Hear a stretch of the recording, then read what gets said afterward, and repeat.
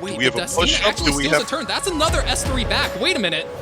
This game's not over. This game's not over, indeed. We're bringing them back. Now, the health isn't going to be the greatest factor here, but the LQT takes the turn. She's been waiting in the wait. She's been waiting in the wings this whole time, and she finally makes the mark with her target, splashing and deleting the rest of the team. First game up, we got STG versus Latour going into it right now. My God. Profile cards are on point. Listen, ladies and gentlemen, there's multiple levels to the fighting going on today, right? Either you're going in hard against your enemy, you're going in hard with your profile cards. Maybe you're trying to win the game show happening tomorrow at midtime.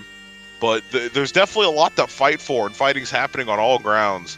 As I stall for time, who's got first pick? Who's picking Landy? Who's picking Landy? That really is the question, I think, because... Which one of these... Did you get Landy? Let's mod check right now. What the fuck? That's not Landy. That is a light unit. You know, we expected a light unit, but we definitely expected Landy. Yeah, replying with Lua Steny response. That's definitely what you would go for if Bellion's banned. And oh my God, very aggressive. Also be able to hold their own on a slower draft. Responds with Leica Latour, trying to take back the speed lead at this point, and LRK, so not only fast, but also tanky. So this isn't going to be an extremely aggressive team. We're taking the lead here only to secure our turn initiative, and then we're going to look to tempo this out.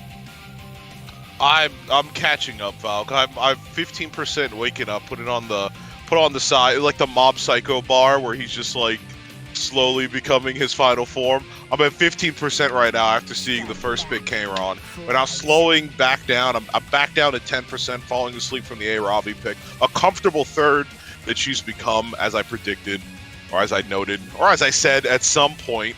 And she completes the trio of dark units coming out on left side, with Bryceria coming out last. Yep, Solitaria as a response, I think to most of these units, pretty solid.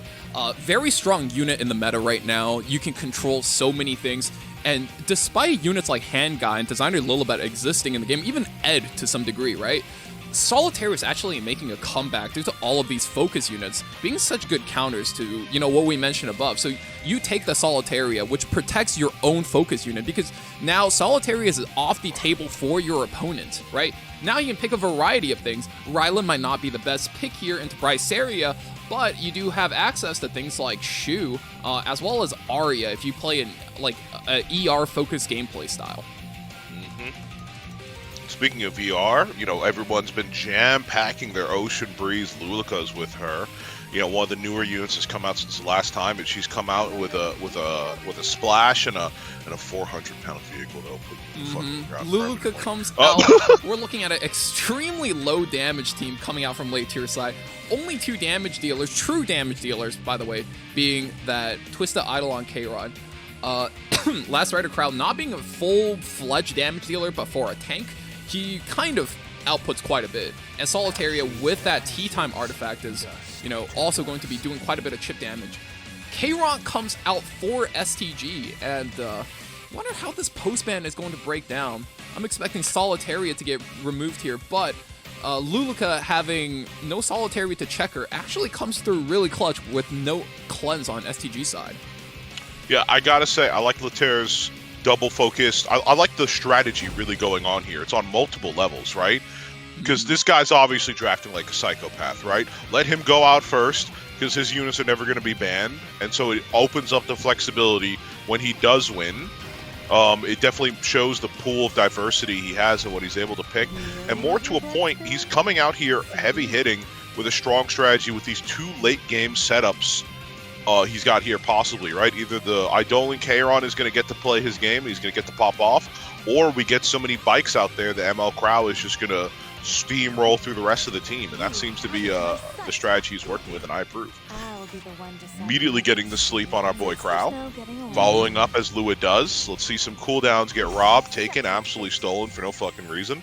Yep, Soulburn comes in, top model, or rather, Summer Lulica cuts in, and she gets a turn, but only an S1 here, so this is going to let STG tempo his turn quite comfortably. Absolutely. I'll take your Just because we do have some units here, which I do fear are taking a lot of damage, not only holding it out for the team, but, you know, the bigger HP bar, the more you are beguiled, as they do say. No guiding light for this Leica as well, so Leica's kind of out there, but looking like STGs want to tunnel in on the Summer Luluka here, get her out the game before the truck comes in, and wow, Steny 3 actually goes into the Leica. And we resist? That one didn't seem to be in the plans. But, nevertheless, do we go for a solid S1 here? Do we grass, get the hand out, play the hand game with the S3 here? Lou will be following up, and as always, yeah, S1's going to put out a defense break. 2 grass type supports here. Fire unit, really easy pickings, honestly. 1 hit into each one, right? So here, picks off the Leica, gets himself that Wind Rider proc. Okay, this is going to be a very high damage K-Ron. This is like actually a carry, not one of those anti-aggression counterattack units. Yeah. We resist the defense break on the ML Crow here. Not too important because he was about to get some help out from ML Luica as she calls in the dump truck. Runs over the enemy team. Let's see some, some blinds and some silences applied almost instantaneously. But the K-Ron still holding on to that immunity. And that's important because, once again, as we all know, that does augment his S1. -2 buffs on every unit, silence on every single one. Actually really deadly here. Only unit to avoid that is the Fire K-Ron with his immunity buff still intact. All systems online. You think Lewis survives this? Ooh, tough call, but I think she might hang on by a thread. Actually hangs on by quite a healthy margin. Yeah. She's definitely still hanging on in there. Now, I mentioned the buffs once again earlier before, and we all know that's important because that's a big part of MLK-Ron's game, right? I want to see those buffs on the enemy team. They make him mad. Madder than he's ever been before. One could almost say big mad. Counterattack comes through here for the MLK-Ron on the Fire K-Ron. And ooh, that's plus 1 more turn. 2 more turns before this MLK-Ron gets a chance to just pop off. It's also unfortunate because no unit has died exactly yet, so we can't exactly bring anyone back at this point with our A-Ravi, nor push them up, so it might be at a very unfortunate time in which we get to do so. Is the K-Ron actually going to pull off his plan? This is a really tough matchup for the K-Ron. Normally, I'm all for the niche units popping off, but even in this case, K-Ron, I think, will have a really hard time punching through the Apocalypse Ravi, especially one like STG's. Now, we know he has one of the best A-Ravis on Global, and he's a huge proponent of just slamming whenever he could. So, gonna have to see if this K-Ron's strong enough to overcome this matchup. Well, he does pick up 2 nice kills there. You know, he's got the confidence of Chad as well. They vor for my man K-Ron over here. Interesting choice of words. Not quite sure what that means, but I'm a little bit old, a little bit behind on the times with some of the slang you kids use these days. Is this S3 going to kill? Ooh, that kills, and STG does take the first match. Also, as I say that, I realize something kind of important. I need to keep a notepad out so I can keep the prebans on stream. All right. Well, people are saying it's hard to see me.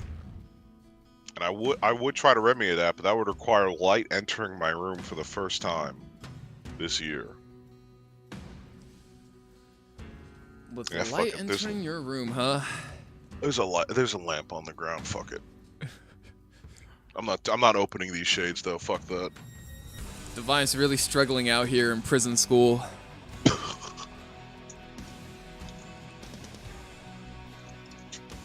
Ah, fuck! I knew I should have touched shit in my room. You'll live. All right, prebans comes through. This time it's Lua, Aiden, Karina, and wow, Peyra taken out real early. We're definitely target banning a little bit with that, right? Fire K-Ron comes out first. No, you don't have to change anything there. That's a E&D special. Especially with K-Ron off the board for STG as well. You know he's going to be excited to snatch that up. We're looking at K-Ron, gang. I didn't know we had these many K-Ron supporters out here, but K-Ron supporters have come out in full force. What can I say? You know, people always like the meme on K-Ron. Yeah, every patch he gets worse and worse. But you know, the K-Ron enjoyers always find a way, and they always find a way to go big. And wow, who's that other character who fucks up, who does like inverted barrier shit? Ning Ning? Yeah, is it Ning Ning? I was about to say, because we've obviously said, all right, I want to pick barriers, so I'm going to take the one guy who fucks up barriers, so hopefully that doesn't become the greatest weak point of my draft. I'm sorry, I just realized what the light looks like on me now. It looks like a terrifying monster. That's why I stay in the shadows. But yeah, we've obviously made the classic combo, and then we got the command model again, and the Bryceria this time also on right side. Seems like Eden is employing a wonderful strategy of holding on to his friend's memory and then attempting to steal as much as he can from the enemy as well, mixing together both worlds into one universal swirl and constant. Let's see how let's see what the strategy against that looks like. It looks like you pick a third support. I was gonna say, STG better not be picking that Bellion there. That Bellion is a pre-ban. Ooh, there she is! ML Lanny comes out on the day. We were wondering when she was gonna come out. A little bit surprised she wasn't first picked every game, just due to how strong she is in general, but there she is. That's my captain. Oh! Captain! Oh, my man is really cooking. That's a cooking pick. Holy. I think now it gets a little bit dangerous. Shooting Star Arcades. You know he's going to do some immortality shenanigans with that Fire K-Ron. And on top of that, Dark Corvus comes out. I feel like that is one of the few remaining hard counters to Navy Captain Landy. And ooh, STG I think is being put in a little pinch here if he doesn't read this draft correctly. Okay, I mean, I guess if your bingo board included ML K-Ron, K-Ron, Command Metal Leica, fucking Dark Arcades, Dark Corvus, I guess you just won. I guess you just instantly hit bingo, and nobody would have expected it. Last pick out here, coming out to Valencia. Injury unit, going to be really scary versus Dark Corvus, but here's a question. Do you want to keep this Dark Corvus in the draft? Maybe STG just says, I'll fake you out, you fake me out, and then we handshake the last pick on the bans. At least that's what I would assume he's going for. But no. Oh. Landy and K-Ron taken out. This is actually setting up to be an Valencia draft for STG, and Eden D's got a pretty comfortable Dark Corvus out of this draft. I feel like a very key thing last game was the speed tuning. And yes, that's what I was about to say. Command Model Leica didn't get to show off any of her stuff last game. Comes out first here, obviously. Not too much to do. Targeted S2. Defense breaking the FCC, not too much damage, but it does give our Briar Witch the attack buff, much coveted. And obviously, it kind of shakes up the tuning a little bit. Looking at the Briar Witch on the... Ooh, big invert for DJB. Not that much damage coming through, and DJB is just going to skip the cleanse. Well, hoping for a stun there. We didn't get it, but we hoped nonetheless. Yeah, I was blind should looking at the CR bar, right? This Briar Witch is looking like she's going to just drop a big nuke in for like a very big damage combo. Shooting Star Arcades puts out her S2 on the Dark Corvus. 3-turn Immortality comes out. So no matter how much you work this Dark Corvus now, he's just not going to die. He's going to stick around, and he's going to stick around for a long time. He's going to stick around. He's going to be here. Have no fear, Dark Corvus. Long after the end of all that you know dear, after the microplastics have broken down, after divorces and marriages, he'll still be standing there. Shield up. Posed like he's pissed at somebody for no reason. I think he is pissed. He's coming in for sure. And speaking of which, say goodbye once again to Command Model Leica. Has had minimal impact so far, but she's definitely made more of an appearance than I thought she would. That's already enough. Ooh, nice follow-up. The dual attack, once again, not only the provoke, but the defense break landing as well. Do we see this as a critical moment to hand guide up? Yeah, that was a very, very clutch dual attack there. I think normally what you want to do here is you want to give your DJ Beast cleanse first, Briar Witch is going to strip every buff, and then your hand guy cleanses into the attack buff. That would have been a massive turn, but because of that defense break, I think... I was going to say, I think he was stuck a little, but once his cleanse comes through, I think Ian Dees just realized he's kind of put in a difficult position, and there's another cleanse coming up, and I don't think the Dark Corvus can beat the Injury Alencia. This one was sort of just won in the draft. Yeah, which happens, but this is why deep in the pockets, deep in the remnants of your team, you put out the ace, the one who's here to bail you out. There's no stronger candidate, no one more deserving of that name than this team's, let's just say, final strategy. Yep, and you know, this falls on the shoulders of the leader of Dark Snow, Icy Go, coming in, and now he's the last player on his team. He's going to need to perform a reverse sweep if he wants to take this for team pick Roana equals small PP. Maybe they need to take that. Maybe Roana is the answer. I've seen a lot of people Roana-ing up into the Captain Landy. Maybe they knew ahead of time. They're trying to deter this master strategy they wish to employ. Well, looking at the draft boards right now, we got AOL, Bellion, C. Lilius, Lua, Aiden, Karina, Payra banned out for both players, and for STG himself, who has won 2 games, Lua, Steny, A. Ravi, Kron, Handguy, DJ, BFCC, Alencia. That's like what, 13, 14 units out by himself? He's going to really need to hold it down. He's going to really need to pull it out. I mean, it's an impressive win at this point if he can, but it requires a change to your mindset, especially when you're not getting that first pick of where exactly you want to go. Now, I think one thing to think about here is, whoa, we keep seeing these interesting first picks here, but honestly, is this a time where you flex a little bit more, where it's going to have to get hasty? Maybe you've crafted a strategy ahead of time when you're this far you're this far back in the draft, right? What ideas are you spitting with at this point? If any, I'm betting we still see that Landy coming out at some point. But the rest of it, there it is. Well, okay, maybe immediately. I was about to say, I was like, maybe later, like we saw early. No, it's just immediate. Yep, okay. Landy Airwall comes in for STG real early, real fast. Icygo, you know, generally known as a decently aggressive player, takes the green Kron with first pick. We've seen Fire Kron, we've seen Light Kron this set, and now we see the green Kron being taken. The green Kron, the purveyor of pure white trust, an artifact that I live and pray, and I sit by my bedside table every day and wish to be renamed. We come out and light the night in with the fight of our 2 light knights. That's right. As we come into Why do you let me do this shit, Val? We come out with our 2 light knights to fight back against the rest of the draft, and the response against this stalwart duo of knight-like ladies. I was gonna say, bro, God. We got the whole White Knight squad out here. Man, where am I? Am I on Twitch E7 or am I on Reddit? There sure are a lot of White Knights. Don't say you're gonna summon the ultimate Redditor, again, Faithless Litica. Redditor Litica. Redditor Litica. She doesn't believe in God, and you know, at any moment she could be euphoric. He could be. Look, bro, you're not the only one who gets stupid out here. This is why we do this. We get stupid, and we get stupid hard. Destina being hovered for STG. Don't clip that, please. Don't. That's gonna be in our caster's highlight reel, bro. We're never getting any more jobs. We? Why am I getting punished for your shit? The fuck?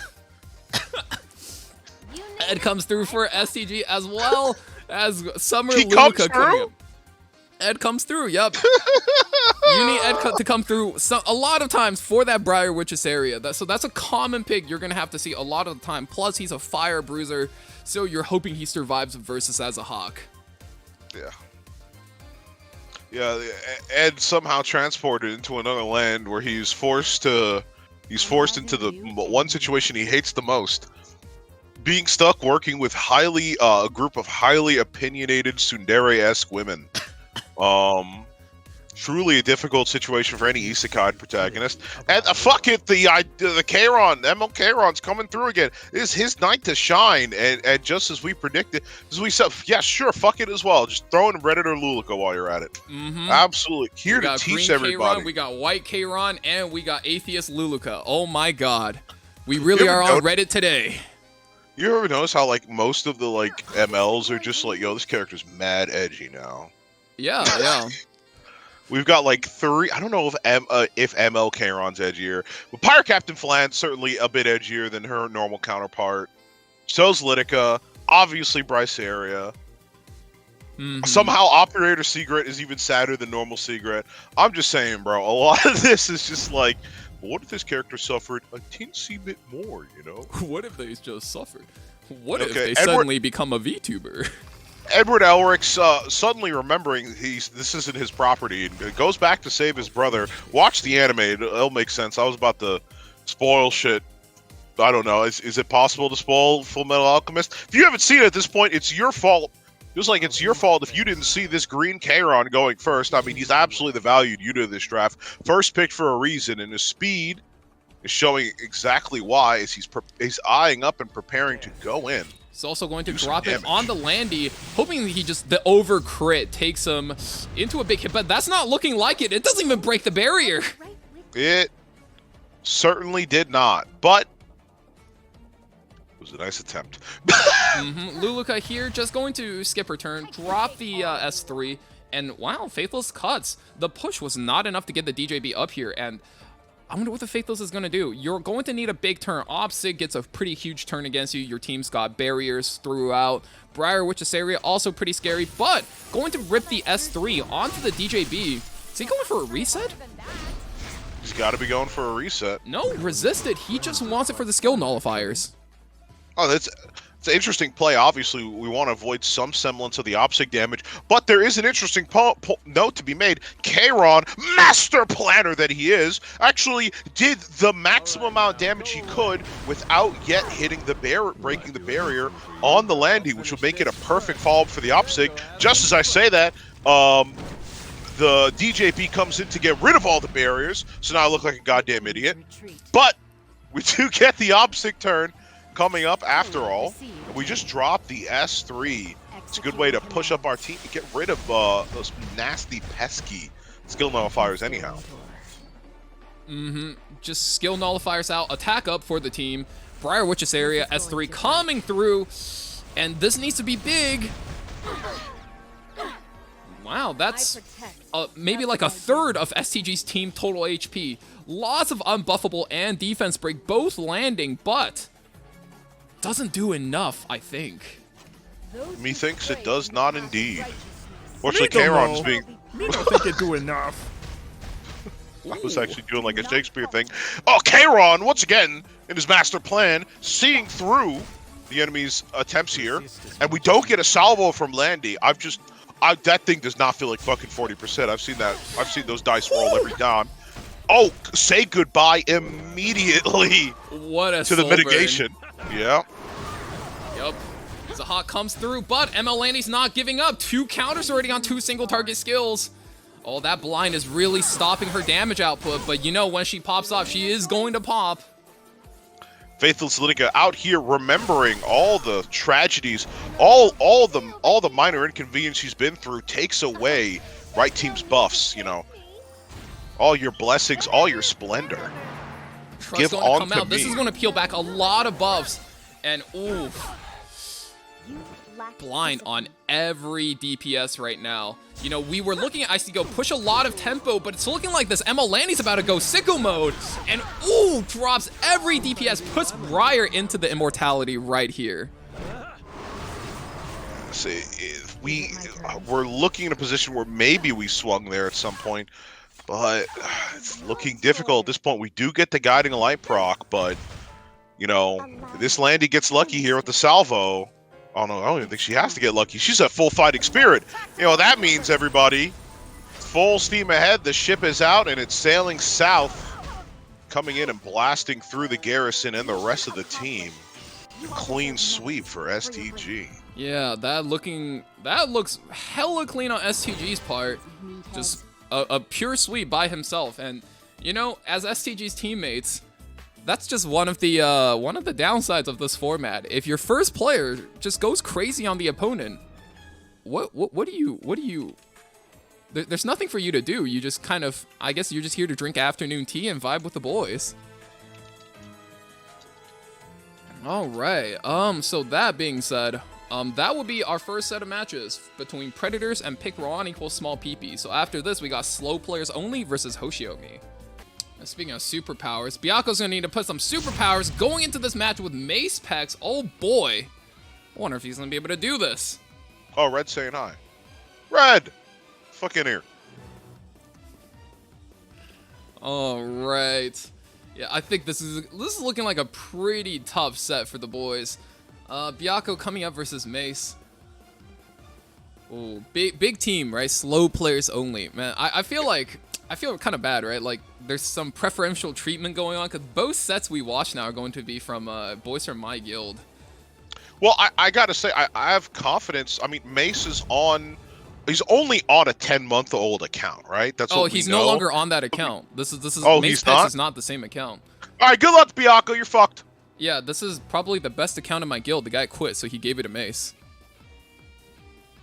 Do not falter. Oh, give me a second. I just said, Red, just show up in any voice channel in Valk's Discord, and we'll pull you in, okay? Wait, is that today or is that we're doing that tomorrow, aren't we? No, Red's coming by today. Yeah, I said that earlier. Go reset your brain in the bathroom. Okay, well, we're gonna need to redo your camera again. So. Hey, you know what? Fair enough. All right. I could bow out for a match. Nobody needs to see me 24/7. They didn't see me in the first place, right? 'Cause I didn't have the light, so it's not like I'm always here. Well, ML Lanny comes in for the first pick. See Lilia's hand guy being responded to with. Yeah. I mean, Speaking of always here, that's the duo, right? Mm-hmm. You name it. That's the new duo. And then we get a response with Ocean Breeze Lulika as I stall for Valk to figure out things for a little bit on the time clock on pulling in Red and getting this camera associated, and I say it out loud just to confirm, but he doesn't have to say anything. He just has to give a slight nod to his camera, and then I understand everything my partner's thinking, just like how I'm thinking just as hard as Byaku right now on how we solidify this third pick of the draft and put ourselves in a situation. If there's any girl who's going to see us out to sea and set us aboard on our holy ship, the best ship, I might add, it's Unbound Knight Arrowell, bringing undominable amount of mitigation to the team. Whatever's coming out is going to have to get through her shield. And what are those units? Well, that's Mace's turn to figure out here right now. Landy plus support plus tank right now is just one of the most consistent drafts in the meta. She's once again opened the path up. She's opened the door to basically have a first pick DPS again. For a while, you know, it was really hard to pick DPS in this meta. Due to every DPS having like a weakness that can be exploited by a support unit or a debuff unit, and ML Landy just has so little weaknesses to exploit. You just pick her first, and then you can have one of the most adaptable teams. But Maze here going with Solitaria plus Death Dealer Ray, so we're in for a longer ride. Oh boy. Mace trying to slow things down a little bit, or at the very least say, you know, I may not have to go through your shield. I may just have to debuff everybody till your shield falls all on her own. Mm-hmm. Lionheart Sermia as a response, I think it depends on your build. You know, into C Lilia's, it's an okay response. Into Solitaria, it's okay. But into both, I would say you're stretching a little hard. So you would need a really good build. And Designer Lilibet, good matchup into Ray. I think that's solid there. And wow. Pirate Captain Flan coming in for Mace in the last pick. That's a deadly pick. Gotta take that out. Take Designer Lilibet out. And we're gonna head into the match. Armpit Lilibet automatically banned from the game, as she should be, a plague to society. And Pirate Captain Flan will not be meeting her sister on these seas. They have a little bit of a problem with each other. We get to see a little bit of a play out, by the way, with the new buffs from for Lionheart. You know, let's see. People have been changing their builds, changing their approach, and that means not only flexibility in the unit, but a little bit of a buff and uncertainty to what you're running exactly up against. So let's hopefully see that take place a little bit in this next match as we get right in immediately. Sea Lily's obviously coming out with the Circus Fantasia on deck, so we have to keep that in mind. Increased effectiveness on these opening turns. Might even be able to strip the escort, which could be nasty, nasty, nasty for left side to see come out. It's definitely one of the main reasons to run that artifact. Doesn't manage to strip it, but lands the attack down. So I would say the effect almost whiffs right there. Pushing up the Summer Breeze Luluka, or Ocean Breeze Luluka rather. And Ocean man. What how we're gonna sequence the turns here? Pushes back the Landy, so Landy is going to be even further down the CR bar. Even further okay, I'll stop making my memes and my references. No, you go for it, bro. Yeah, don't let me stop you. But don't let your dreams just be dreams. Speaking of which, it might have all been a dream here because I imagine a scattering to the wind of somebody being pushed back on the CR bar with a little stun notification over their head. And it's Arrowell herself. I think she resisted the pushback, but yeah, she did indeed take the stun. Dummy looking down on her feet. Yeah, she's not looking too good. But, you know, they're going to be in the game for a while. Not a lot of damage coming in on Mace's team. And, you know, not even a tank, too. But, ooh, wait, there's the Landy. And I think that whole pushback just got nullified. Yeah, she woke up a little there. Touch of Rekos on the Death Dealer Ray, right? You saw that, right? Touch of Rekos, not a very commonly used artifact, but in the case of Death Dealer Ray, it's going to be very, how do I say this? It's one of the few ways you have to really sustain the unit. I mean, I think it kind of completes the idea here from Mace's side. This is all about buffs, but then also the application of those buffs and preventing them as well, right? So we've got a lot of strips on right side, but at the same time, it seems like he's also augmented to keep his team up and healthy. You know, we're either stealthing away or trying to avoid most nasty incoming effects. Now we've got to put down this dangerous element in the LHC as soon as possible. And now the Venoms are going to start stacking. This is what the classic experience of playing against DDR Solly. You're never going to feel that bad in the beginning of the game, but as the game wears on and on and on, you're going to feel that death by 1,000 cuts. And no matter how hard you try, you're going to have one hell of a time trying to sustain against it. Right. I don't feel so good. As we take massive damage, almost instantly a full pop of injuries on our LHC. She's also going to be sleeping for a little bit here. Dear Lord, that's, I mean, you said it was a slow burn, but that doesn't look slow to me at all. Looks like we just took a fast turn into a dangerous type of game for left side. Especially if you let both these units through Solitary and Death Dealer Ray. Top model, or Ocean Breeze Luca here, forced to drop the S3 and give Ice Cream to everybody. Hopefully heal everybody back a little bit, but ooh, not looking good for that Lionheart Cermia. Landy's still standing strong, but how many Venom detonations can she take before she also goes down? I can't imagine it's too much more, but the Hilog Lance sending our hero rushing to the front lines, possibly to return. And speaking of return, we return an entire salvo as well. A little bit behind if you can't tell, but the damage is coming out nonetheless. It looks like Byakko might just have a way out after all. If things keep up, huge turn for Byakko, takes down the Solitaria. Ooh, and that's the exact type of tempo you need. And you need to be really careful playing against Navy Captain Landy because that's the type of BF she can pull off with a counter set and Elbrus Ritual Sword. And comboed in as the Lionheart takes out the Death Dealer Ray as well. And I think Byakko is going to actually clean up Mace for game one here. BS indeed, as our Landy is sailing that BS, the boundless seas themselves, looking for opportunity. She strikes and finds it and lands the blow and opens up for the star of this show, Byakko, coming out with the first win for his team. Don't ask me how I made that right. But following up Mace, Trap is going to come up bat to second for Team Slow Players Only up against Byakko. Now Byakko, sorry, I had to take a water break there. What'd you say? I can now do visual jokes. For Byakko. This time, Arrowell, Solitaria, Pirate Captain Flan, and oh my god. Wow, and Trap takes Conqueror Lilia's first pick, knowing Byakko can't first pick Landy, and he's gonna get Conqueror Lilia's. This is how you kind of pinch your opponent, so to speak, in this mode. Yeah, Byakko, you don't get first pick. That's the whole reason why we remade. Me Pepega moment. Well, I'll say this.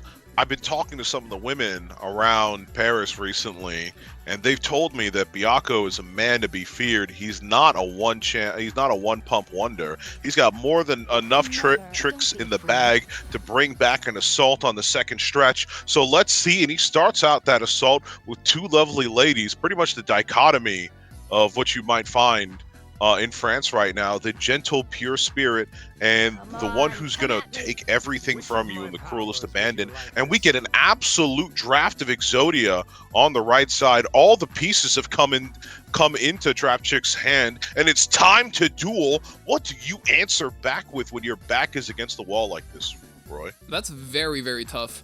Byakko's sort of stuck in the spot where he needs to play against first pick Conqueror Lilias. He doesn't have Lionheart Sermia. He doesn't have Navy Captain Landy. So definitely Trap Trick's doing a little bit of pre-draft, little, geometry in his mind, kind of lining this up. But Byakko does secure the solo carry Spectre Tenebria, and Trap Trick still doesn't have any AoE to address that. So he needs to come up with some pretty creative drafting. Now, 3 grass supports on Byakko's side means he's going to be very weak to fire units, and off the top of my head, I can think of a few fire units that are going to be good against Spectre Tenebria as well. So, wonder if Trap Tricks is going to employ that strategy, or maybe something else a little bit more creative, like this ML Leica coming in.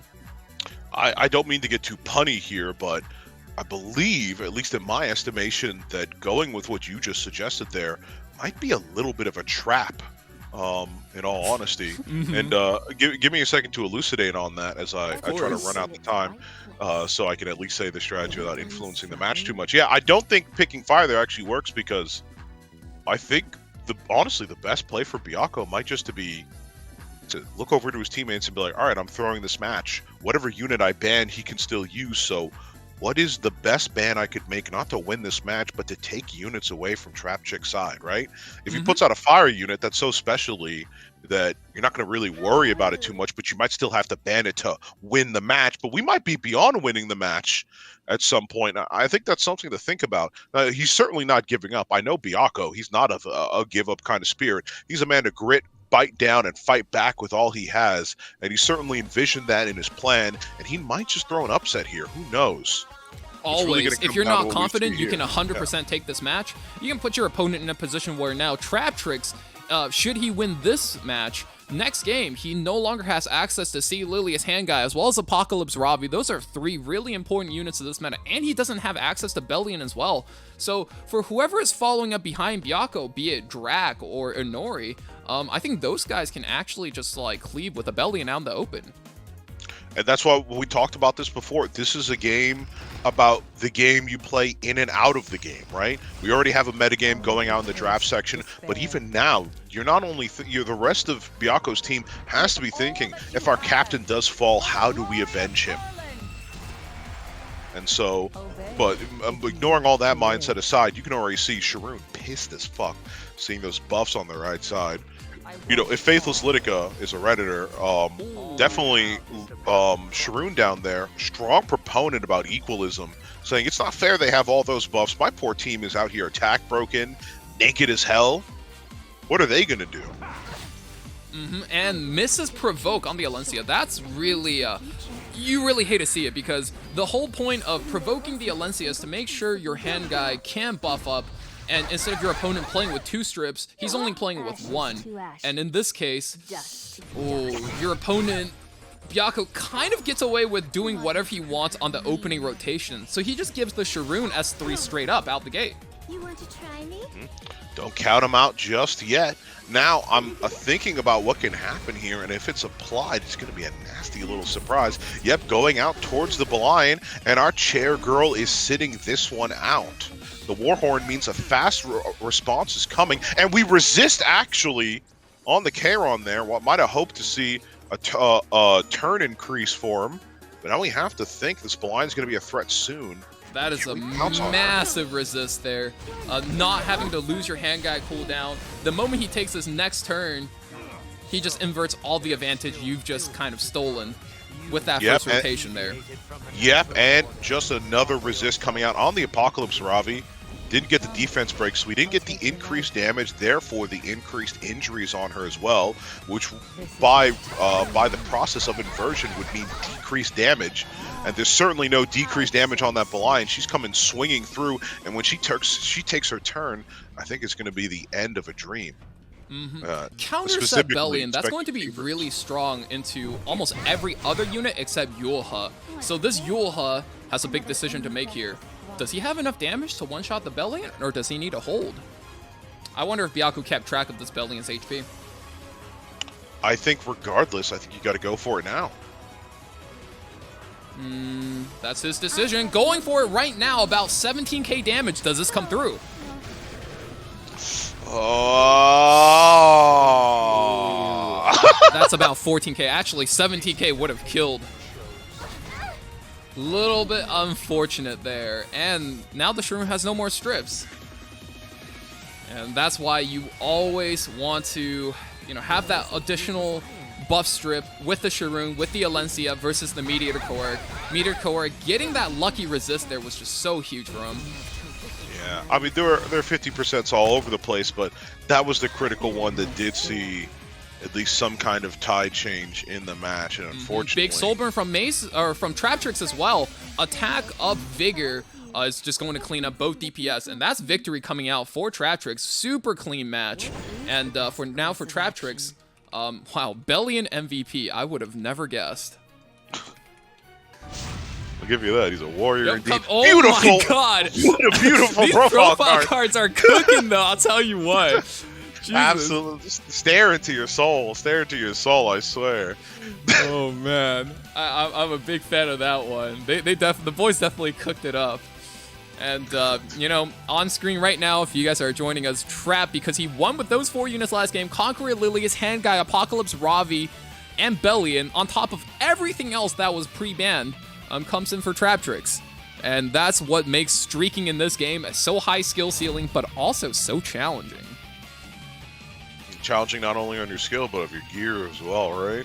Hopefully you guys picked up some nice, sweet loot from the summer event, because you're going to be using every drop of it to compete, to meet even, when you get into the deeper pockets of your picks. Now, see an interesting section of pre-bans there. We banned both openers of Ran and Pera. What do you think about that?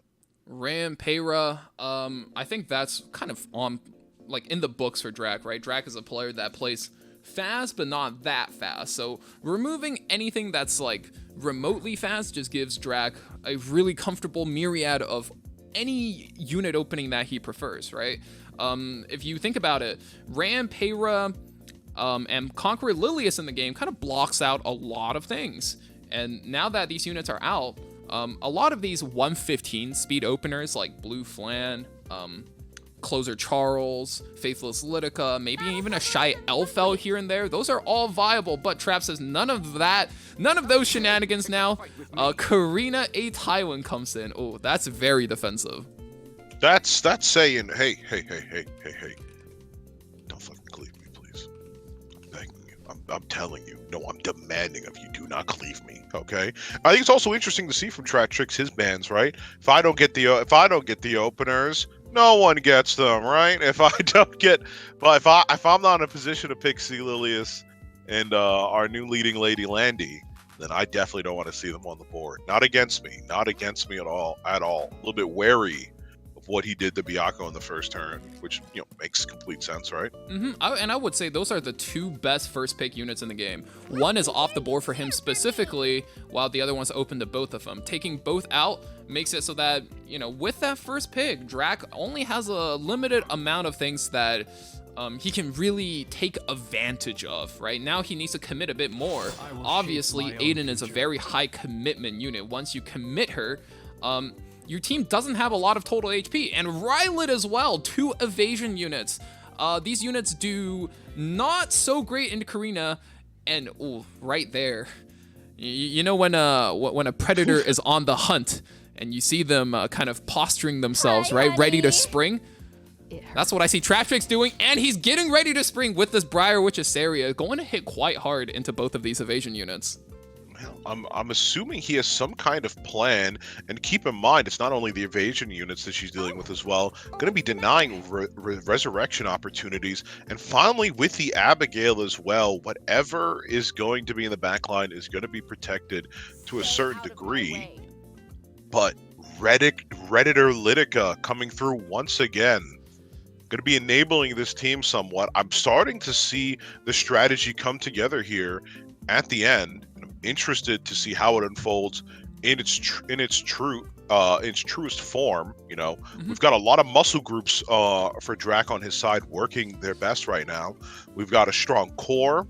You know, we've got strong legs. Really, the body just needs support, and there's no more support you can find than Apocalypse Ravi. This is an all-encompassing workout right here, right? Because if you don't deal with her, I fear you'll be stuck in the gym for a way more sets than you anticipated. Definitely. Faithless Litica here. Very, very important for Drac's draft because this is his check to the Briar Witch Asaria. You know, your S2 can flush her out of the stealth, and then your S3 can reset her. Apoc Ravi checks her less so I wonder if he's just going to look to ban that, but you know, Traptrix does swing out the last big Spectre Tenebria. That is always a huge threat. So if Drac doesn't address that, he might have a really hard time with either one of those units. So I would even say this draft is maybe looking slightly Trap favored, if anything. All I could say is that we've got to get in there to see. I know that both of these masters are masters of traps and tricks, so I'm going to leave my discussion, I'm going to leave my thoughts until we get into the game. Faithless Litica, unfortunately, Bound doesn't have enough... Okay, I was going to make a Reddit joke. I don't know what the fuck. Is it Reddit Gold? Is it what the fuck is that thing on there? It's Karmas. It's Karmas doesn't have enough I can't make this joke. It's okay. It's okay. You give it a shot. I don't know enough about... I don't actually know enough about Reddit. What I do know is we're starting off, and Aiden's coming out as fast as she can. It's going to be possibly putting down, that invincibility for her team, taking a chunk, a nasty chunk, I might add, out of that Abigail. Oh, Proof of Valor Abigail doesn't take too much damage. Abigail Karina, actually a pretty nasty combo there. You can't really target anything besides the Karina, otherwise she pops off. But if you target the Karina first, she gets a one-turn immortality from the Abigail. So you're stuck between a rock and a hard place. Abigail drops S3 on the Rylus, strips the evasion, and ooh, that's looking like both evasion unit prime for the taking for the Briar Witch Asaria right here. Damage comes through. Let's see it. Oh, knocks out both almost immediately. That is very uncomfortable for Drac. You hate to be stuck in this position. 2 revive units, but Briar Witch on the other side, preventing the revive. What do you do? How do you play this out? First of all, you need to get out of this vicious cycle you're kind of set up into, where you're going to be provoke locked. That's one thing. And the second of all, if you want to get out something like the Abigail, if you want her dead, you're going to have to knock off a couple of those Proof of Valor stacks, which is what he starts off with here. Ooh, now I think Drac needs to start the long journey. To be fair, he does have a lot of sustain. Apocalypse Ravi, one of the highest sustaining DPSs in the game, as well as Make Chloe, you know, not the best sustain support, but always a little bit of heal for you know, the least HP unit herself and the A Ravi. And I think if at any point the Briar Witch fails a Guiding Light check, it's always a chance for them to come back. Just a bit.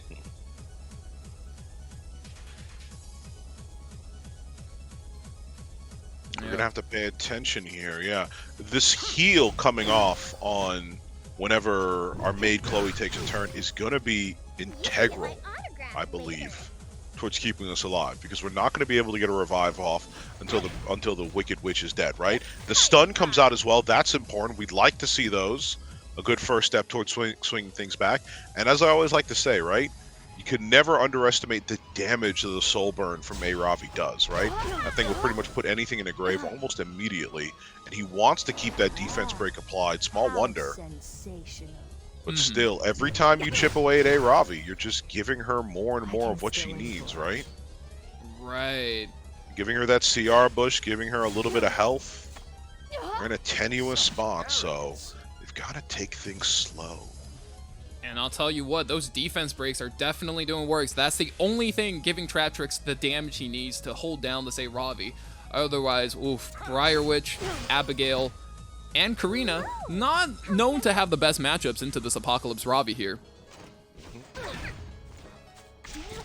Definitely wanted another stun there if we could.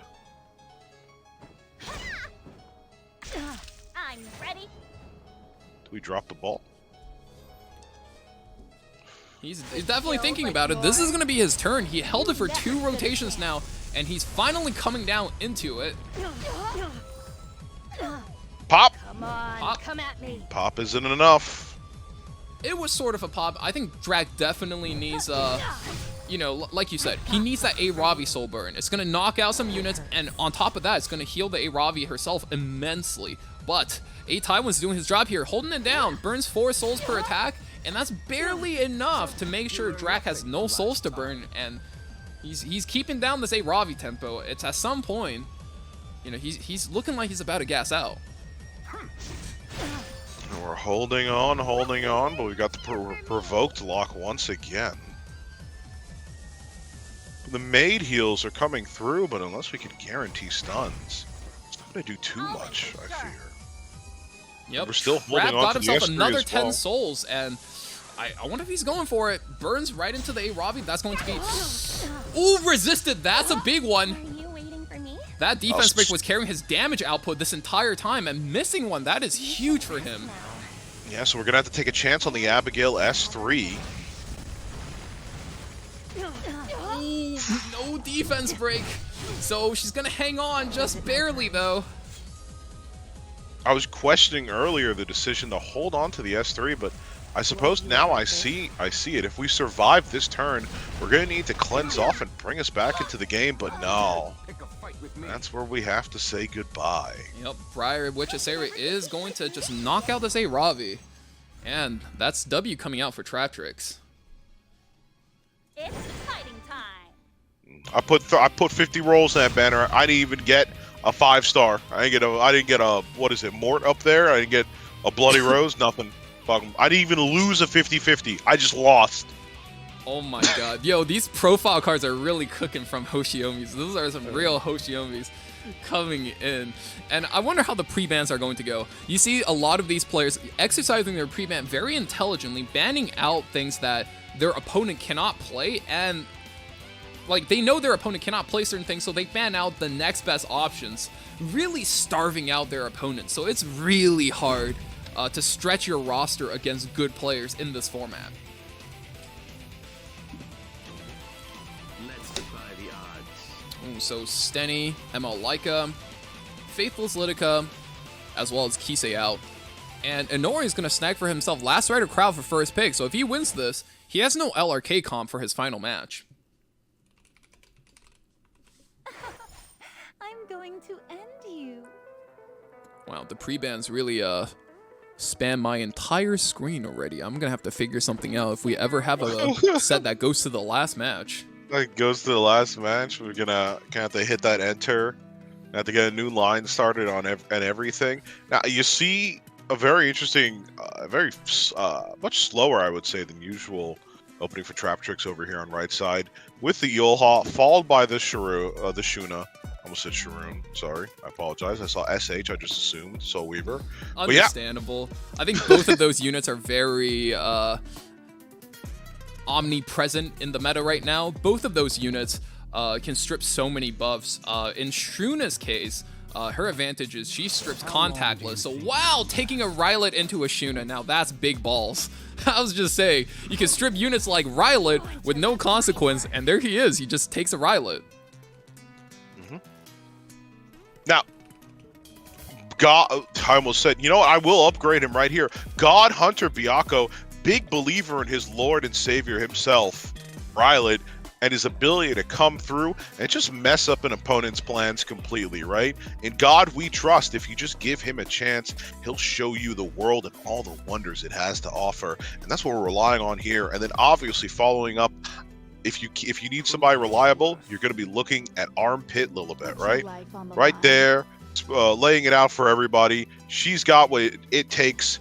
Take a strong strike against the opponent, and he's going to actually take a stand against God with both the Master Planner Zahak himself and LPK, both of these units with a destination in mind, and it's a cutthroat swipe at the God's neck himself.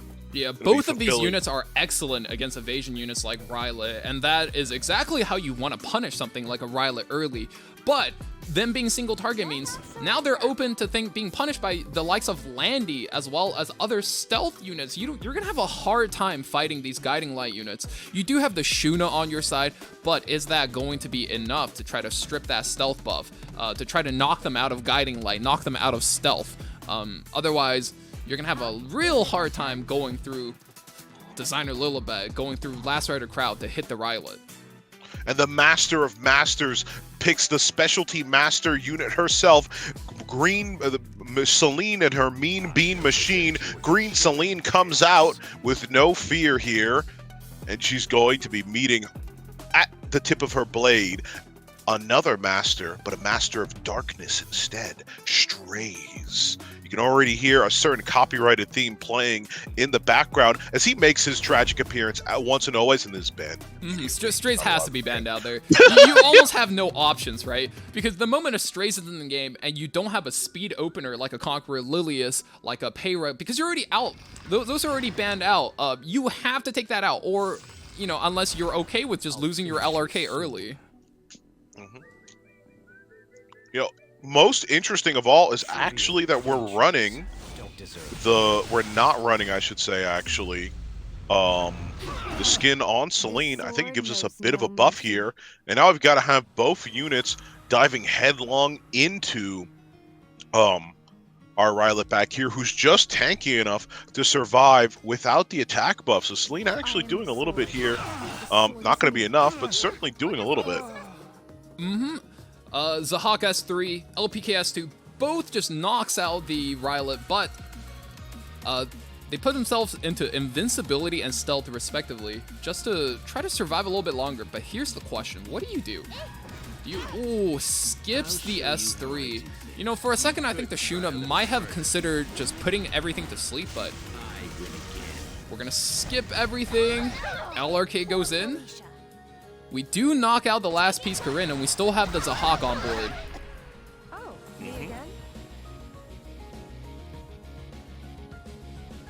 We have to take these swipes where we're getting them right now, right? Because we've already lost a unit. It's time to bite back and fight back, as they say, right? Never a good idea to get in my way. It took my game a second there just to catch up, but we're back here indeed. Yeah, big turn on Yulha here. What do you do? You obviously take munch a decent chunk of health out of the Landy, but you don't kill, not quite yet. But if there's a man who can, it's Zahak and his, similar to Lulika, dump truck S1, which does enough damage to, you know, probably debilitate a small child. And he takes the chance here to proc the Celine because he's still got the invincibility. Sometimes you just gotta press the hourglass and read the EE real quick. If it's the highest attack, you see the words highest attack, yup. Just S2 something. When you have the invincibility, activates the Celine, and you basically completely get away from it. Burns into the Celine right there. There you go. Celine's out the game. But Landy, can she go back into stealth and carry the rest of this match? Yes, she does. Yes, she does indeed. And now it comes down to Sharoon's turn right here. I said it again. God damn it. Was that right? I can't even remember. Oh, and that's why he held it, but we missed the strip. That's a huge turn. Oh, you really, really hate to see that. Zahak does get a turn right here, and it's a pretty big turn, but have to wake up the sleeping LRK. Have to wake up not only the sleeping LRK, but give him a decent amount of reduction on his next bike coming in. Almost resetting the premiums he incurred from crashing the last one. Now he's got to, reset that health, maybe protect himself a little bit, take a chip away at this Zahak. We know if we can put him down, we'll be in a much better place afterwards. This is going to be a match that really comes down to it. Zahak gets S3 back, drops the S3 on the LRK, doesn't close out the kill, but puts himself back in invincibility for one more rotation. Both are sitting here with the speed buffs now. It's important to both of their game plans that they get that action out as quickly as possible. Oh my good lord, this is coming back to a nail-biting execution here. I do think Trap is looking more favored in the spot, as he is staring down the last Rider Crow on his last legs. Soul burns the Shuna heal, goes 2 stacks of healing in, Another insect. and ooh, he's looking pretty healthy. Yulha, pretty scary. We got... I think it comes down... Oh, I was wondering if the speed buff, if he might be able to, but no, yeah. And he does have S2 here, so he's going to be able to give himself attack up and most likely close out this last Rider Crow, and the Landy is staring at a 1v3 in the face. A 1v3, obviously no Bloodstone, no lifesteal. She's not going to be able to do much at this point. We really need Zahak dead on this turn. Zahak We does do get fall, that, yeah. but I don't know if a Landy has a really good shot at, you know, burning down a Yulha. That's a tough one. It's not even the Yule I'm afraid of. I think Sharoon herself could finish it off if we're unlucky enough. Does go for it, but Malicious Smile takes back the Thorns, takes down the Landy, and Traptrix does complete the reverse sweep. Ooh, Adamantoids gets to take a back seat for this round. They came out with everything they had, and I'm proud of them. Fortunately, the Bounty Hunter couldn't finish this bounty, but it just goes to show a lot of what we were talking about there, especially with that second match against Byakko. You've got to not only be thinking about where you win, but how you won, and what that's going to mean for the outcome of the next game. Absolutely, especially coming into the next set as well. Doing a quick bracket check. Okay, can't do that. I'm on a OFG versus Maz done. Any teams to still play their games? I need to know what happened between whatever happens and Team Ace. And then we need to settle Let Us Cook and Y Virgins. Also Poot's team and Los Clowns. The material. You got to grind the event, bro. Oh, no, you said excursion, not expedition. Okay. Yeah. I mean, either way, right? Can you join me for a tea party?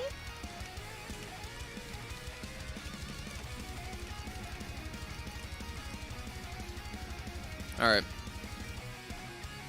Hopefully everybody on this team saw it. Right now we got XLR versus Delphus. Wait, is that a teenage robot? I just realized. Fuck. I have no idea. I thought that was a Ben 10 reference. Oh, is it? Oh, no, yeah, that's a Ben 10 reference, yeah. It's XLJ, I think, yeah. Whatever, it's something.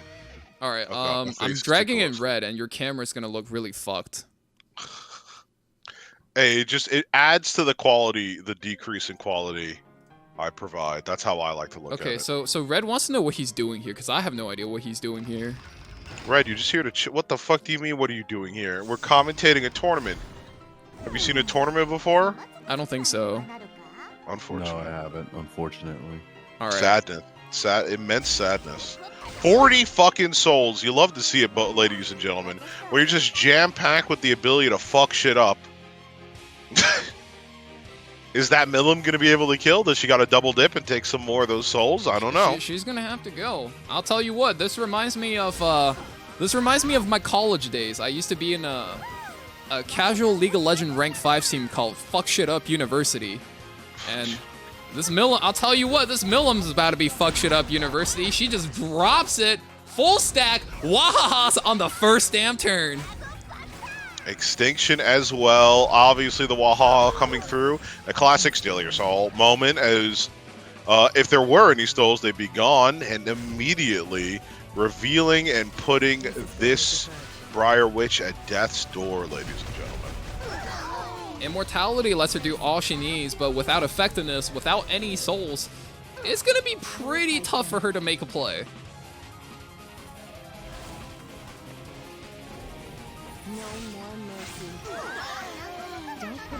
T. Surin comes in, and you know, we do take off every buff, but is XLR's team enough to break through the Senya? I'm inclined to say no. Liz Senya has now become the final boss for all intents and purposes, and if we see any defense breaks here, yep, and with stuns as well, she's going to be one hell of a final boss when she finally drops down on the enemies with the S3. Yeah, all 3 stuns coming in. Oof, that's going to hit hard. With the defense break, what did you see that? I fear there was not even an FCC there. FCC's definitely, you know, she was here 1 second, poof, just gone, like that. On the next. Unfortunately, the matchup of T-Surin into this isn't too great. She's going to cleanse herself here, but DS3 and provoke the great wrath of the attack buffed Senya? No, you don't. You're smarter than that. But unfortunately, you're not in a position to even kill the A Tywin. Ooh, puts herself in stealth, but so is Briarwitch, so she's going to be able to tickle her a little bit and take her on out of here. Unfortunately, Briarwitch here is going to attack and then get a response that means that's the end of her life. Delphis takes it immediately. Oh, Delphis does take that one, does take out XLR. Actually have no idea what phase of the draft we're in, so hopefully... God bless, Derp has been keeping track of stuff. Oh my god, wait, Lunar's card is pretty good. That was a Pog card, dude. I gotta say. I like how Divide got Red in here to do 2 things. Brick our camera settings and say, that was a Pog card, dude. Dude, I wanted to elaborate further, but I've never had to. I gave you the air. I was like, oh, is he gonna say anything else? Listen, No, he's waking up just like I did. Yeah, waking up, man. All right, Sorry, all I right. apologize. But here we go. Let's get into this draft. All right, yeah, give me a break. Let me rework Divine's. Oh my fucking god! I'm about to rework my entire stream setup. Hey, bro, it's Yeah, okay. Move that there. Bing, bomb, bam, boom, ba bop. Yeah, we need me in all about to say. We're not putting me in HD, are we? God bless. Thank you. No. Now, as I'm here, I fear that I forgot something, but it's okay because Red is the king, as we know, of just being replaced. Divine's pee-pee poofed. He straight up faded into the background. Dude. All right, we're gonna get a first pick APOC Robbie here. It introduces a lot of stability, you know what I mean? What does stability matter in the face of Fire Charlotte, Fireball pre-ban? True. Taking a little bit about what was that guy on the ladder who pre-bans Fireball Tamarin? You remember that guy? I don't know. He's a Korean guy. I don't know how to say his name. You brought him up. I was hoping you would know how to say that name.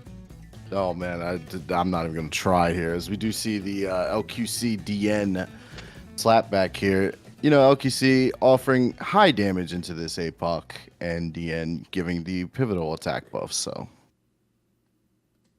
Yeah, so, you know, it's really hard to commentate a game when you don't know the pre-bans, because usually there's like 20 units out, right? There's 20 units out, and you're just like, all right, so where the fuck are our Landys at? Where the fuck are our Payras at? And you're just like, we still have Payra, right, guys? Like this is the hard part about the format. If I wasn't here from game 1, I am, oh shit, okay, let's see.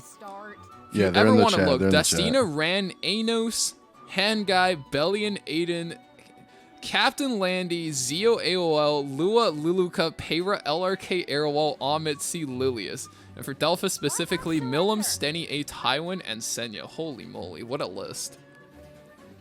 Yeah, I'm surprised Inos made it on, of all things, but maybe she's seeing... I mean, Inos is a pretty big counter pick to LRK, right? People have been playing so. Inos Arunka or Inos Opsig. Those have been some really common ways to play around that. Yeah, and I know it does offer a lot of CR push and a lot of cleanse, so maybe there's a lot of, you know, priority like picks here that led to this, you know, decision. I don't know. But yeah, this is one of those formats where you need to understand character interactions and how picks and bans work really well in order to, you know, if you want to win one match, it's not the hardest, but in order to beat 2 people, to beat 3 people, you have to have a really good grasp of how drafting usually goes, the flow of a draft. And Delphis is going to pick up Sage Ball here to prevent too much aggressive action coming in from Lunar's side. So T Surin as the last pick follow up as well. He needs to either pick something that's extremely commanding, or he needs to look to stabilize his match, because that's a lot of debuffs coming in from both the Sage Ball and the T Surin. T Surin, you know, if there's no cleanse, no immunity, what is that? Like unbuffable into a silence, right? Unbuffable silence, yeah, very debilitating. And honestly, like a lot of control on the APOC Ravi too, especially with that LQC threat there. So I guess we'll have to find out. He is going to pick Ed here. That does give us a lot of debuff mitigation, if you will. He is going to clap back every time you hit one, but is it going to be enough? Ed, and is he injury? Ooh, yeah, Ed is puts him in a 4 DPS draft. And I wonder if he's going to pick like a support or a tank here, or is he just going for the classic 5 DPS? You know, bad mid time ghost classic. Yeah, the good old slam down. You know, you always feel that once in a while. He is going to grab a support though. It is going to be DJB here, offering, you know, shield inversion here into that DN. It's actually can be pretty big here, locking off our S2 as someone who did play DN during her meta. Ed being able to solo most of the carry on Delphis' side, besides that LQC. So I kind of am interested to see how Delphis responds and how the post-ban shakes up. As Delphis has a big role to perform. XDD. Oh, that unit is too big versus too many of Luden's units. I'm just going to predict XDD taken out. Yeah, dude, I'm going to see Shoot coming out here. I'm not too sure who's going to take the early lead in this draft, actually. I don't know what your thoughts are on it. I mean, I think XDD gets taken out, and I think one of Lunar's last 2, probably DJ gets taken out. I think he might want to try letting Ed solo his entire team. Ooh, wait, Faithless taken out for Lunar's side. Okay, Faithless, really strong pick there versus the LQC. I think he just doesn't want LQC to get reset. If you guaranteed the LQC S3 against the APOC, I mean, that is always a game plan, even if you have to fight through a Landy. He does have a lot of, he can knock Landy out of stealth pretty handily here, especially with the Sage Ball and T-Cern. There's no barriers to really protect it, so I think for me, personally, I think Delphis might have the better draft, but he is going to take the first turn with the That's ball, a fast Sage Ball. Awkward. I don't think you'd expect that. Yeah. I imagine he holds the S2 here. I don't want to proc that at all here on the first turn. Yeah, Rez check the DJB real quick. Give him a cheeky check. And I think now the DJ is kind of stuck in an awkward position, right? Because on one hand, you got your Landy. You know, do you want the immunity buff to protect your Landy? While on the other hand... Oh, wait a minute. Oh, the stun coming out here, dude. The stun was big, but that dual attack, I don't know if he needed that. Now T-Surin actually cuts and has a chance to apply debuff to Lunar's entire team. Those debuffs are going to hit hard. Ed is going to bounce back, but silence sticks. Wait, T-Surin I think is dead immediately here on the first turn. I actually... Oh, wait, you're right. It was really close. Barely, dude. Yeah, I was looking at the bars. I was like, It is an injury, Ed, by the way, and I think that actually adds a lot into this matchup, into the Sage Ball. I mean, as always, right? Injury Ed kind of rebalances that matchup in a way where if you are losing a matchup, like, for example, Ed into LQC, now you might be looking at a winning matchup of Ed into LQC. He does cleanse out the LQC first, but is that going to be enough? No attack up LQC going in. I don't think it's going to be enough here, and I think that's going to be... I don't think we have enough damage left in the tank, dude. It's not exactly game yet, but it definitely isn't looking good for Lunar. He still has that DJB cleanse in the back pocket, and I think he's survived. He's weathered out the storm of that initial LQC S3, especially with no attack up. The rest of his team is just looking so healthy. As long as he fights back as hard as Domino's does against my Dominant, and my stomach, I think he'll be in a good position. We just got to really see that potential no. come out from him in the final parts of this draft. You know, make your opponent feel as sick and debilitated as I do. Oh Absolutely. no. We're not getting sponsored by that. I know why. See, I know why I got called in here. The boy needed food here, as we do get the DJ PS3. Cleanse off the silence. Yeah, it does cleanse it off, but Sage Ball still holding on to that S2. It's gonna give it right here. Clap, clap. Strips 3 immunities, puts only a Ravi to sleep. I think this gives Landy the room to get away, no? Doesn't hit the guiding light, though. Are we going to see Landy get chopped down here? Oh, that miss was crucial. that blind debuff put so much work in here. Now the Ed has some decisions, right? You got your skills, you got your hit. Do we see a Soul Burn into the Sage Ball with the LQC? What do you think? This is going to be Sage Ball, injury Ed. This is where he comes in clutch. Just actually straight up kills the guy. Yeah, it just kills him. You gotta finish this landing here now. Dude, finish your goddamn dessert. Finish your goddamn dinner. Do not let her cycle back, please. Please let her. On one hand, yes, right? But on the other, do you S3 first, believe in your 50% CR, and then laser the Landy? Because you really need the anti-crit on both of your units. Otherwise, you might just go down. Oh no. He's definitely playing his win con here. He does have hit down though, and a hit down is going to be pretty bad. I think we did cycle into our S2. Yeah, that will also be a small heal onto the Landy, and I think that's out of range for the didnt to laser. Now I think the Landy comes back with an S3. Fully charged, 3-turn cooldown decrease. Big turn comes through.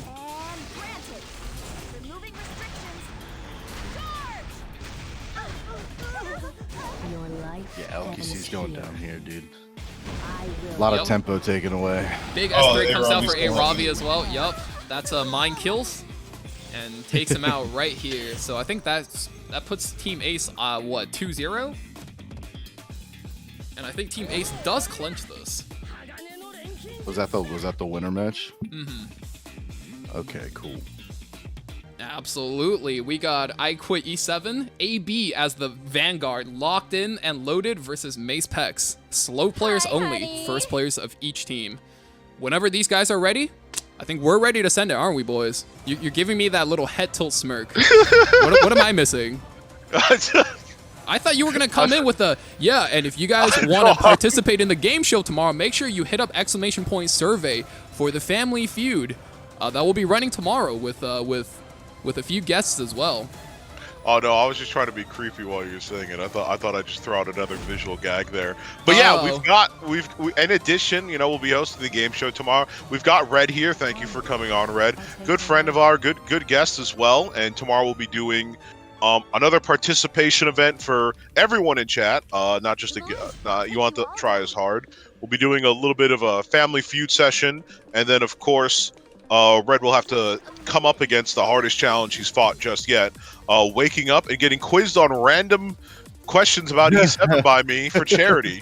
So, if you think any of your fights have been hard, Red's the one who's fucked. Guys, I just want to point out this really, really nefarious bans coming out from AB in the first round. Roana and Lethe, the moment he noticed he had first pick, just to play Captain Landy, and Mace identifying that and banning out the Landy. So now they're playing a very standard matchup. Mace having the Exodia opening while giving AB the new buff Lionheart Sermia with Summer Luluka as well as Peyra and Spectre Tenebria. That is a pretty deadly opening. Absolutely. Mace with Grace coming in first place and putting actually AB in his place, as we just saw, banning out the Pirate Captain plan.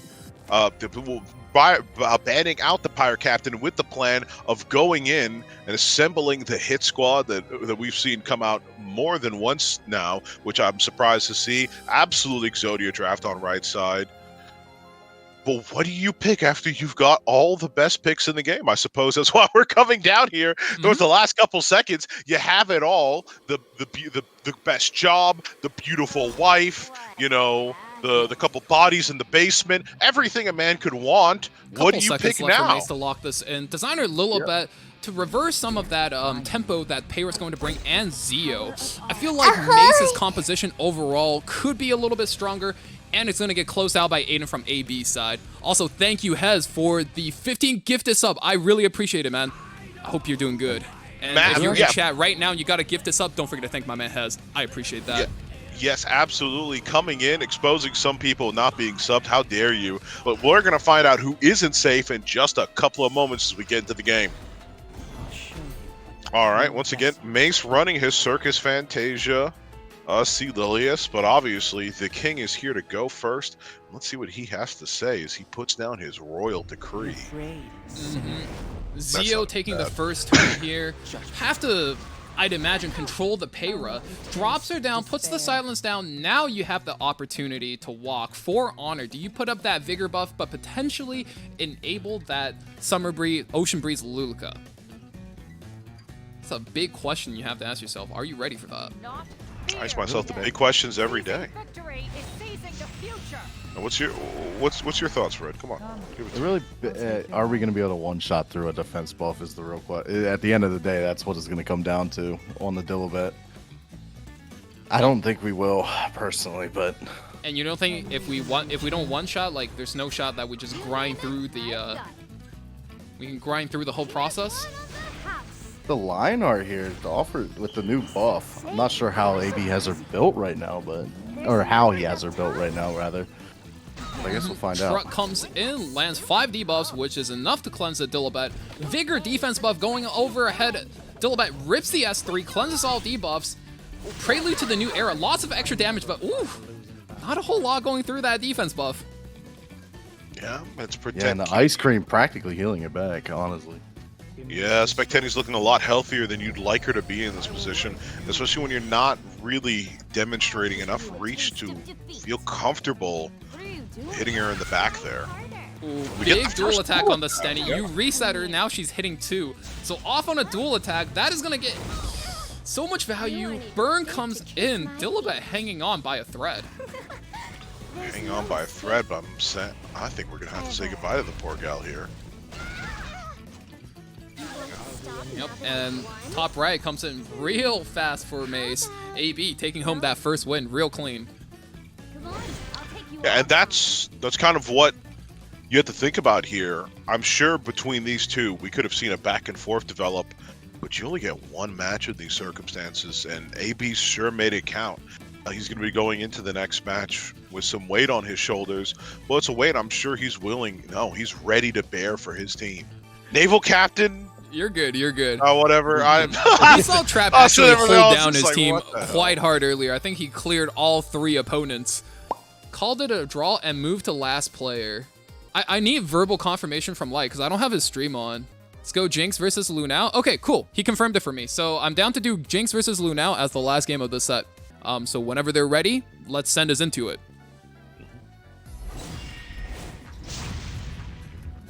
All right, first pick goes to Adamantoise. Definitely a strong position to be in, but not always the most favored, right? The more must pick, I should say, or like more valuable units on the spread, really second pick can come out and certainly hit, and you always have to think about, getting that last pick, getting the ability to make pretty much a guaranteed must ban unit for your enemy draft very easily. Very powerful effect as well. And we see the bans come out looking to me very poised, very personal with the Fairy Tale Tenebria, followed up by the I thought it was FCC, but no, that's normal CC. And then of course standard bans coming out with LRK and Auden.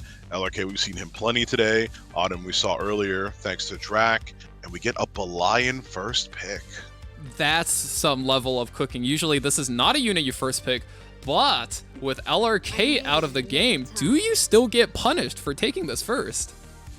Yeah, LRK is out of the game indeed, but you know who isn't? Who isn't? You want to try me? Spectre Tenebria, which means Lunal actually picks, I believe, also to prevent him from getting a combo with both units on his team. Mm-hmm. He does take away the Spectre Tenebria, but is this something you want to take into Abelian, though? I really have to consider that. Oh, wait! And Adamantoise brings a Ran into the draft. Okay, So no Ran A Ravi. Okay, Ran A Ravi. Okay, I'm biting my own tongue now. Ran A Ravi comes out. That's a really hard to deal with combo, right? Ran enables many aggressive things while A Ravi anchors the comp. Not a lot of things that can beat Ran can beat A Ravi. So, ooh. Yeah. Immediately after I saw the Spectre Tenebra bravely, I might say, picked into the Belian, I just said this is a game I'm not going to be able to figure out, right? There's some kind of some high-level tic-tac-toe, real men gaming going on, and I'm following it bit by bit. We can see the LQC, a prime target, eyeing the Apocalypse Ravi on the other side. Will she be able to accept, defend, and live through the onslaught of punishment brought to by the SSB, backed by our Queen of Queens again with the Sylvan Sage Vivian? Ooh, now that's a really interesting set of picks. I saw the ML Leica hover for a moment there, and I thought it was going to be the ML Leica with Stray's pinch combo when your opponent doesn't run a fast team, but that's interesting. Sage Vivian, obviously great matchup versus Spectre Tenebria, but not so much so versus the LQC. And the Sharoon coming out in the last pick, really deadly. Surely that's banned out. Adamantoys had a unit banned out real fast by Lunel, and he's sort of deliberating what does he ban out of Lunel's side. I think there's a couple dangerous elements. We did, as always, pick into the Belian, but, you know, the combined AoE damage of Belian, Ran, SSB, Sylvan Sage Vivian, I mean, I don't think it matters how much the protection you have. She's going to be gone pretty soon. And we do see Arrowell ban mid-time go, and the SSB gone on both sides. So that's going to make this game certainly interesting. Remove some AoE to protect your Spectre Tenebria, and the tank removes, so this is going to be a very fast tempo game, if anything. Destina goes first ahead of the Ran? And self pushes. That's a really slow Ran. Wait a minute, what is this? That's a slow Ran. Yeah, that's a slow Ran. Silver Rain for the Sage with the Vivian. Silver Rain yeah, I'm definitely following. Just a standard game here, really. Just standard game here. If you didn't see this coming, I'm sorry. You just haven't played RTA yet this season. Because this is absolutely how everyone's games have been going. Oh my god, he played a slow Ram behind the Destina. Destina doesn't have an opportunity to protect against his defense break. Now, all the units are going to town on this LQC, and she's going to lose all of her stacks, even if she eats a revive. Yeah, so I felt like there was something up with the Ran. Didn't predict this a level of cooking, but it feels like we've got some specialty made jank just for this match right here. Now, I hope other people are paying attention, because if Adamantoys does win this, that's something I think other competitors in the tournament are going to have to keep in mind. And maybe we even get some metagames with him re-equipping and making this 310 tomorrow. I don't know. But, like, that's a play, right, Valk? Absolutely, that's a play and a half. And the Belian S3 prepped right after the Destina S3 goes. She might just be able to knock out this LQC right here, right now. Doesn't land the kill, but Ran gets to go again. Ran goes again. He doesn't get the kill either. That's a full tank Ran. Oh my goodness. Oh, LQC goes. Actually, LQC doesn't drop here. There's a chance LQC just kind of gets the stain back up. I wonder if that's ever a play in Lunel's playbook. Well, so you push her up here and you give her some healing, right? And then we have the Sharoon coming up, and you know she's just not going to be able to control her action, but packing Celestine as always, which means her S1 is going to heal as well, which is nice. I wish I could call this, but I'm flabbergasted on every single word. You can't even see me. The camera's misplaced because I feel misplaced personally. My life is a wreck right now, and just as soon as I say that, APOC Ravi coming in, splashing down, and it's just enough! Mine kills! It's yeah, with the barely crit enough. damage buff. And now we're going into the and the Ran resists! Okay. That is certainly a Ram build of all times. I tell you what, Divine. I am watching a game unfold. It is certainly a Ram build. the Ran is building, and he's like Fortnite has builds. Is like Fortnite resisted 2 of the Venoms right there, which actually are probably impactful. I don't know. Yep. I don't know. I'm confident saying it. I don't know anything about this game currently. But what I do know is that we've got another turn with the blind here. The blind also has no crit. I just noticed. Is that injury? That's not injury. Okay. Ooh. Yep, now Another he can just counter go attack, in on yeah. the Sharoon, but the Sharoon's counter-attacking, and it's sustaining as well. Yeah, keeping the Ran away for another turn is really important here. Okay, we switch targets onto the Destina. Because we don't want to keep proccing, whatchamacallit. We don't want to keep You can't do too proccing. much with the tank Ran. I mean, outside of what he already does, he's just, he puts up immunity buffs, and he gives attack up to your Sage Vivian. That's about it. And now Well, the Lunel Ran- is trying his best to rush down the Sage Vivian. If you can rush down the Sage Vivian, you have a huge shot. But S3 comes up from all the damage coming in from Spectre Tenebria. Big tree slam, and heal comes and goes back up to full HP. Yeah, and we're going to have to wait a little bit more on that S3. We'd be very happy to get it, but I don't know if we live long enough till we do. So we have to go for the Hail Mary S3. Crit damage up on the Stenny, but misses kill once again. Oof. This is the question of the day. Wait, we have a Destina push-up? actually Do we steals have- a turn. That's another S3 back. Wait a minute. This game's not over. This game's not over, indeed. We're bringing them back. Now, the health isn't going to be the greatest factor here, but the LQC gives the takes the turn. She's been waiting in the wait. She's been waiting in the wings this whole time, and she finally makes the mark with her target, splashing and deleting the rest of the team.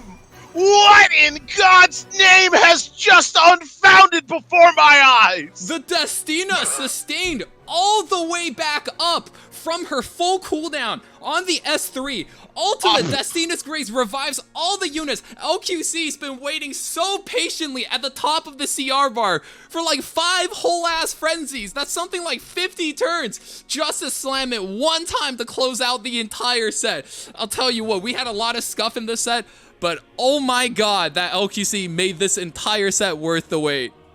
I'm talking season 1. I'm talking season 2. I'm talking season 3. I'm talking the random spin-off that show that they did for no reason. And then finally in season 5, the gun from episode 2 coming out, Blicky on the face, Lunel coming in at the last second and killing with the LQC that we saw gone and splattered to the wind, making a surprise reappearance and shocking every viewer of the show. That's what just took place in front of us. I can't believe my eyes. I think they're lying to me, but personally, my body's barely catching up to accept what just happened. That was a slam dunk win. It was a turn and a twist at every single place. And if you aren't ready for the rest of the matches in the tournament, with $500 on the line, mind you, I don't know what the hell you're thinking right now. And that's the exact type of game you expect to see when you're watching a top player versus another top player. There's going to be tech picks. There's going to be old reliable. There's going to be Exodia. There's going to be counter picks. And after all of that, even if you've seen hundreds and thousands of games, you don't know how those units interact. You don't know if a clutch dual attack comes by. You don't know if something's going to get stunned. And oh my god, that LQC dunk at the end really made that worth. I mean that's technically like, that match is technically like, in some part, I don't want to say holy, but in some part, a big part of that is like the UI buff, right? Where you can see dead units and track their CR. Right. Okay, we got Beta skill Ace with Trainer YouTube versus playbook. Fudo. Fudo Do you rocking know? the Chaos Inquisitor. Yup, he's gonna cook. Solitaria, Briar, Witch of Sariagon. First pick Chaos Inquisitor. My man just made a statement. He says, he said, is I this don't the last care match? if... Yeah, this is the last match with the anchor on both teams. Now, we're familiar with Ace Trainer, one of the only content creators to say hello to me other than you when I came into the to the Discord. Thankfully, you know, he knows me. We're friends, and we get a Camilla. Now, Camilla is one of the most broken fucking PvE units in this game, actually, in my opinion. Right? Right. Like she does a lot, and I guess it's interesting to see her here, punished a little bit by the LQC. But let me actually catch up for people who don't use Camilla. S2 puts up a skill nullifier. Will also give attack buff to her and the unit with the highest attack. That's important because every time she does have attack buff, she will dual attack, and her S1 has a chance to defense break for 2 turns. Right? So it's a single target menace. Absolutely, in every sense of the word. And Chaos Inquisitor stays through because I guess, I mean, if you ban Chaos Inquisitor against this guy, I think there's a special place in hell for you. Yeah, you can't ban Chaos Inquisitor here. You gotta be a man of the content. You gotta be a man of the content and let my man cook. And we've got a very fast Camilla coming out here. She gets the defense break, as I talked about before. Doesn't choose to S2, though. A little bit afraid, probably, of the Sea Lilius, of course. Interacting with her, S2, calling her out and getting the provoke out. So instead, we just get double stuns up on board, but now we've got the Mediator up here. That's why Warhorn is so clutch. You need that Warhorn to cut in for when your opponent does shenanigans like this. When they take all of their turns, you want them to get above your DPS units and just put that debuff up just like that. Now, as I like to say, do we go for the Lethe special here, right? Because if we see the Soul Burn, and then we see the S1 on this Chaos Inquisitor, he's got 1 turn to react. No, we don't. Just a simple S1, but we do get a second hit. Actually, a follow-up from the Lionheart Sirmia. Excited to get in the battle. And then we get the S1 out of... I'm just going to admit, I have no idea what the fuck this is. Fire Lilius just pulls units. That's really it. She's got a class. No, not Fire Lilius. I mean, goddamn Chaos Inquisitor. I'm looking at him. I'm confused as hell. I'm frozen on this. Okay, do you know what T. Surin does? Yeah? So he's, in essence, like a T. Surin or a Roy Mustang, where he can only take so much damage, but his damage threshold is even lower. Something like 35%. There you go. Okay, so he's going to be around for a bit. Gotcha. I like how this passive is called Butcher Core Gear, where it's like, if you have this gear, you can only take 1/3 of your HP and damage, but like all the best tanks in the game, like Blue Kraus, like he's got his Guardian Siegfried, and he's like, so guys, I took a lot of damage, I think I die. And you're just like, well, sucks to suck, Crow. Yeah, speaking of death, the Deep Sea is calling, and she's found her first mark. We have to say goodbye to the Camilla, as much as I love that unit. And we're going to have to say goodbye to her permanently, because that is an extinction. Maid Chloe can do nothing about it. And I just am, I'm a little bit confused. I'm a little bit harrowed. But definitely looking at a match right now where buttons are being... I just can't believe all the tech we've seen so far today. Butcher Gear Corpse coming in handy, as we talked about earlier. Make sure we live through this damage that's being applied, but we're living only slightly. We'll come back if we take another hit, but can we? It's going to be rough for Fudo for sure.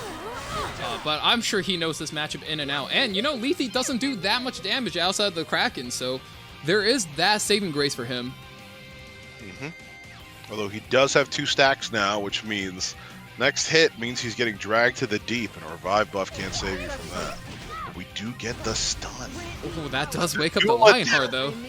The random dual attack as well wakes up Lionheart. I mean, it's a messy situation. You've got to go for the stun here, but with the effect resistance buff, do we have enough effectiveness to come through? We do on the strip, but not for the stun. Okay, now I see a little bit. The interaction between barriers and a little bit of the Maid Chloe health and this Chaos Inquisitor passive means he's very tanky threat. Now I see a little bit of the game plan. Okay.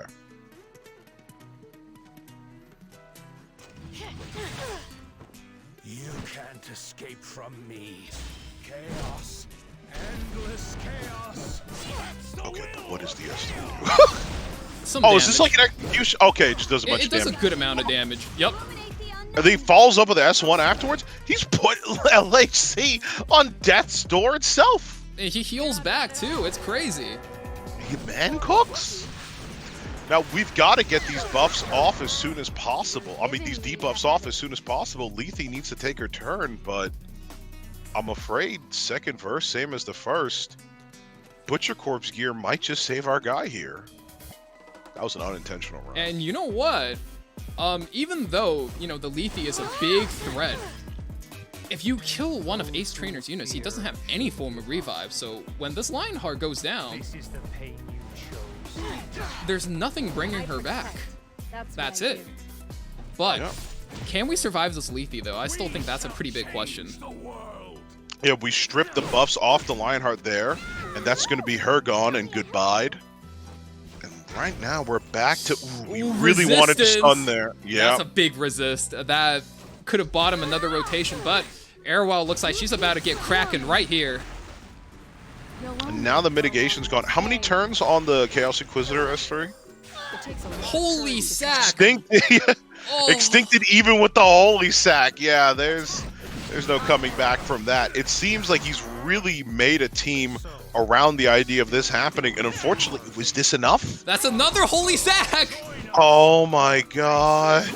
And you know Why what? did... I didn't notice this, but he comes back without the Omen stacks. That means Lethe has to restack again. Why is this what's happening? Why did everybody come out with their tech for this, but that's it? Is it actually... Wait, no, he... If she survives this, I guess she might be able to S3 him back? Oh, but she doesn't. She doesn't. Yeah. Okay. Yup. And wow. Ace Trader Yeah, I think Predator again. does lock it down, but they do get taken down to their third man, though. Chaos Inquisitor goes down despite their best efforts. Let's do a quick ladder check, shall we? Now that we've seen that set of matches. So I don't know if we're still getting this set up, guys. We should be getting this set up. Getting a lobby with Jamsys and Los Clowns. We just saw Predators clear only go forward in the last match. Let Us Cook barely edges out Team Ace in the last match as well, and I Quit E7 actually cleans it in. That was a set. That was one hell of a set.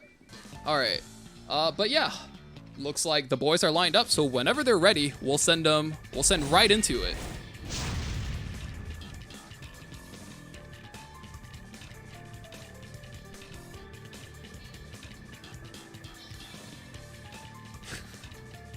Poor Poots. All right. So we're lacking data on these two teams, but I expect. I don't have any expectations after the last couple matches. Everything's out. Familiar bands as we saw before, both Conqueror Lilius and Pirate Captain Flan. Sad to see 7 stars wasn't able to pull one. Not getting to see Landy for some of these matches, a bit of a shame, but I think that's completely understandable, as I feel like every match we've seen her in, she just takes over. She just takes over completely. But not unlike LRK, he's made just as many appearances, and he's just as meta as he was 1 month ago, 2 months ago, 3 months ago. He's really become the, fuck it pick, right? Yup. That's it. Nothing better to say. Fuck it. That's also a, fuck it. And we've got the reason we're doing duo commentary, not trio right now. AOL actually managed to silence and banish Red, not only in-game, but actually in real life as well. You've unfortunately had to say goodbye to him. And then Arrowell and Spectre Tenebria coming out on the other side. Good Spectre steal, but do you have enough protection for that Spectre Tenebria, right? Your opponent already has an LRK. You are also a little bit weak to Landy, so that's another concern. And, you know, if your opponent springs a Bellion on you at that point, what do? We saw that earlier. Bellion versus Spectre Tenebria blocks a Soul Burn into the end game. That actually does a lot of damage infrastructurally. As we said, we might be seeing a Landy at home pick, as you just illustrated, going through the green units. Yep. There's the Landy that we have at home. Not quite I always want want to say pirate captain. Not quite Navy captain, but, you know, she'll do, I guess, maybe, whatever. And then Arya following up. Her assets will definitely be able to help the team, stealthing and protecting. Those counterattacks will be devastating, as well as the strip and the eventual AoE she provides, similar to Spectre Tenebria, with that two target hitting S1. Arya here, I think she's kind of an okay pick. Usually in the later rounds is where you want to pick her, because she usually have a lot of counters to her. But when Solitaria, one of the biggest counters, is taken out, I can see a reasonable Arya take. And in this spot, I would say she's okay. And with that, we finally got Alencia, a unit that could possibly trigger the passive from AOL going up, because none of the other units were really going to, right? And the last pick, we've got to secure something here that scares our opponent. Nothing scares people quite like the face of God staring them down at the end of their time. We do see a Ryla hover, and he is locked in, but I don't know if that's like the strongest pick here per se. Maybe he's just going for a top 4, but Ryla's really hard to play into AOL, and at this point, I wonder if you just take one of those assassins and you just eat him alive for that first turn. It would be a play, but is it a play we're going to make? No, we sign in the Belian as a final threat. The fourth AoE damage dealer to take out against the Spectre Tenebria, right? And, you know, hard matchup, but do you ban the... bans hand guy, but we leave Rylet up, and now I think it's looking like Kazu kind of won the draft here with the Rylet in the last pick. Despite having to go up against a Landy and Lacerator Crown, not the greatest of matchups, but a Bellion can always activate a Rylet. And I think that is an excellent matchup for him to thrive in. So we'll have to see how he plays out with an Escort buff on his side. LRK will be going first. He'll be hopping on his bike, no problem, and doing what he does best, right? It's pretty much an expected action, not too much else to do. But there's already one fatal sweep of AoE damage, and it's going to be followed up in turn by a second one. Landy's S3 here might not be enough to kill the Spectre Tenebria, but it will be pushing up the rest of the team. That's weird. Landy has no guiding light. No. Yeah. Huh. Strange. Perhaps a bit tankier. Rylet is just going to rip it into Arya. Landy has no guiding light, so no hurry to eat into her, but Arya needs to put up that counter buff.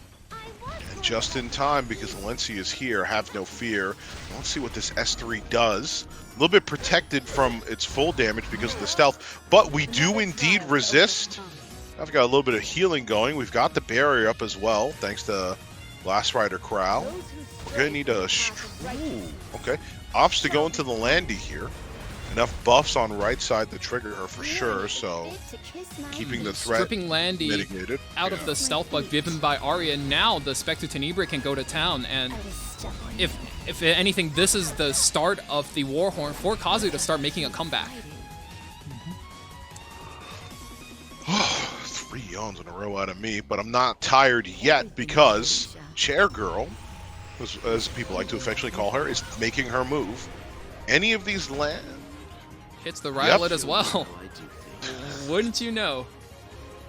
Wouldn't you know? Indeed, this is actually interesting. I was gonna say this is an interesting interaction.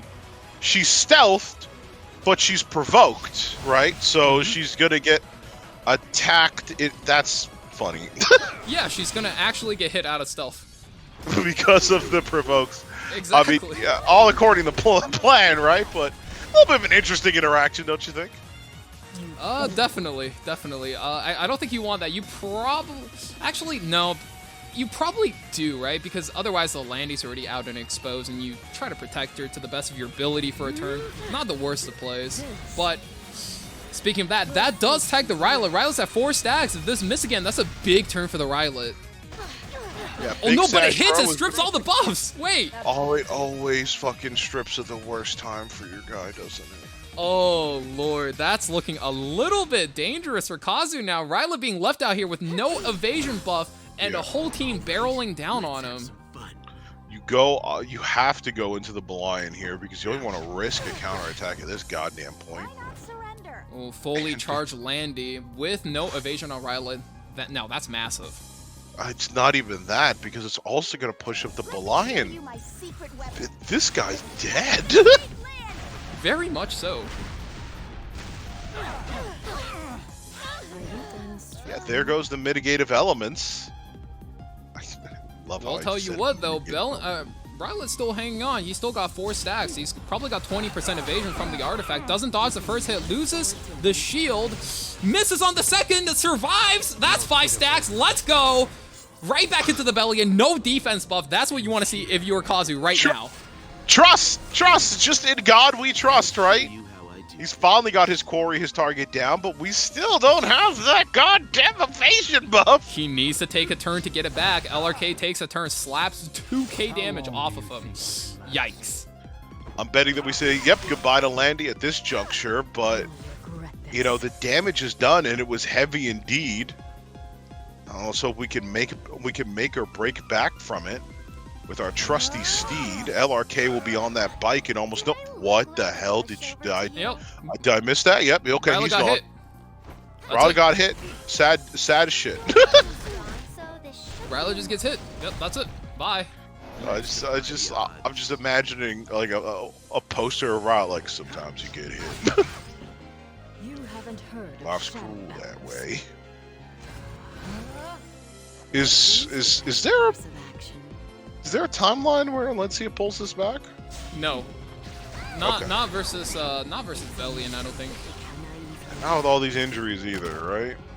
Elder some respect. Where's that injury? I can't tell. I'm actually having a hard time seeing from here. I'm gonna be honest. Oh with you. wait, she has healing on her S1. Into the ground. There might be a world where Why don't you she just comes back. surrender?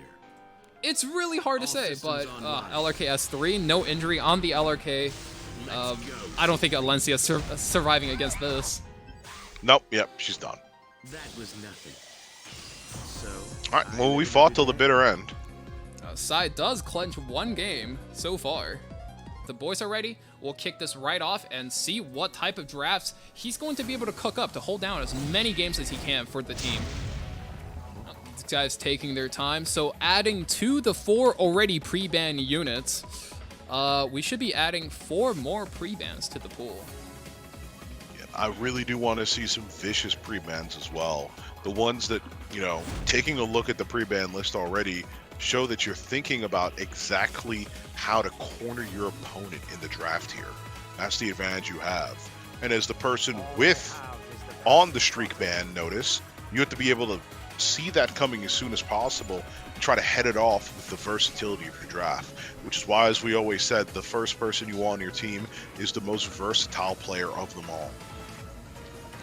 And it looks like almost every fast unit's out of the game right now. Flid, Solly, C. Lilius, Landy, SSV not fast, Ran and Lua all out. So if you want to play a speed flex playstyle, there's not a lot of options left on the table for you. AOL comes out too for Sai.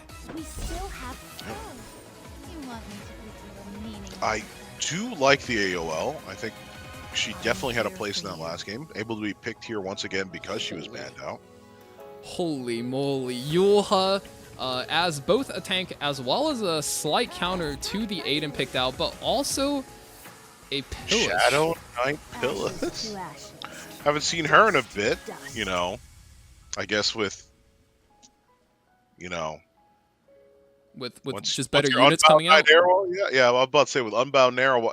Is Unbound Knight Arrowell down and out? No, she's still in the game. Oh, okay. Well, then I guess I'm going crazy. I was about to say, if she's out, I think she's a good backup, but, you know, it kind of shows to me maybe we have a more defensive playstyle in mind. And by that, I do mean that she does give out that defense buff, so maybe units that, you know, amplify their damage through it or do really well with that, you know, units that are going to have a barrier and, you know, those passes we talked about before that limit damage, like Chaos Inquisitor, could really benefit from that. So maybe that's what the 2 picks we see here are. Mm-hmm. There we go. As we said, a unit that's going to heavily buff their damage with that defense buff is going to appreciate it greatly. And then another one, right? Right, and Shireen is usually known to be an extremely defensive player, and even for my understanding of how he plays, this is extremely defensive with basically, what is this, like a warrior support, 2 tanks, followed by 2 defense scaling DPS at the end, balanced out by the Destina just to provide more healing and sustain. Ooh, wow, that's going to be interesting. This is going to be definitely a long match, and we need to see in this long match, right, if the injuries comes through, if the dual attacks come through, and just how things are balanced out for each one of these players to take their match. We do see the ban coming out here for the LHC and the Destina, so hopefully not as long as you said. I would like to live my goddamn life. That'd be nice. We still need to prepare for the game show tonight, so having some time wouldn't hurt. I'll tell you what. We do have a collection of units nonetheless. They're going to have to fight back. Obviously, the Yulha is going to fight back very hard once she gets to a low enough HP. But other than that, we're really leaving all the damage on the table to be done by the Dilibet. I'm left with no choice. Well, she's got a Draco plate, so that'll help. AOL going first, and we're in the classic standoff situation, right?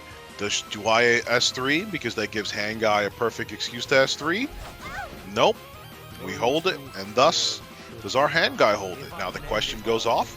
He opts to hold it as well. Does res check the Yulha though? I think that's pretty big. Knowing the Yulha is either low ER or enough ER for your AOL to hit. Comes endgame, you'll need to know whether or not she's a reliable option for you to control that S3 for that revenge kill. Which also might mean that we need to get rid of her fast. But it's going to be hard. Alencia does have Mind's Eye, and there is no need to press S3 for her. Comes in, defense break on the designer Lilibet. Ooh, that's a pretty big debuff. It's a massive debuff, but didn't exactly do the damage nonetheless that we might have hoped for, even with the defense break. And then we take a swig at the audit, get the provoke coming out. I think I see the tech. This is a high defense rocket punch gauntlet for the Pillis. With counter. Oh my god, this Aiden looks like she's about to just go. Yeah, I guess I was wrong about what I said before, and I apologize for such. We definitely have the damage on this team. I think if we still had S2, it would also be an easy kill for the Mediator. Nonetheless, we have the S1.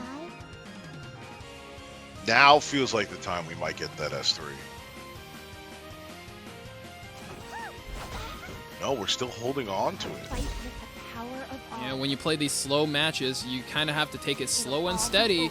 Aiden attack up S3 is going to drop this on the designer Lilibet. I think that's the one true damage dealer that you want to take out ASAP, but man, Shirian's just tanky beyond compare. It's going to be really hard to break through that wall. It just disappears instantly because of the massive amount of defense on our Pillis.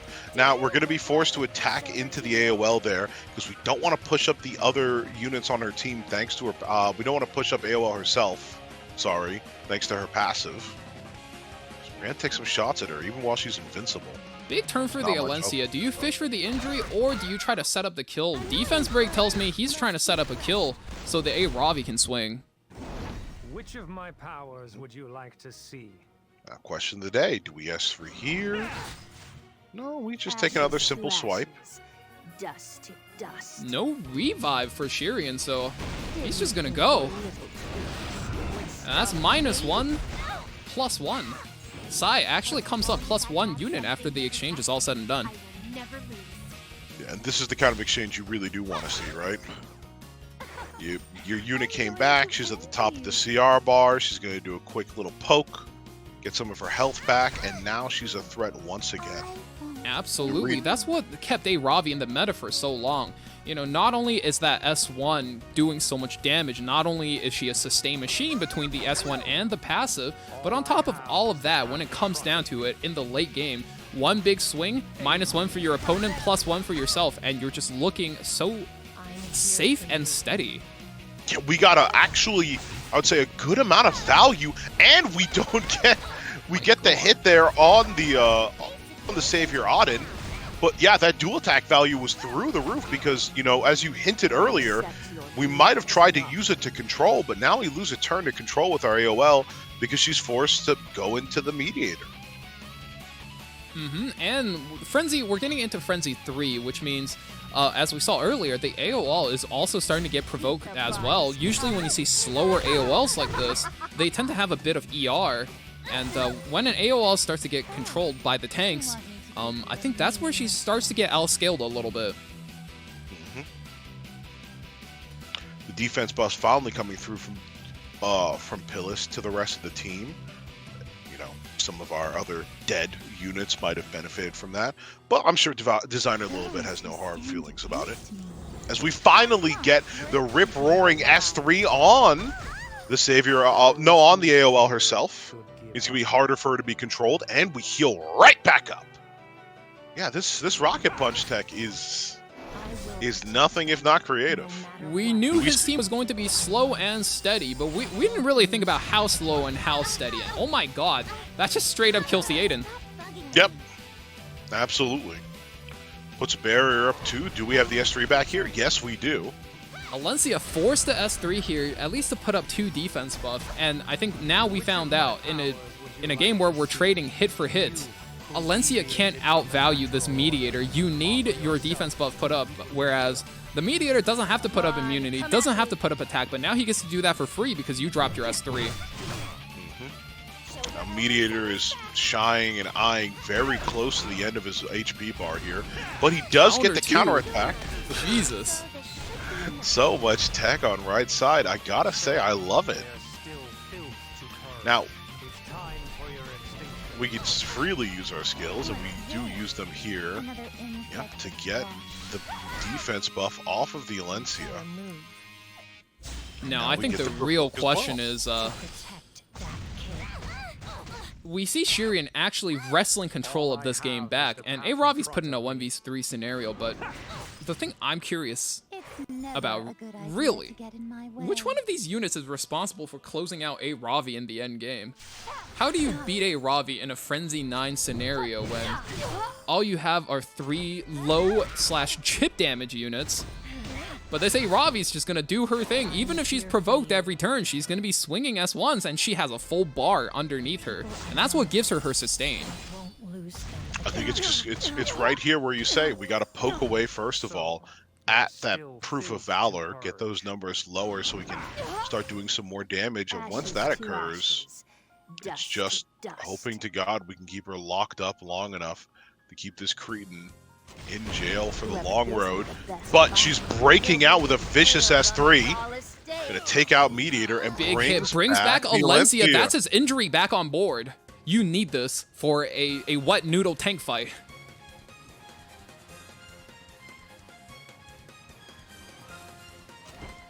Thinks about it for a second, but goes back into the Yulha, lands the defense break. Second hit S2 injury is going to be massive.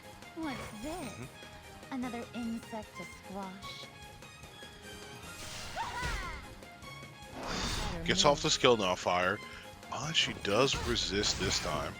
This should kill with the rocket punch, yep. How sensational. And now I believe, does she survive? I will protect Nope. them. Now we're in a very weird 1v1 I don't think many people have seen before.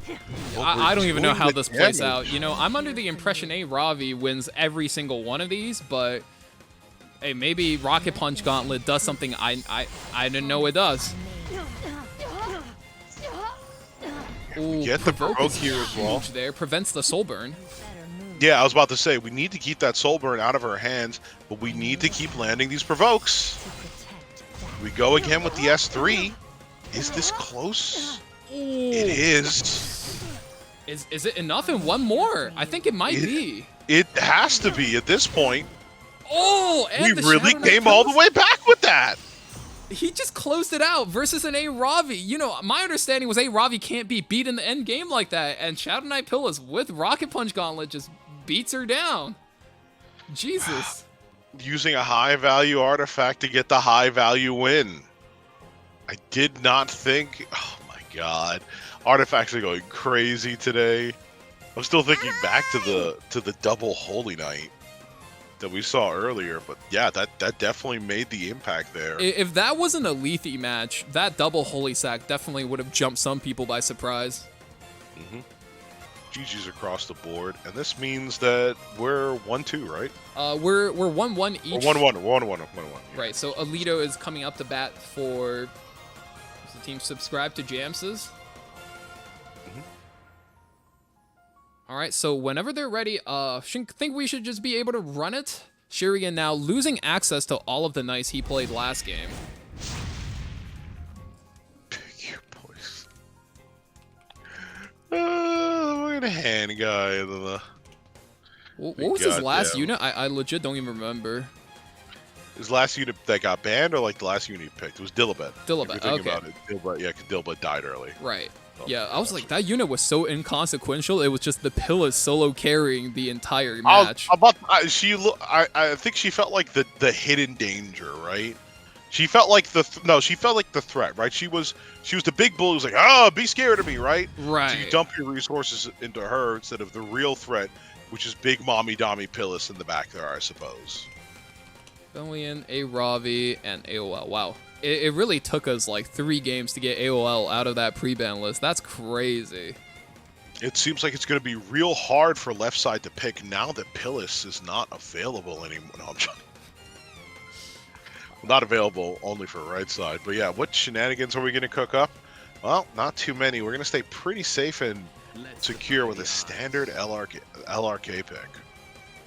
LRK first pick coming in. Answered by Blue Crow. Blue Crow here to absorb the damage, and you horse something back. And once again, give out that high-value defense buff we talked about, right? Defense buff, pretty nice. I think now, because you know he's getting that defense buff, I wonder, as Alito, do you try to maybe play around it a little bit? You already have 1 true damage unit. I wonder if he just goes for more. Ooh, Rimuru now coming out. Rimuru coming out, a favorite unit of mine. I don't see too much of what he's going to be comping yet, but he does, as always, have the chance to bring that debilitating debuff of the defense break. Which might mean that whatever offense units are coming in on the follow-up might be dangerous indeed in more ways than one. And especially now when we have all of these units like Ahmed that give swift attack, Luluka, LRK, Hand Guy, even Blue Crow, right? All of these units get buffs. Rimuru is mounted to make a comeback, especially with a lot of these faster control units, debuff units. They're here to strip these buffs out the game. Being able to copy the buffs and equalize your opponent's advantage once again becomes decently important. Combat systems Like you saw there, we flashed for a second over the Conqueror Lilius, but I don't think we felt confident in picking a unit that is pre-banned. Got to keep in mind as the long list, and it only gets longer by the second, right? A lot of units are on there that you wouldn't normally think, so we're gonna have to secure ourselves and tread carefully. And Architect Leica is one of those units, right? Here to immediately break and take down part of the enemy team, especially one unit in particular. And if she does get through, I'm interested to see what the selection is on that unit, considering everything we've seen thus far. The LHC paired up with the Destina, a classic one, if that, and one that shows that that defense buff I was talking about before finally has a valuable compatriot to lend to it. Lethe picked up in response for Alito. I think generally pretty good, especially if you're playing against Destina and Maid.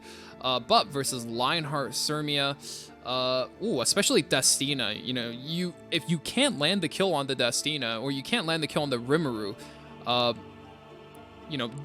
do you Kraken at certain times, right? What if you miss kill on the Kraken? You just lose so much tempo. Last but not least, we get out the Milim. Now she's red indeed, and there's 2 green units that she can see, but she's moreover so here for the extinction, I'm betting. And ooh, the Abigail pick coming out last. That makes things spicy. I imagine if you're playing the ML Leica here, you have to remove one between Abigail or Destina. Otherwise, you're just set to lose way too much, and Abigail is banned out, which means every single unit is ripe for the picking for the ML Leica.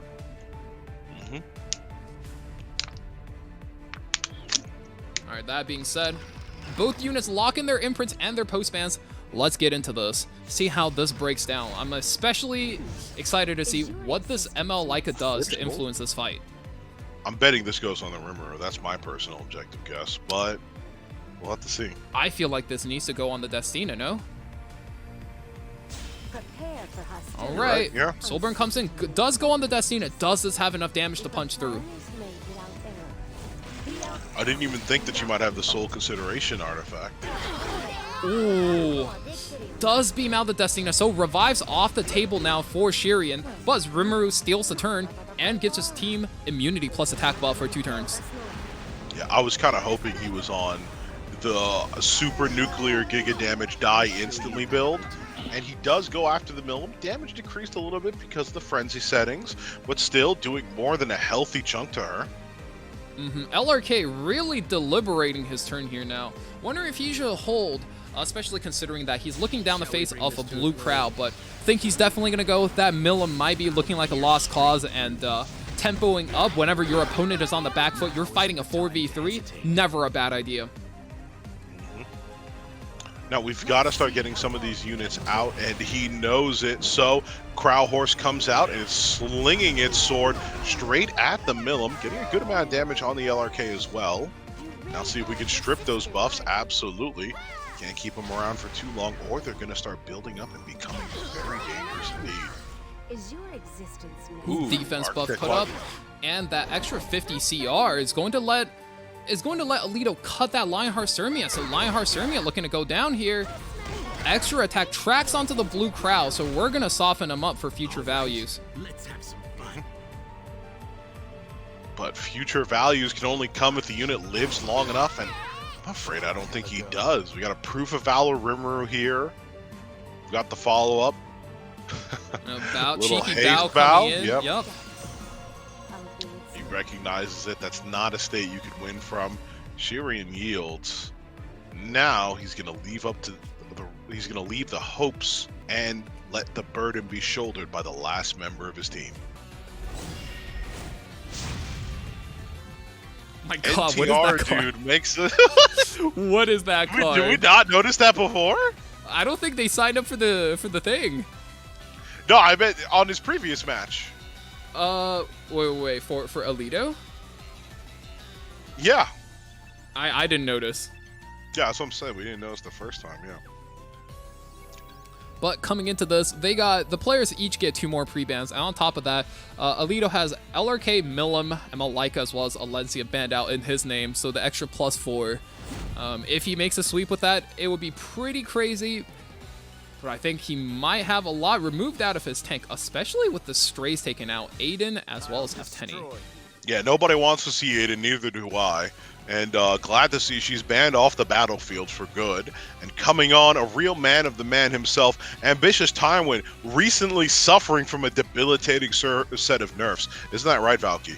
Only for draft mode, only for draft mode. Only for draft mode, yes. But he did take... They did cut the legs off your boy. He's hurt in spirit. They took his boots away. They took his boots. It was like minus 50 speed for fun, you know? Yeah.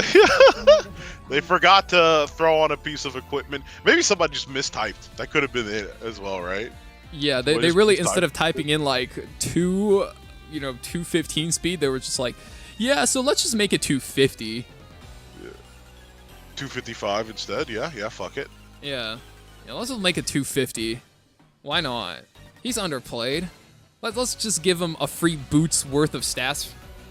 What's the worst that can go wrong?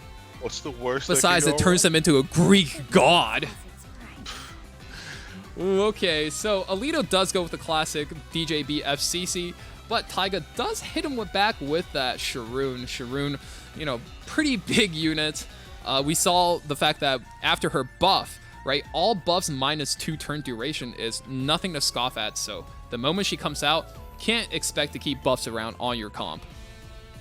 Yeah, as you said before, we've got to worry about these Greek gods coming on the battlefield.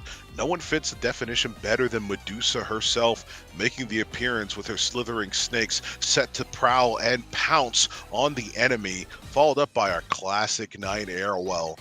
You know, shielded out, coming in with the reflective shield next to Medusa. You know, maybe she'll be able to put down the enemies. The Gorgons themselves will feast and rest upon the shoulders, even the laurels of the dead bodies grieving on Troy's side. Now that is graphic. I was going to say, when you have Venom and Speed down, it's nothing to joke at, but I don't know about that. That sounds extreme. That sounds like you're dealing with Lethe right there, brother. Yes. But what god would actually know Lethe could be like a siren? None of this matters. My studies of the Iliad aside, we have Rylot. You know, he heard about a council of the gods showing up, and you can't talk about the gods without talking about Rylot. Zeus himself appears, lightning, thunder, and the cowl and all, ready to strike down all the inferior beings, even his own god, even his own father, if he must, right? I mean, it is what it is. Alito pulls out a very standard comp here. 1, 2, 3 support tank DPS, followed by a 4th DPS, whereas Taiga's side, tank support tank, that is a very, very, very, very, very tanky tank down, mind you. And just in case that hasn't been carried through, Taiga's team is looking very tanky with 2 tanks. Is it my turn? Thank you very much for telling us all about the support that these units will be receiving, and which units in mind. Well, it's going to be Briar Witch and finally an Abigail, last out here to protect the unit in the back. But you have to wonder who, because now if we go for the ban on the Bryceria, it looks like we get pretty much controlled and denied and put down by the Sharoon. And look at all those tanks. There's nobody here who burns with more hatred in his heart for them than Dark Corvus. He's absolutely ready to not get picked, and instead replaced by the small short stack Red Edward Elric himself. Alito was sort of cooking that last pick there, but I imagine, as always, that just gets banned out as well, and I think he bans out that Briar Witch's area. Briar Witch is a little too debilitating to the amount of buffs you want to run, so it's looking like Taiga is running 2 Knights and DPS Abigail with maybe the Sharoon in the back for sustain. There it is. Ed and Bryceria removed out. So Alito has definitely a very standard comp, right? Support tank 2 DPS, whereas Taiga has 2 tanks, 1 support, and a 1... I don't know if I would even call Abigail a full DPS. She's definitely more of a utility carry here. So yep. Very low damage on Taiga's side, but high safety. So we're looking at, you know, what... I want to say, like, an unstoppable force and a brick wall, but it depends on if Rylot feels like dodging today. As we saw earlier, if he feels like dodging, that's definitely an unstoppable force, but for how long can he keep that up? Against an immovable object, because he needs him to get out of his way right now, quick and fast. He'll be taking the first turn with his DJB as Desert Jewel Bazaar eyes those shields up. But no, instead he involves himself in pushing up the rest of his team, helping his allies mount a quick and aggressive offensive. And I do think they have a shot here at making such a play, because they're going to be able to take at least some nice dents, possibly into the Airwell, possibly into the Sharoon. And speaking of which, Sharoon pushes herself up in a response to the massive amount of buffs on left side, but it's not going to be enough to stop Remnant Violet from taking his first turn. And who's he eyeing up? It's the Abigail herself. Proof of Valor's nice, but some of this is going to penetrate through, and the S3 lands, doing half the damage. Pretty good amount considering there's mitigation on the board as well. There's just so much mitigation. You got that escort coming in from Arrowwell. She's herself is holding a Proof of Valor. There's just, it's going to be so hard to break through the Abigail, even though she's solo DPSing this game. Oh man, she's just holding it down, and Sharoon being protected means you can't rush her down. But dual attack, oof, bit of a miss there. You hate for that to happen. Yep, you hate when you just get unlucky. You gotta play better than that, buddy. You should have scratched off some winning lottery cards before you got here. Then you would have known what true fear, what true evil looks like. That's when you're just down and out on your luck. Now I'm wondering here, yeah, Just assault S1, but another follow-up with the dual attack there. This time, well, again, I'd say helping left side secure its oncoming victory. We have to do something now because that LHC is coming up on her turn. Huge duel for Ryla. Gets him more turns, gets him a little bit more sustain. Does get full stripped right here, and now I think this Ryla's kind of in a dangerous spot. LHC, though, says, don't worry, I got this, and she's going to come in swinging. LHC once again declaring, if you need a solo carry, you found the right gal, all right? Speaking of which, I think we're looking at a very dangerous situation here. Yep, goes into the airwall as I thought. Now she gets one turn here. I don't think she kills Rowlet. I'm fearing that Rowlet might have enough damage in the tank to put her down and out of commission for good here. Taiga is a little bit stuck in his spot versus the Rowlet. What do? Do you S1? It's certainly not enough damage, but if you S3, it's certain death, as after the Rowlet, DJB will invert your team and you lose 2 members for free. Opts to keep chipping away at the Abigail here.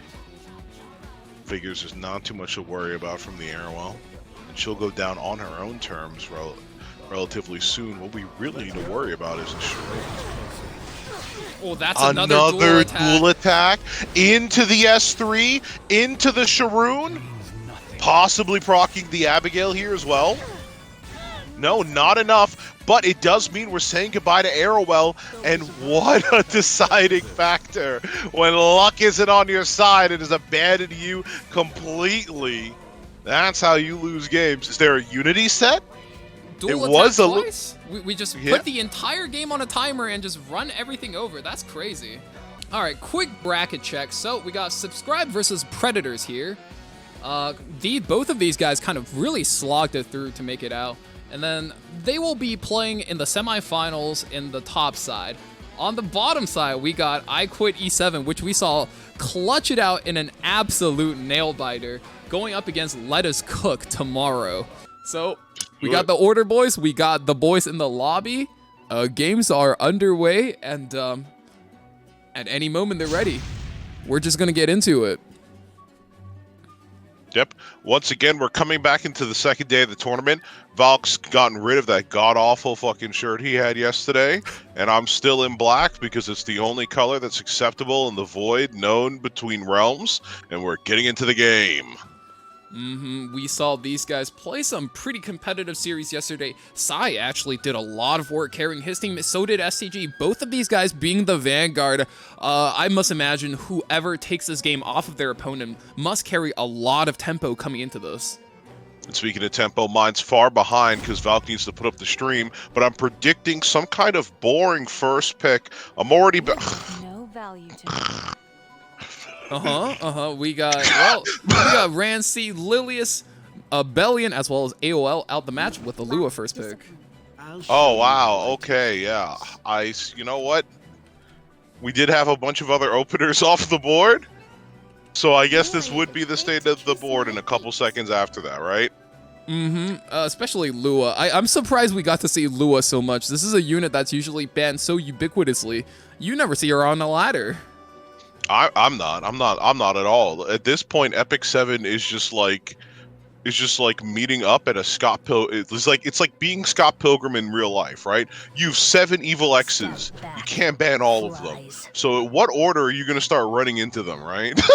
That is absolutely fair, although I would say Lua is not on the easier side to handle. Spectre Tenebria as well as Apocalypse Ravi locked in for STG. Those are his staple units. Those are his pillars holding him down, usually propping up his wins. Sai does have the LRK as well as Navy Captain Landy on his side.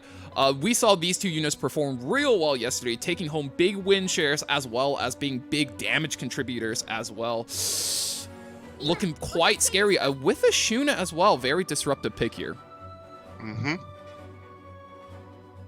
I'm looking in, I'm investigating, I'm trying to figure out what I do. The Great Green Line is giving me the power, giving me the ability to foresee some of these picks. And just as I predicted, Landy coming out again with Landy at home, right?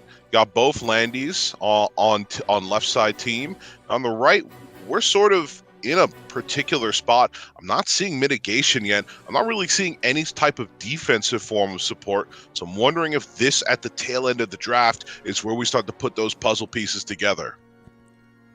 I'm still trying to fix your camera. Give me a second. Oh, yeah, I know. So I said the green line's giving me power. It's giving me unimaginable power. I was throwing up earlier today. Fucking dominoes. But now I'm getting everything back. Yeah, you're getting everything back, huh? Yeah, Divine's having a real rough. First he was killed by the games, and then he was killed by dominoes. You really hate to see it. All right, well, everything should be on frame for you. Can you just sit in your comfortable spot so I can crop you correctly? I was trying desperately to find the right spot. It might be, by the way, because, like, you know, if sometimes there's not enough light in the room, and, like, facial recognition technology does not work that well on individuals such as I in the dark. I don't think there's too much more I can say. But what I can say is that I didn't see this ending to the draft, going into the Fire Lilius, and then finally the Yulha, and met on the other side with the Alencia. Looks like we buffed up plenty at the end there. Alencia's here to wash the board of all those nasty buffs. And then finally, this double Knight Wombo combo coming in at the end, providing a little bit, but not the mitigative elements I would have hoped for. Not the pivot I expected from SCG. I thought he would take something a lot more aggressive, but getting the Apocalypse Ravi banned out, playing solo Spectre Tenebria with 2 Knights in front, I can't think of a more comfortable way to close your draft. But can you sustain through that Navy Captain? Not even Navy Captain, that's the double Landy draft. Wow, completely flying over me as I try to fix our camera situation here. Yep. But let me just say, I'm proud to see the Navy Captain Landy here, especially because we've got so many units on this team that have these powerful buffs. Was I talking about buffs? No, I wasn't, because they've almost immediately been stripped away. Soulburn comes out from the Lua, backed up by having those souls because of the Spectre Tenebria. We'll now be hiding out with a little bit more poise. I don't really think any of these targets are prime targets for her just yet. What it does mean is that the cavalry is going to take some time to arrive. Those powerful cooldowns we always count on in terms of ML Crow aren't going to be arriving to the battle station as quickly as they usually do. And in this case, the Green Landy actually staying in stealth, having her immunity keep her safe there. Now, taking a turn, having everything balanced out by the fact that this Green Landy is going to push her team up, give them speed up as well. So the speed buff advantage from the Lua side has been completely nullified. A big chunk of damage comes through. Fully charged Landy S3 with no attack buff. That will be a third of Spectre Tenebria's HP. So even through 2 Knights, Spectre Tenebria is taking quite a chunk of damage. Yeah, just like I'm taking even more damage. Once again, you know, Spectre Tenebria, also known as Domino's Delivery Pizza, by how much she just messes up your insides, is able to target multiple members of your family, or should I say the enemy team. And finally, landing the stun on Landy, which is going to be key here. Would have loved to have the kill for the extra pushback, but I'm assuming we're going to get plenty of pushback in a couple seconds here, because there's nothing that quite pushes you back further than being dead in the grave. That's a pretty good one. Lua deliberating her turn here. Even though SCG is running a single carry draft, he is using every single tool available to him to slow down Sai as much as he can. Puts the last Rider crowd back to sleep and fishes for a defense break. Now those are big in times like this. Yeah, speaking of big, sorry, wrong commercial I was actually reading there. That's actually for our sponsor, and I'll save it for later. I'll get even more sexual harassment allegations, and we already slept in one bed. Speaking of which, you've made your bed, now lie in it, because you've activated your non-attack skill, which means C. Lilius is going to activate her provoke. That's never going through because of the high ER on our Shuna. And speaking of which, high speeds come blaring out as Crow comes through on his bike, but sadly, not enough to put down the ill of this world, the Spectre Tenebria, which was really the target we wanted. So we're gonna follow up with that soul burn so we can get the AoE damage and finally put this nightmare to an end. But it's not over just yet, because Yulha's reached the threshold HP, which means she's going to be able to S3 in turn. That missing damage, exacting revenge on her foe, landing on Landy. you know what? You can mitigate all the critical hit damage you want, but it's not going to mitigate an early turn to the grave. And with the current board state as is, all the DPS units are out. Right now, we have 2 tanks versus a tank and a support. Wonder how things are going to close out. This is a tournament game. You'll see no top rights here. Both players are going to play this out until this fight reaches its natural conclusion. I actually wonder who has the better fight here, because surely the Fire Lilius will have crit chance, will be able to hit a bit harder, but that Shuna has sustained. So in a longer drawn out fight, I imagine this is more favored towards STG because of the frenzy changes, which is favored against healing. But can he make it to that point? You know what? I look at the exact same battle conditions you are, but I'm actually placing most of my hope and favor on the speed buff that's going to be bestowed upon our Crow here. Just such a powerful effect to have when you're racing, both literally and figuratively, to get to this match's natural conclusion. Let's see if that hero can make it in time, though, and avoid being a 0. Because if he loses here, I fear he's getting unequipped. Oh, no.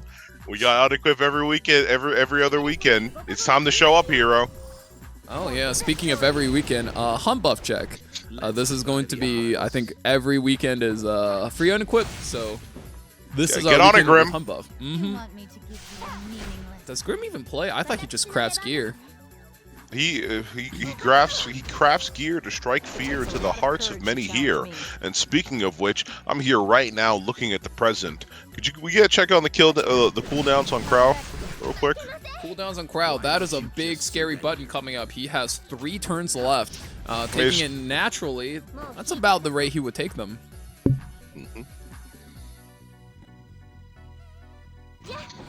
Now, as we play out, there's one more thing to keep in turn, which was actually not this buff patch, not even the buff patch before that, but yes, there it is right there, the extra turn on C. Lilius. I think a couple of people might have forgot. That's exactly the buff that she received. Was able to soul burn for an extra turn. Came in a bit handy there, possibly hoping that as Frenzy increases, we might finally be able to stick some kind of debuff on the Shuna. Yeah, as you pointed out, this last Rider Crow actually putting in a lot of work with speed buff, putting in laps and laps of work, and earlier on a turn with a crit actually does like 2,000 damage to this Lilius. With her 8 max HP being lowered turn after turn, 2,000 is quite a bit to this Fire Lilius. I wonder if she's going to be able to hold up, especially with no sustain, and if this Shuna holds her buttons and soul burns correctly, I think it's actually going to be quite tough for this Lilius to hold on. Hold on a little bit longer. Ooh. Not if she resists. Does activate the barrier, so that's going to be able to mitigate for a slight bit longer. She's going to be able to hang in there, and we get obviously the burn here because we can't be waiting too many turns for our next spike. It's really the greatest form of damage we have, and as we always talk about, it's ramping up turn by turn that it's allowed to do its shenanigans. And Unfading Memory does top off a lot of the HP side was missing, and LRK almost back all the way, and Shuna is like completely back. Good idea to get in my way. She's back, but will we get off the attack? You know, now we're starting to chip away, hopefully, at Crow, because we just need him low enough to kill, right? At that point, it's going to have to be a secede. That's what the board state is looking like in terms of goals for left and right side. It's going to be narrow, and it's going to be close. One of these two players is riding on hope. Now, Yoha does have her cooldown up, but how long can she afford to hold this? I think if you want to win an endgame board state with Yoha, you absolutely have to pick up a kill here and then wait till the cooldown is back again. This is a very, very precarious scenario where you have to know your damage and your opponent's damage now too really well, as well as it would help a lot if you are familiar with how much Frenzy can actually scale up your damage. Speaking of which, we're heavy into the Frenzy game here, but we're still able to keep up and keep our bike man as healthy as he can be. A little bit scary, I'd say, to see on left side. Now we've also got to consider with how many souls we've built up, Might even see Shuna soul burn, right? Going to be able to let her double S1, double proc the heal. And, you know, that's not exactly a good situation for us to be in either. We're already having trouble keeping them low enough as it was before. But definitely favored for Sai as he's looking to take down, you know, STG, in-game name 2027. He was a champion of our last tournament, the sort of four seasons. Summer. Was that spring? That was spring. That was spring. The months are moving on far too quickly, just like this game, because the action is going on at an intense, blaring pace that I'm struggling to keep up with. You know, oh, okay. Thank you for informing me. My crop does, in fact, not show the frenzy number. We are currently in frenzy A, so we've been out here for a while. You know, this so far has been a spicy game. Oh damn! I thought Evan was just trolling. With you. I'm sorry, Evan. Oh no! But the kill does go through, though. We take out Last Rider Crow, heal back a little bit, but indeed, with the frenzy healing, healing has gone down by less than half, so it looks like the Shuna might outpace his Yulha into the end game. There's not much to do but press your buttons. Shuna rare W? Impossible. But it looks like it might just be so, you know, replicating her first solo victory that I've seen thus far. I don't know if you have. I'm not. Oh wait, 2 hits comes in as Shuna does take it. You know, we first casted games for Sai during the Amazon tournament, and over this time, I think he definitely improved his game, even taking out the champion from the last tournament. Yep, looks like we also have the game loaded up. Let's just let's run it. Oh, okay, that's a pretty clean card. I don't know if you saw that. I got to see you post on the second side. Oh, can you not hear me? Yeah, you were good. You cut off for like, I don't know, a couple of words when you first came back. Yeah. You know, as the Minister of Darkness, not great, we would say, technology over here in the we kind of got fucked land. We'll talk about it more in my backstory later. But more importantly, the story right now to focus on is that Sai's going up against the second leader of Veritas over here, Rikazo. I'm sure you're familiar with him. You were talking about him a little bit earlier. Actually trained in EI Jitsu as a swordsman. Can you tell us a little bit about that? Oh, absolutely. It was really just a side hustle for him, even though he's a master tier swordsman.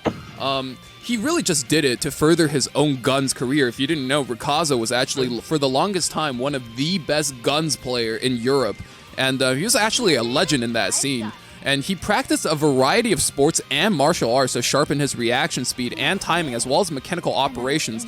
And now, sort of to finish off his esports career, he's dabbling in strategic games, sort of, you know, to cool down his old bones. Could you imagine? This is the stupidest thing I've said, I think, on stream in a while. Could you imagine an app where just, like, if you're in trouble, it's like Uber, but for, like, white guys with a sword? You just call them. Yes, back. Uber like, for hold white on, guys with a sword? Yeah, I know. I got a katana, bro, coming in, bro. You better back the fuck off. You got Bushido Jones coming in on the subway. He's ready to settle some disputes. I saw that. I saw him flash for a second. I saw the master of the best named artifact in the game, Pure White Trust, which is pretty much as close as we're gonna get to that concept. Oh my goodness. Okay, but back to the draft though. Let's see. Rikazo this time managed to snag the Navy Captain Landy since his opponents can't play it with LRK as well as the Ocean Breeze Luluka. Closing out his draft, I think, with stealth units. Really smart play here. Avoiding the solo DPS A Ravi as well as Yulha, who is also a single target unit. You can only click on your opponents one hit at a time, so hovering the Celine last pick, I wonder if that's what he's going to go for. But as these DPS units for Sai is only the Apocalypse Ravi and maybe a one-hit unit on the Yulha, stealth units are definitely the way to go. Yeah, stealth units, as you just said, a big way to go. The Bryceria comes out as well. Always protected by never failing Guiding Light. Guiding Light we trust. God bless. Kiss out the Guiding Light. And then finally we get the Lethe on the other side, you know, making a fair assessment, you know, saying, you know, you can prevent revives. I can do that too. I could just extinct you and bring you down to the lower plane. And unfortunately, we'll see both of those glorious gals banned out with very different endowments. But, you know, regardless, neither of them will be setting upon the stage this day. So it's going to be a 4v4 with the top 4. And I'm glad to see that 4x4 play out. Not sponsored by Wendy's. Instead, sponsored by Ocean Breeze Lulica. I don't know what she's selling in that truck. She says it's ice cream. I don't fucking trust her. But get some of that good shit today. Yeah, for an ice cream truck driver, she's sure crashing it around a lot. So you sure have to avoiding every fucking law possible. Absolutely. Bonkai, last piece, Corinne goes. And I wonder if she's just going to try to pop off on a target, or she's going to slow play this a little bit. Surely you put up your stealth buff right here, and you got 3 turns to make the most use of it. 3 turns, and especially a turn in the HP bar, because Destina, you know, not a slouch in the HP department. I know she's next to 2 kings of hoarding HP, but she's not a slouch either. And she took, I'd say, over half of her health in that one slice. I'm questioning how many more she can take. Meteor Core puts up the barrier, followed up by Destina's self-heal, really trying to sustain herself back up. But I think the question now becomes whether or not last piece Corinne can sort of just rush her down within that allotted time span. Right now, it is a DPS race. Last Rider crowd goes in, completely chips away the barrier, and this is all a story of whether or not this last piece Corinne can break through to this Destina, start to get those resets before her stealth runs out, which would, if it ever happens, result in her own death. Result in her own death, indeed. Now that we've cleared out the bike, it's time to start helping the guy out, give him back a turn on his cooldown. Do we see the follow-up here? No, we don't. 40% fails, as it often does, just like the most important figures in my life. Dad. Anyway, moving on. Moving on, of course. Landy coming out, taking a small hit, negligible damage, but it does show where the intentions are at. To drive into a high-speed vehicle and get this party started. Let's see what kind of debuffs we can wipe away and apply here just in a couple seconds. And the Quirk takes the brunt of the hit, but not before a Ravi takes that blind as well. Going to be debilitating as our major damaging factor. So debilitating, we throw down the Law and the Gauntlet with the S3 immediately. Destina S3 completely reverses all of the debuffs and damage Ricazzo has put out so far. So now this last piece, Corinne, only having to deal with the Destina S2 left. Can she breaks through? 3 turns left on the stealth, 2 turns left on the attack buff. Does she have enough in the tank? Does land another pretty big hit, drops Destina to about that 55% HP threshold again. We've seen her here, I think this is her 3rd time being at this HP, so gonna have to hold on. 3rd time hold it for a little bit longer, but ooh, maybe we didn't want that follow-up attack there. Not doing exactly a sterling amount of damage, but once again, cycling back that cooldown another turn faster. But the injuries are starting to pile up, which will impact Last Rider Crowd's ability to, you know, commit and do what he has to do in the later portions of this game. Navy Captain Landy, this is where if you slow your game plan down as much as necessary, where she's not as powerful, you're not running any AoEs, you're very carefully and selectively choosing your targets. Navy Captain Landy actually has a very limited pop-off potential. We saw how much he pops off. If you're playing fast, if you're taking turns, it gives her more chances to counterattack. But if you're playing something that's equally as slow and steady and based in value, we're actually not seeing this Landy pop off too hard, but big turn on the Corinne coming up here. I wonder what she's going to do. Ricazzo does have the option to soul burn for some extra damage on this last piece. Corinne does go for it. Ooh, big turn. Wind Rider activates, lots of damage there, and I do believe he has his Neo Phantom Sword prepped and ready to go. Yep. Is it kill for decreased cooldown? I believe he already got the decreased cooldown, but now it increases damage proportional to max health.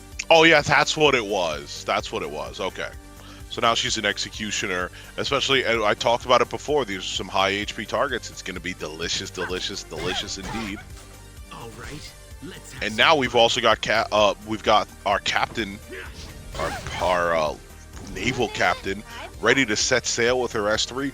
It's looking dangerous indeed for left side, but we've seen Sai sit down, bury himself, burrow in, and get ready for the long haul on these games. I don't think this is going to be any different. Behold! Luluka does put up the defense buff Ice Cream. Truck comes back once again. That is very, very fast when you're running a decently fast Luluka. Puts the silence as well as blind down Apocalypse Ravi. You know, Rikazo knows what that A Ravi's gonna do. A Ravi has been chipping down on Last Rider Crowd this entire time. Finally lands a hit in onto the Navy Captain Landy.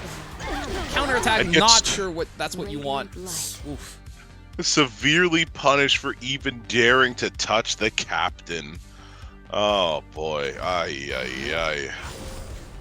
This sword Now we're knows just no back to mercy. decreasing Krau's cooldowns. I don't know how I feel about the favor of this position. Oh, that is a big hit.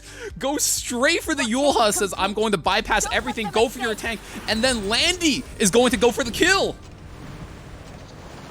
Happy we kept some of those buttons on earlier, but it doesn't matter. I was about to say, maybe we get the push-up, the cleanse We both from our know how Destina, this but our ends. Destina dies immediately, and we have to give up the ghost there. It's for Kazo's win. Oh my god. We were watching these guys sort of trade hits back and forth, just grind it out, and then suddenly, in the span of 2 turns, Rikazo blows up the entire board. Just makes such a big play on top of everything. Oh my goodness. You know, I called him one of the most aggressive players on Global. You weren't seeing much of that at the beginning of the set, but wow, in 2 turns, you could really blow up a board. And we saw him cook yesterday, and TR dude obviously always ready with a strategy and set to get done what needs to be done. He's doing God's work out here, ladies and gentlemen. And don't you forget that, okay? Absolutely. Oh, so coming into this, I wonder how many more pre-bans we're going to add. Right now, we are at 7 pre-bans over the 2 matches we played for this set, as well as the streak bans, including LRK, Navy Captain Landy, LPK, and Ocean Breeze Luluka for Rikazo, since those were the 4 units he won with last game. We're going to see pre-bans coming, Mediator Cowork, Briar Witch, Navy Captain Landy finally taken out, as well as DJ Bassard. Yeah, but NTR, man, doesn't have to worry too much about the Pirate Captain Flan. Why don't you just surrender? I'm going to shut the hell up and talk about Last Rider Crowd coming out again. A very unexpected first pick. Haven't seen him too much so far in the tournament, so I'm excited to see what he brings. And speaking of a pick you don't often see, Unbound Knight Arrowell with Savior Auden backing her up as well. You've seen these 2 free-to-play units before? I really do like the more conservative strategy Rikazo's doing here, because he's using these free-to-play units that don't get too much spotlight, but I think our viewers are going to enjoy seeing as a little bit of a change to pace, in all honesty. Look, Rikazo is a monthly pack gamer. He's one of the lowest paying players I know with a crazy account, and he's definitely flexing that advantage to the best of his ability, especially with that DJB out of the pre-ban pool. It's going to let him play the arrow wall and take advantage of that passive barrier. LRK, I mean, like you said, he's one of the most common first picks. The moment all of the speed units are out of the game, you can play anything with him. You can play tank down, you can play standard, you can even play cleave with him, just because of how much damage he brings, and also the ability to just carry an Aureus, so he's always passively mitigating for the team. Ludwig? Oh no. Shuna coming in again for Alito. Wow, this team really likes to use their Shuna. Second pick. This is going to slow down the pace of the game to a crawl. Also, Zahak. Very scary pick here, especially with an early Auden. Zahak's looking to just, boost up his attack and take her out early in the match. Yeah, he's definitely, as we keep calling him, he's the watchdog of this game, right? If I see evasion, you slam Zahak, and he's going to get you down He's going to put you to sleep for good. So you've got to wonder now what mitigative elements are going to be able to come out on right side to stop him. We've already got one in the Unbound Night Air. Well, that's a good start. But when we start layering these defenses, it makes the Zahak pick look even more questionable. Now, you don't want to obviously invest too many of your resources to stopping that, but just a little can make your enemy think twice, and that's pretty nice. Speaking of which, we've got Destina following up on the right side. 3 seconds left, 2 seconds left to make the pick as we skip. And we've got Abigail as well, exactly the kind of unit I was talking about before. Most likely here to protect our back unit there, and most especially keep her out of trouble.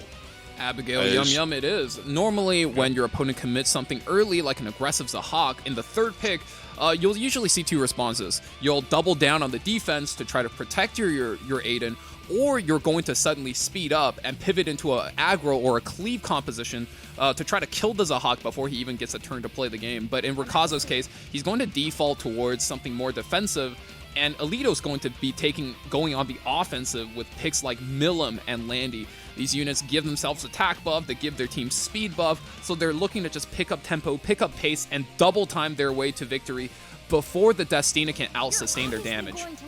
I couldn't agree anymore, Val. Get your default dances out, everybody, because it doesn't get more basic bitch than Green Landy herself. You know, the Landy we all have at home, not really a favorite unit. Her older, bigger, better sisters come out now. We've all sort of left her out, way gotten to the side, right? I don't want to play with you anymore. But, you know, this unit might still be able to do something. I don't know. Especially not as special as she used to be. But finally, Faithless Litigo rounds out the draft on the right side. And we actually finally get a ban of this princess we invested a little bit into protecting on the right side the whole time. Made me question where the damage is coming from. But I'll shut the hell up because I was questioning that a couple games ago. And then Chaos Inquisitor apparently did stuff, so... I don't know this game as well as I pretend. I thought that we were going to go into a last pick handshake trade, but Alito gets a little bit clever here and actually bans out the Aiden, which is the one hard carry on Rikazo's comp. So this is actually a very low damage composition for Rikazo, not something you would commonly see him on. So now he's in a slight bit of a bind, but if this Faithless Litica is on a damage build, he'll still be able to do okay for himself over the course of one longer game. First thing we need to do is put down that disgusting fucking series of buttons, actually. I almost forgot. You know, you would think the 50 extra goddamn crit was his passive, but no, it's not. He has two skills, and they're both getting put on cooldown. Now we only have to worry about Zahak's S1, which only hits like your entire family is burning in a building.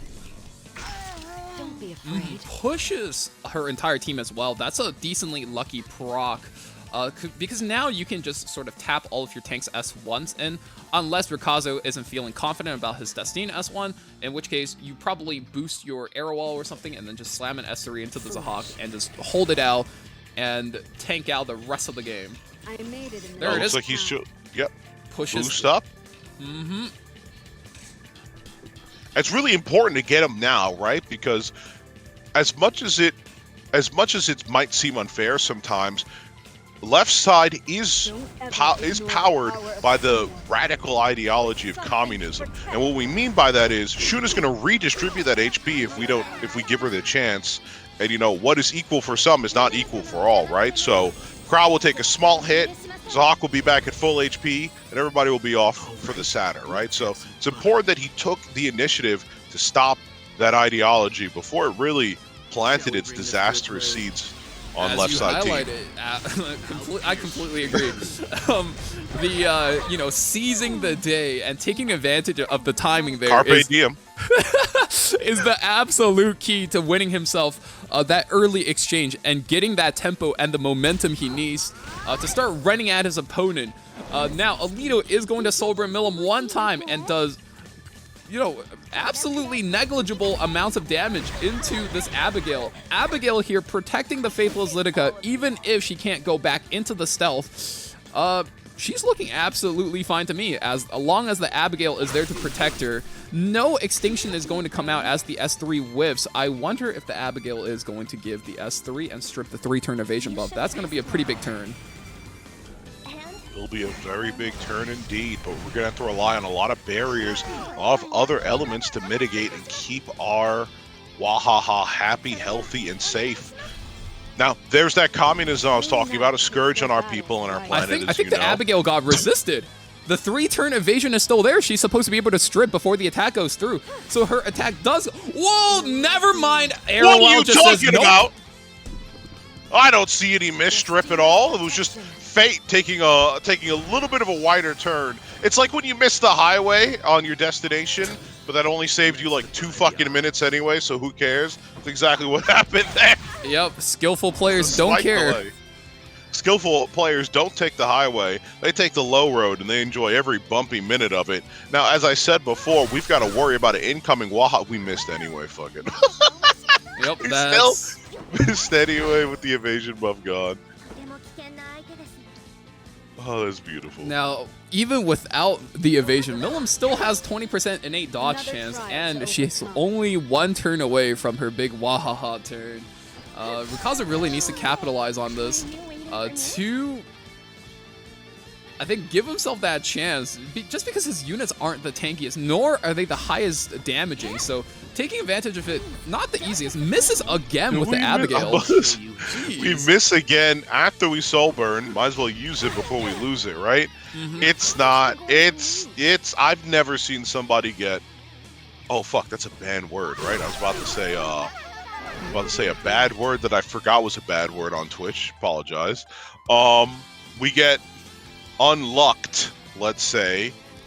Once again, I've never seen somebody get unlucked so hard by just a 20% dodge chance. Maybe people can guess what I was about to say. Oh yeah. Oh, you want to say, like, okay? Well, I mean, you can get clever around it, right? They get NTR'd. They get They get NTR'd by the 20% chance. Bro, we're full of words in this community. This community's got nothing but words. I can't say luck with a C, but I could just say NTR, stick your wife. Yup. And speaking of which, Rikaza takes the victory. There you go. So 1 brain cell shared between the both of us. You've got half a commentator, folks. Exactly. Well, with that, Rikazo does manage a 2-kill, so now he will have 8 units banned to his name only. Adding to that list, Faithless Lidica, Arowell, Destina, as well as Abigail. Wow, that is not a team I expected Rikazo to pull out today. So he's definitely cooking up in that kitchen of his. No, ban Adley. Ban Adley. If that impacts the tournament, then fuck you. Why did you build Adley?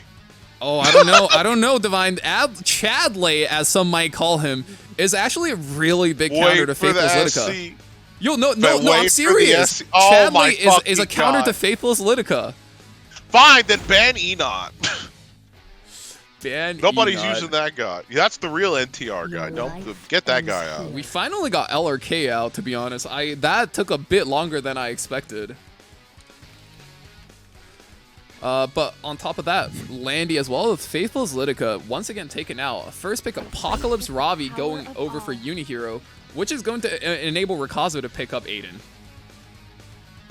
Since that was banned out from him last game, Aiden is available to Rikazo to pick in this draft. I feel so strong and so confident about it, just coming out immediately. Seems to be some core tenet of the strategy. Speaking of core strategies, we've got Nerf Tywin, fortunately facing massive, debilitating nerfs. Tell us about it, Valky. Yeah, so, you know, if you were an enjoyer, purveyor of draft mode, you might have seen a really, really juicy A Tywin floating about, but he sort of had his legs chopped off in an amputation process, and that process has gone wrong. I know what it's like. I used to be the best the kick bitch in Nanalon, martial artist. Then I lost my legs. I even lost my hair. It was a terrible thing. I'm sorry to hear that. Oh, that's quite unfortunate. So unfortunate. I've been talking to a specialist who also has lost his hair, trying to figure out what I do with my life at this horrible juncture, you know. But you know, it is what it is. And I'm looking at left side. You know what? We're looking at the Doomsday Prepper draft, as I like to say. This guy's holding on for at least 2 natural disasters coming his way, with supreme forms of mitigation in Crimson, whatever, Cat Knight. Crimson Fuckhead. Crimson. Just call her Crimson Fuckhead, man. All she does is really slow down the game without providing, Just much down counter the game. offense, right? That's her number one thing. If you're afraid of taking damage, make sure your primary knight is Crimson Armin. She's like that one girlfriend you had in high school who always wanted to take things slow. I don't mean like, I'm not ready for that. I mean literally like, let's go on a walk to the park. And you're like, that's crazy. Could we do anything else for this date? Nah, but like, instead of seeing a movie, why don't we walk around the city? And you're like, Jesus Christ, kill me. I can't, I'm not smart enough to make up something interesting as we pass our third pottery shop. I mean, what are you suggesting, you non-Christian heathen? Premarital hand-holding? Disgusting. Premarital hand. I actually met someone, by the way. I actually met somebody who said, like, boys and girls shouldn't hold hands until they're at least 21. And I was just like... Damn, poor prof boy. Speaking of disgusting, Archdemon Shadow coming in. Ha! 3 units on Rakaza's team, weak to Archdemon. That is going to be somewhat threatening, but Unihero needs to lock in a good last pick here. That's able to hold her own against... yeah, you want to be the Archdemon of this cast? I smell living creatures. I smell living creatures. You know, you could probably put that fucking line in a Left 4 Dead campaign. That would actually make just as much sense. I smell living creatures. I smell living creatures. Speaking of which, Solitaria finally coming out at the end there. You saw that we initially banned that out, as you highlighted.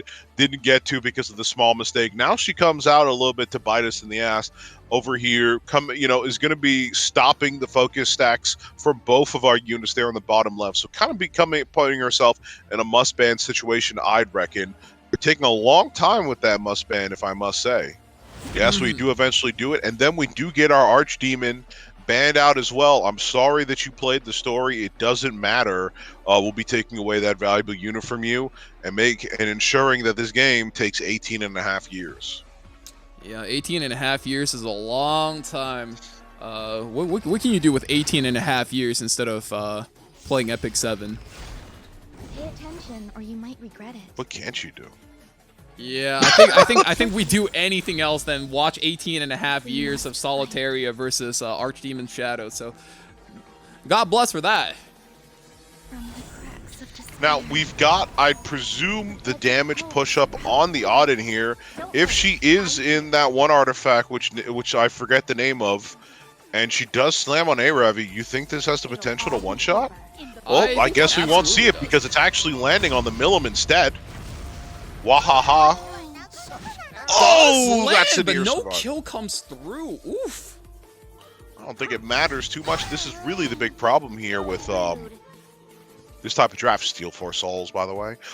With this kind of Ahmed being here, she just pushed up her whole team to such a degree that you could survive the big hit, but you're not surviving the rest of this, even with 20% dodge coming through.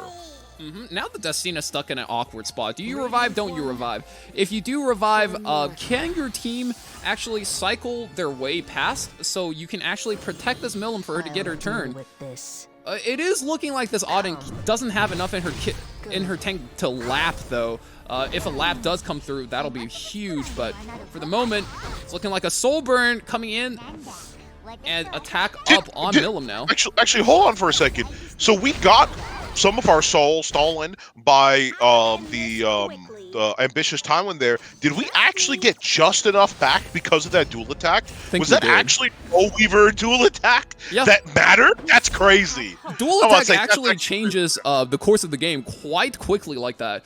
Not only does it bring a little bit of utility and the damage of the healing, it also adds 1 soul back into your soul pool. So if you have your soul stolen by something like an A Tywin, getting a clutch dual attack, letting you soul burn is a huge boon to your gameplay. Yeah, I had to highlight that because I thought it was such an interesting catch to even think about there, because really put a wrench in the strategy that you normally wouldn't think of when you just see a little bit of health gained from an S1. But speaking of which, this is really the critical moment I was seeing here. Does this wash away the protection for our units? No, it does not. Only A Ravi stays Baron. Yeah. Clears out for the A Ravi, but as long as your Alencia still has any chance to move, I would say you should try to get her to injure down that A Ravi as much as you can, because your opponent is playing with a revive comp, and any injuries that can stick through these revives is going to be valuable for you into the end game. Another dual attack. Another dual attack. And that one also important, because finally we're almost looking like what happened here with our Milim didn't happen at all. She's back almost at full health, and in addition to that, yes, she's going to jump into the A Tywin, because right now she's getting the devastating follow-up of the Wahaha. Gonna steal your soul for 10 more souls, by the way. Not the only person on this match who can steal souls, she's saying to the A Tywin. And now we're in a sticky wicket, as Scalé and some of our other friends from down south might happen. Another dual attack coming out. It's a frenzy in all aspects, and now we're just trying to make or break any sort of damage we can on her. Well, we know we'll be in at least a decent position, but we've got to trade back. A 3-4 situation isn't where you want to be. Unihero actually playing his board really well, completely recovers some Milim. Now he's pressing down the advantage. Rikazo had a lot of tempo in the beginning, meaning if he swung it well, he could essentially overrun his opponent, but the Destina, the Apocalypse Ravi, with 2 revive kits on his team, actually really hard to break through, and Rikazo is slowly starting to gas out, but Ahmed getting her cooldowns back is going to give Aiden another round of offensive buffs, so I wonder if he can do something potentially with this round of buffs. Yeah, he's going to need to, but before he does get there, Destina will at least take a shot, pull out the skill nullifier once again from our man in golden armor down there. And now it's time for Aiden to do what she's got to do. Oh, mamma mia. That's a hell of a lot of damage on the A Ravi. The defense break obviously being key, but I'm afraid to say that we might just be saying goodbye here to her. And yes, we do. A Ravi is a big target to be taken down, but Destina S3, 2-turn cooldowns left. She used it, to recover that Milim at the beginning of this match, and it's about to come back up again. Yeah, and also an important thing to note is that we have the Sword of Judgment back as well. Now, one layer of protection for our Auden is obviously that inherent dodge chance, but another equally scary fact is that she's got the skill nullifier as well, and we just haven't felt comfortable touching her and at least getting that off because of the effect of that S2, as you know. Not only going to be doing damage, but it's also going to, more importantly, be taking a chance at pushing her up. She gets pushed up here, by the way, once again, during a critical time where Milim does not have her evasion buff up. Could this be it? Well, last time with both attack and crit damage up, we sort of missed a kill. And oof! Natural miss on the 20% evasion. It's the day to pick Milim. I'm just convinced this 20% evasion chance is just coming again and again and again. This is what we in the RTA world call a skillful evade with that Milim. Oof, you hate to see it. You got it. I can't believe I'm saying this, but this might be time to soul burn with the Auden, because at least if you get the hit, you also get unbuffable. You can't keep having Milim's eye on this character. It's clearly more valuable than any of us had thought initially going into the match. I absolutely agree. Milim is one thing, but also if you soul burn a unbuffable onto the Milim, she can't even soul burn herself out of that debuff to put up her evasion, and now she gets to do that. Even though if she just slams it empty into a skill nullifier, does no damage, we just want that evasion buff. That's all we care about. Yep. Yeah, it would have been funny if we did evade there then. But yes, we're pushing up again because we need the CR push as much as we can to claw our way back into this game.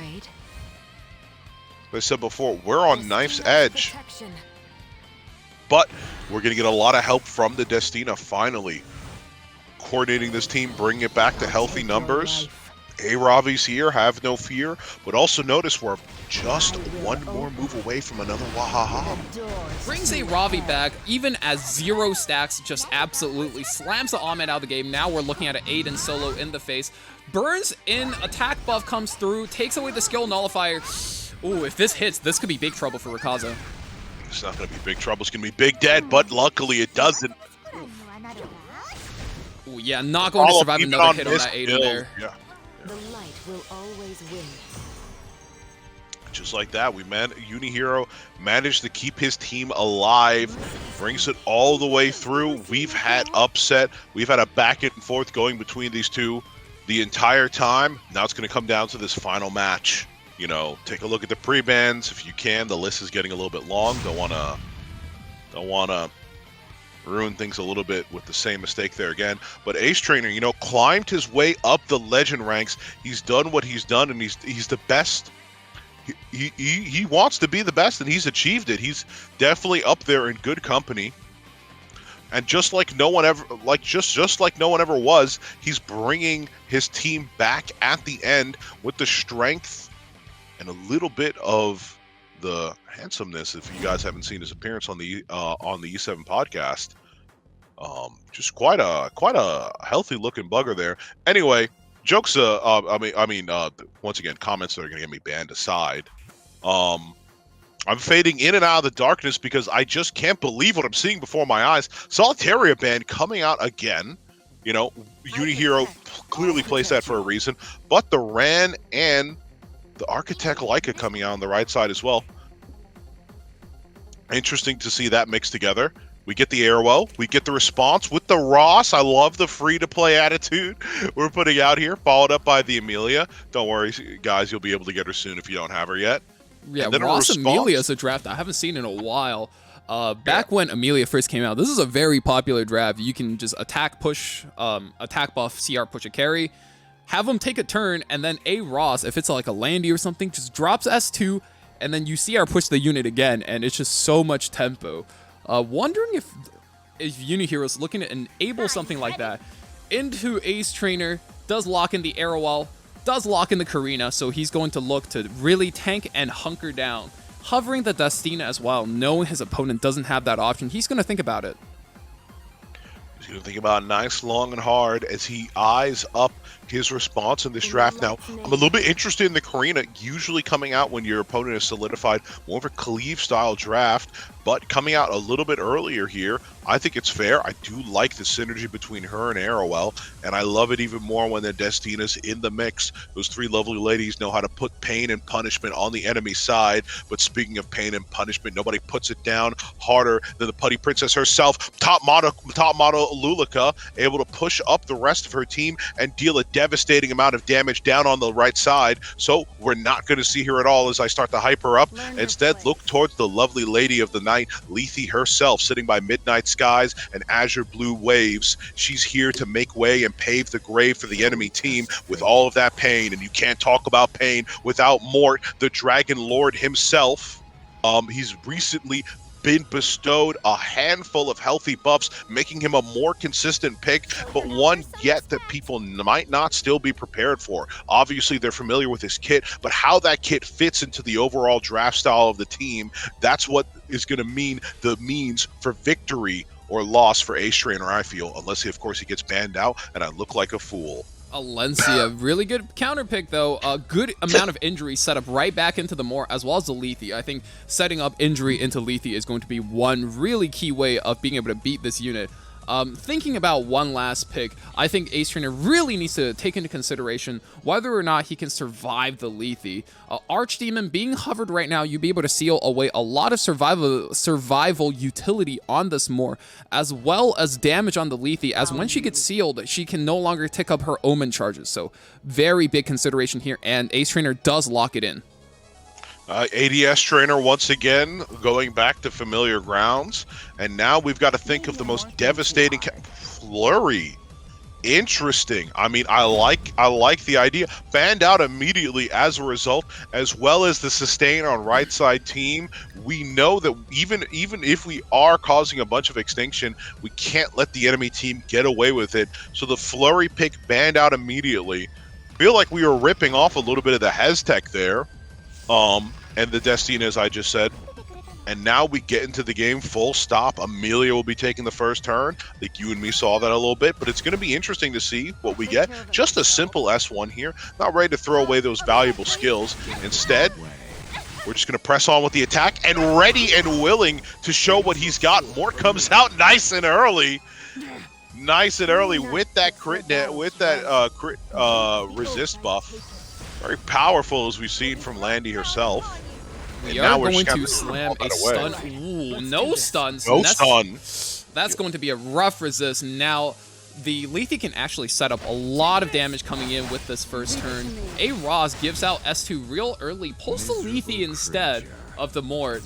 But I imagine he just wants to put up immunity on the Lethe before any shenanigans are afoot. Yep. It's also interesting, we did keep the Soul Burn. I like people to keep that in mind. The Soul Burn has not yet been deployed. That's gonna... S1 comes through on Archdemon, no seals, but an extra proc comes through. Doesn't strip many buffs either. That's looking not too comfortable if you were Ace Trainer right now. If you need somebody to strip, call Grandma out. She'll get the job done, and she does indeed, at least on our primary target in the back. Started a little bit of that injury game up. Looking like Ace Trainer's making a bid here for the all-in with the defense buff from the Alencia against the... Ooh, Amelia, that's a lot of damage, but she does cut the turn here. Drops an S3, heals barriers. She's going to be able to put her team in a stable position for the time being. Yes, those barriers, as always, effective against the injury damages that could be coming in. Lethe, though. Oh. Yeah, I'm not loving a little bit how much we've gotten hit by resists on right side. Now we've got all these Omen stacks coming out. As I talked about before, we didn't use yet our free coming with the game Soul Burn, and now we're going to use it to drag down Karina to the depths and almost put her out of commission for good already. But now Lethe needs to start cycling again. No frostbites means no kills is going through because of the S score. 30% damage absorbed by the Arrowwell means so much. Another turn from the Archdemon, another miss on the seal. Unihero is buying himself a lot of time with this Archdemon basically just not doing her job. Yeah, and you could really see the strategy playing on the left side as he envisioned it. We're just here to stay alive for as long as we can, and we place the defense break. That's something important you've got to keep in mind for heroes like this. Not only do they rely on their defensive stat for their attack, once they get their defense broken, they're just as liable to get blown up as any other hero in the game. And Mort's willing to do the job, so close to finishing them off. This Karina's not doing much damage anymore. She's just here to land defense breaks. Does go in on the Amelia, and as you can see, doesn't even break that barrier there. Seems like Ross took more damage than her. Ace Trainer now pivoting his target to mainly hone in on this Amelia, because he noticed he doesn't have any supports. He doesn't have sustain. So if he can take out this Amelia early in this match, he has a chance to equalize his matchups. Now he really needs a proc here. No seal, no procs. That is painful. I was about to say, are you borrowing some kind of Eldritch powers from Red? Because that's a caster's curse if I ever heard one. Not even a chance of that thing approaching being on the board if we call it out ourselves. Speaking of which, we got to call out Mort getting naked once again. The beautiful bastard is stepping on all his enemies. Finally, actually proccing the counter and the first seal. And I wonder if we're going to get a turn steal. If she steals a turn here, this is massive. Oh man, ADS has been asleep for so long. She really needs to step up for something like this. Prove your existence. Ooh, big Full ultimate coming in. Yeah. 2 defense breaks on both carries. Gives herself enough souls to burn. Burns into the Lethe. Ooh. I think this ADS, jobbing this entire time, finally has one pop-off turn. Do I look like a pushover to you? Speaking of popping off, yeah, if we take any more damage, that's going to be our Ross gone. But he does the hero's job, drops the barrier right before he's gone, but that barrier's not enough, and just as I feared, Mortalix is the last remaining hero here. I don't even think they need to do the damage themselves. In one more turn, that burn might see him gone for good. And wow. we saw this Archdemon miss time and time again off in the early game, but one S3 is all it takes. Busts a team right open right there, and I think that was excellent target selection from Ace Trainer as well. Pivoting his damage and then knowing when he was going to get that S3 on Archdemon, throwing everything out as it takes, but well played from Unihero as well. I think he read his win conditions well. He took his windows of opportunities where it did present itself, and he really, you know, tried to grab the bull by the horns, but was ultimately bucked off by that, you know, 5-stack focus Archdemon S3. Even when we are in unfortunate straits, as we talked about earlier, this team has been, Ace Trainer's team has been facing a lot of less than lucky moments so far in that 3 set. Not to say it says anything about their skill or their opponents, but they weren't exactly getting the best RNG, but their strategy stayed stable and true the entire way through. And that's something I really admire about what we saw play out from them. Something that tells us they're worthy of a title like champions. Now let's see if they actually earn it in the rest of the tournament. Coming up next, we have Let Us Cook versus I Quit E7. If you're ready, Red is ready, if Frost is ready, everybody's ready. Let's get the second set of semifinals for the Rush Hour Royale underway. Matt Fuel and no whale stickers. That's a mood. No whale stickers. Yeah, dude. I heard someone found the speed badge the other day. I was like in shambles. What? I was like, yeah, so apparently someone found someone with a speed badge the other day. Look, my perspective is they don't play RTA, don't matter to me. Yes. I'm a 0 out of 5 gamer, so I guess it's problematic anyway. Man, AB, always the opportunist. Whenever he sees himself get that first pick, always bans away Roana, Lethe, and I think Social definitely identified bans away ML Landy and Lua in response, but that does give way to AB taking away the C Lilius as first pick. I know that he definitely tried this last round. Yeah, and I think they caught him with the Landy ban immediately then too, didn't they not? The fuck am I looking at? What is this goddamn... Which of my powers would you like to see? What was this goddamn copy pasta that happened while I was gone? It's just one of the new emotes. It's Okay. Ya and Spider-Man is forced to watch after dropping the soap in prison and people watching is the name of the emote. Who named that? I don't fucking know, bro. 7TV is a different beast. But AB does pick up, you know, a very comfortable core of support, tank DPS. Basically, best support in the game in C Lilius, best tank in the game in Airwall, and, you know, the aided. So Social on his end replies with Metered Korik.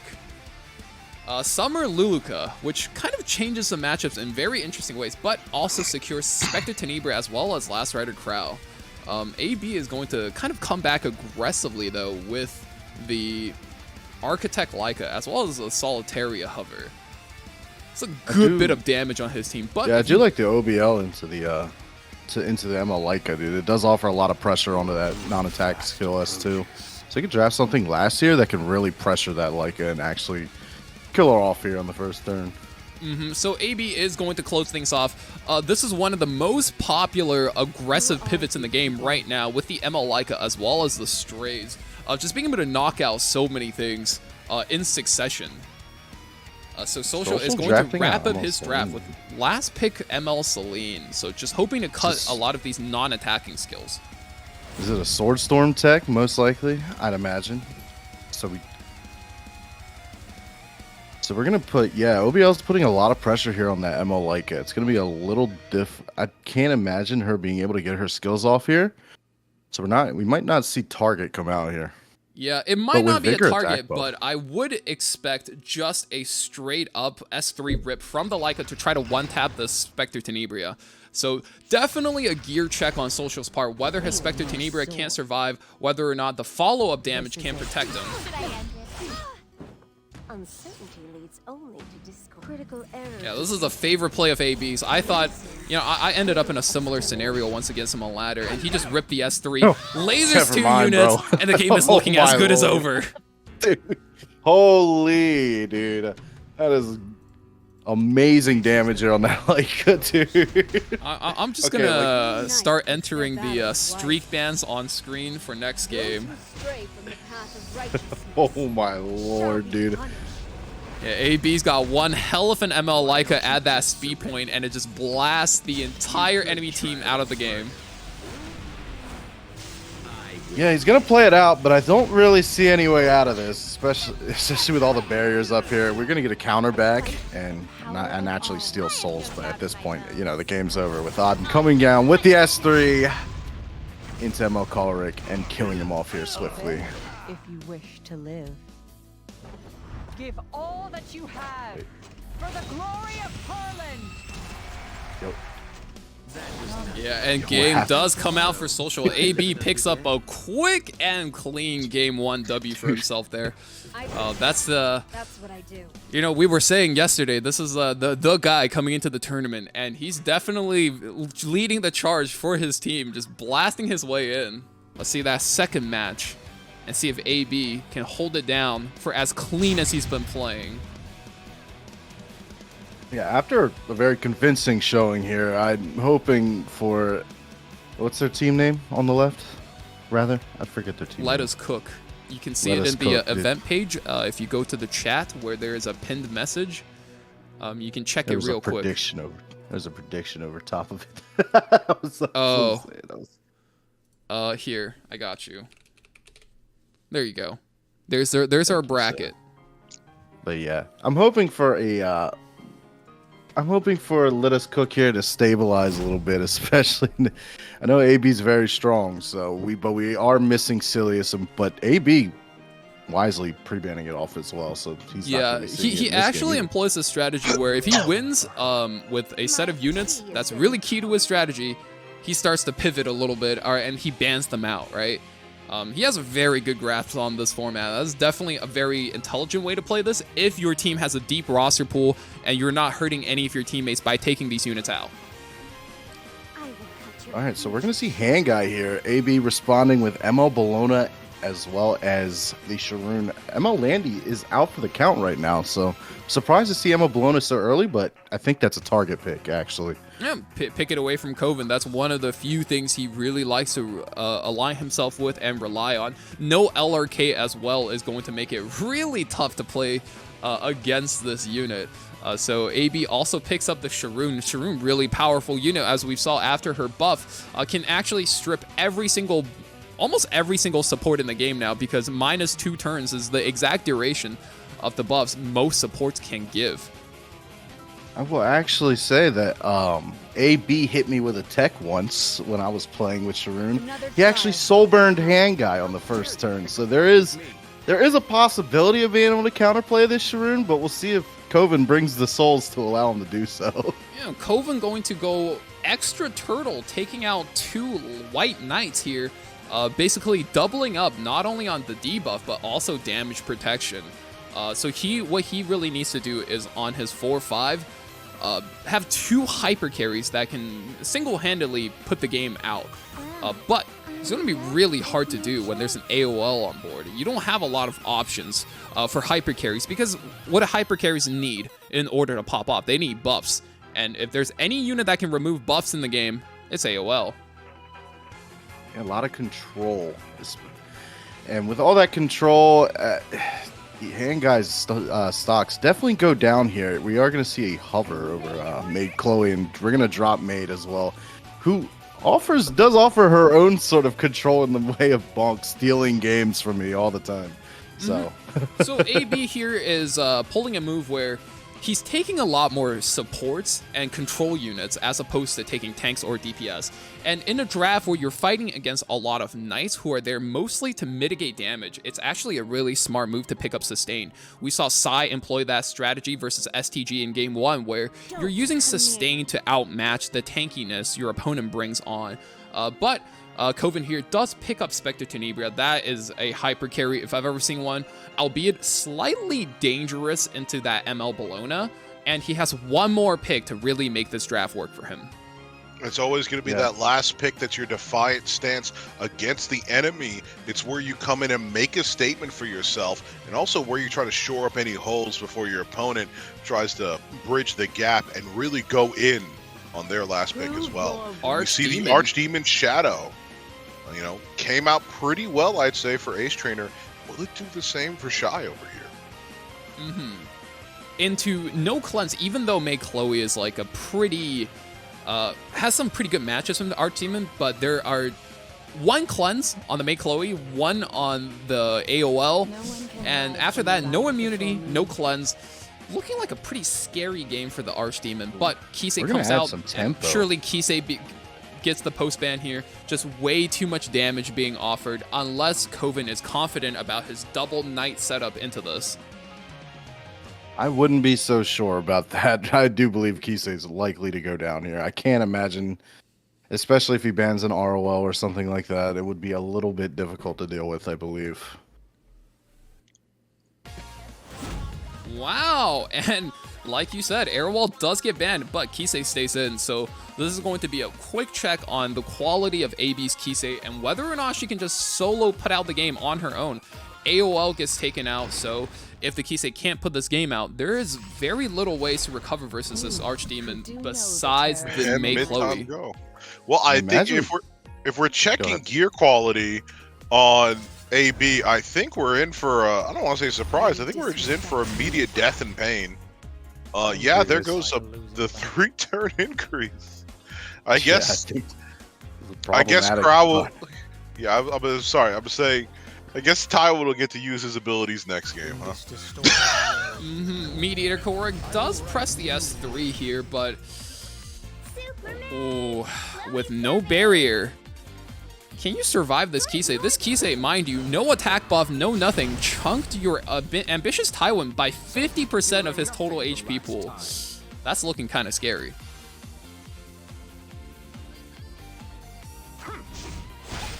Yeah, especially, I've seen this matchup many times, and I could tell you for sure this Stenny is very likely dead, especially with that attack buff.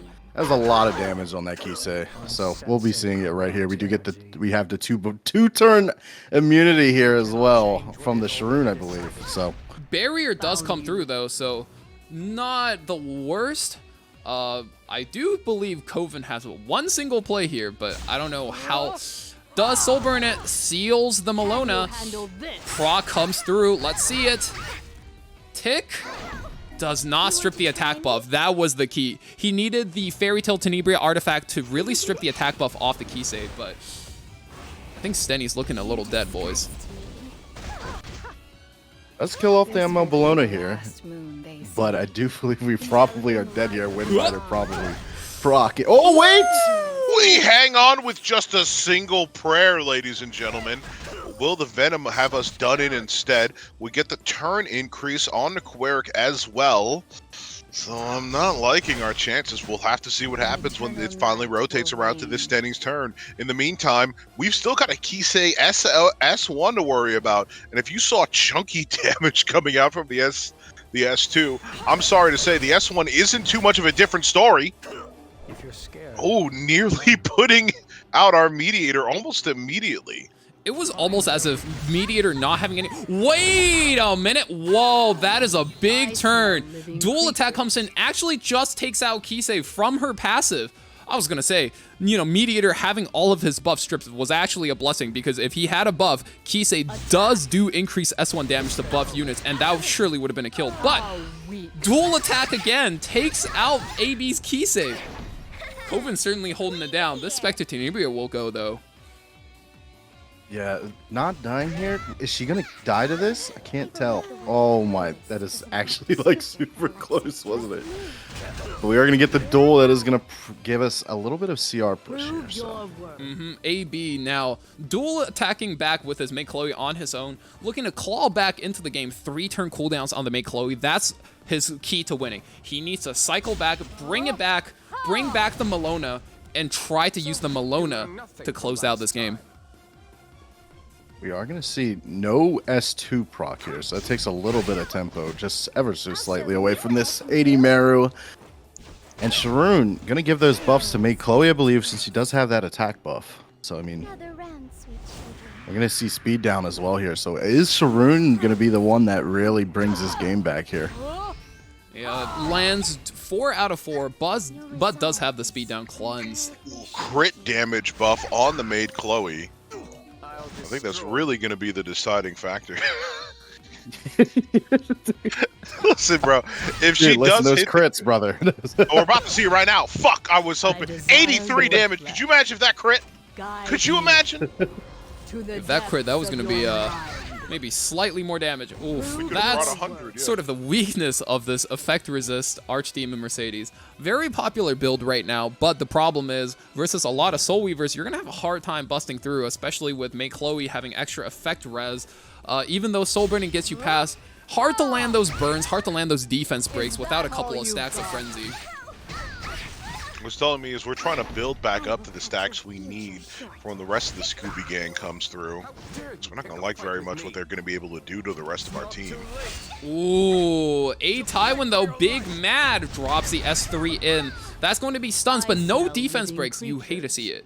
If the defense breaks came through, surely this Archdemon would have made a big DPS turn out of this. But as is, Coven just needs to tempo and try to hold his own and do what he can to hold down this Maid Chloe.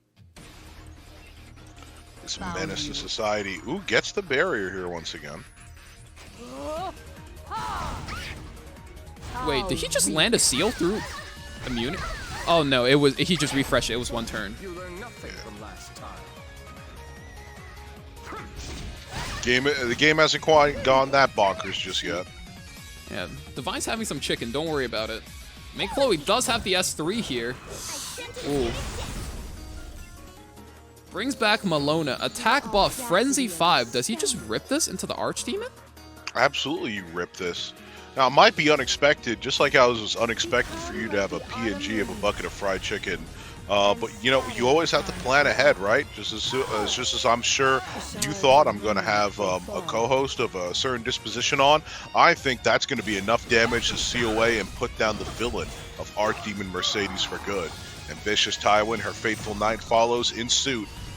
And that's going to be the end as AB takes it. And there it is. AB does hold it down as the vanguard of his team. He's already claimed 2. And I think we should get into this last match with AB versus Winter Wish. Winter Wish, I think, is going to be he's going to be a bit more of a powerhouse. I think he's holding it down for his team. Monogatari. Yeah, Winter Wish is pretty cultured. I think last year we saw him go up and actually go toe-to-toe with Jinte in E7WC, despite coming out with a loss at the end. This year he's in it as well. I'm excited to see how he performs. He's a legend nonetheless, and let's see his prowess as he goes out on the field and deals all he needs with his steel in hand. Take forward, young warrior, and brave AB and his, frankly, very powerfully geared units. Come up with a strategy. Your mind will serve as your might as you fight for what you believe is right. Once again, we see AB here taking 2 more prebans of units he's used in previous strategies, especially these core units that he doesn't want to be used against him. And now I think we're looking at some pretty weird units in the pool. Mediator Coer going for first pick for Winter Wish there.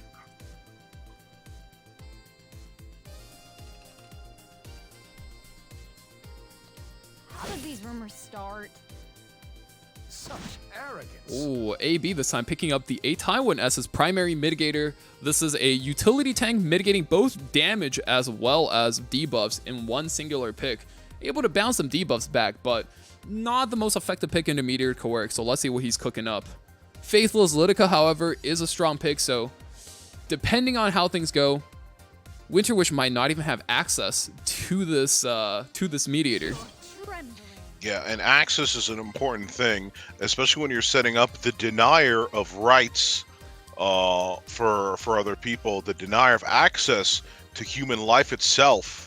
Hera coming out on the left side, followed by a mighty demonic being, the war god Apocalypse Robbie herself. By the way, Valk, pass down the fried chicken. Red's getting hungry. Red's getting hungry? I'll pass it down to him in the kitchen. We're in the dungeon. The dungeon. But however, we do get the DJB, a natural response as ever to the Peyra being picked, as you'd expect to see. Then finally, the Spectre Tenebria, we've leaned a little bit into the single target damage. But of course, if as far as natural responses go, you know, DJB to Peyra, Belian to Spectre Tenebria, am I right? And then we finish off with the fulcrum of our might. You could hear a certain copyrighted theme song being played in your head right at this moment. The Dread King himself, the one who refuses to just be a memory, strays, hovering on the board. I'm waiting for him to be picked. I can't wait to be wrong just again. Yeah, not quite sure this is going to be a Strays pick with both a DJB and a Faithless on board. Might be a bit risky, considering that it could end up in a pretty big race. So I think Winter Witch might, yep, right there, might be looking to pick another AoE option, looking to deny some debuffs. That was the true villain. Sorry, my villain senses were right. They were just on the right side instead. The true villain, in God we trust, Remnant Violet, making his appearance, right? Gonna get charged up pretty quickly by that Belian, hopefully, as well as the other elements of the team, might mean that he strikes back with fear into the hearts of left side.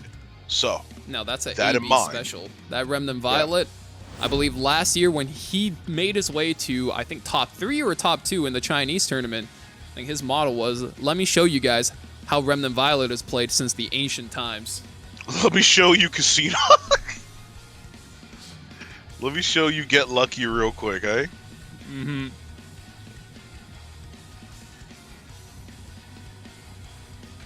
As the Apocalypse Ravi as well as the Faithless Lidica are banned out, we're going to head into game and see how this goes. So far, though, my edge definitely... I'll be a somewhat biased on AB's side. I think he has a very solid draft. Oof, Peyra S3 out the gate. He's going to pay his out the gate almost immediately. Now we get all that massive amount of damage on her. But it makes me wonder, did we just want the attack buff on her, purely? That's what it seems like to me. Just puts up the attack buff. No Apocalypse Ravi in the draft, so almost no units to charge. Just put up the attack buff, do whatever damage you can, and try to hold it down. She's still stealth, so she won't be able to be, you know, pressed on for at least a little bit, but wondering for how much longer she's going to be of use in our strategy over here on left side. Ooh. We get the... Oh my god, it hit, but we don't get the strip. Another critical resist. Can you believe how many we've seen so far today? Just today alone? Just today. There's been quite a bit. Dual attacks as well. So today's been a match that's full of happenings, you know? Things that were definitely happenings or lack thereof. Ooh, Ryla, big rip, takes out the Peyra almost immediately.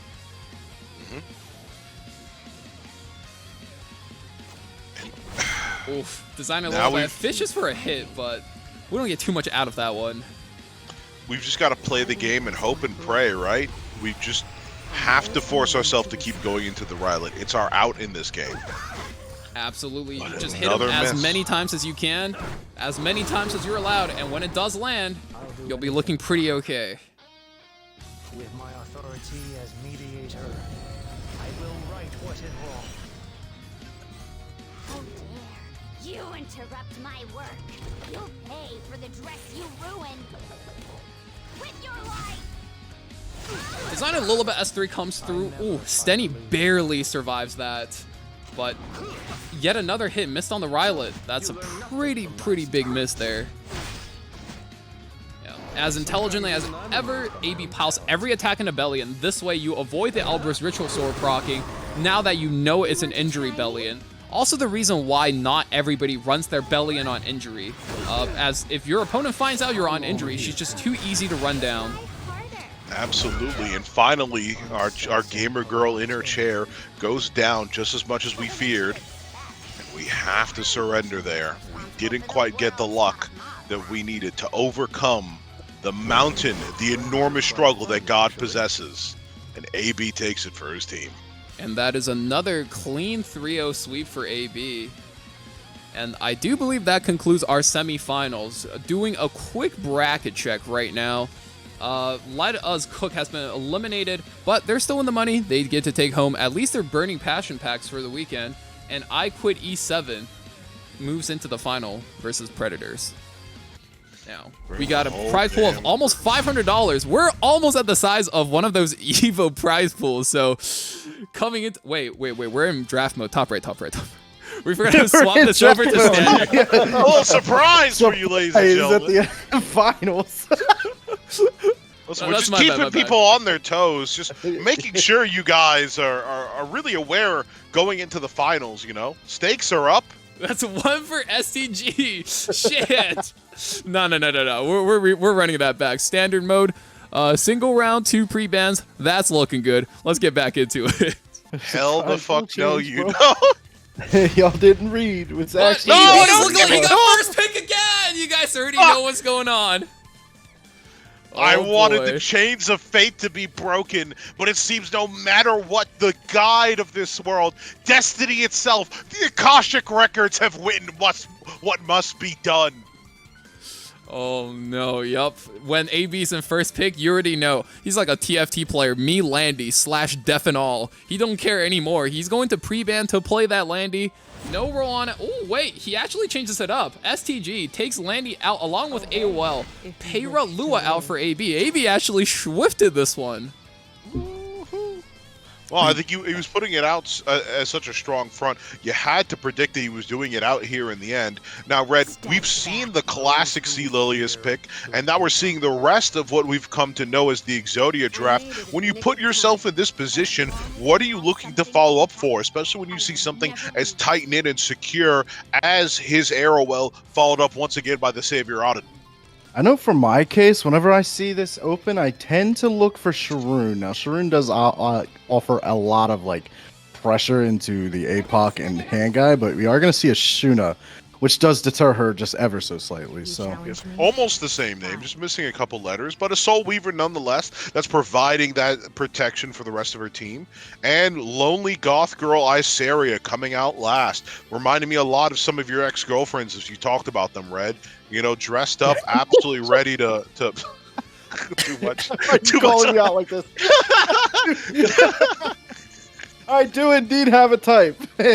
He does indeed have a type for all the 3 women in Valky's chat, you know, just letting you know that he does indeed have a type.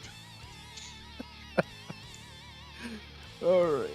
So, we're going to see LQC here. It does offer a lot of, damage into the APOC Ravi here, and followed by the Arya, which...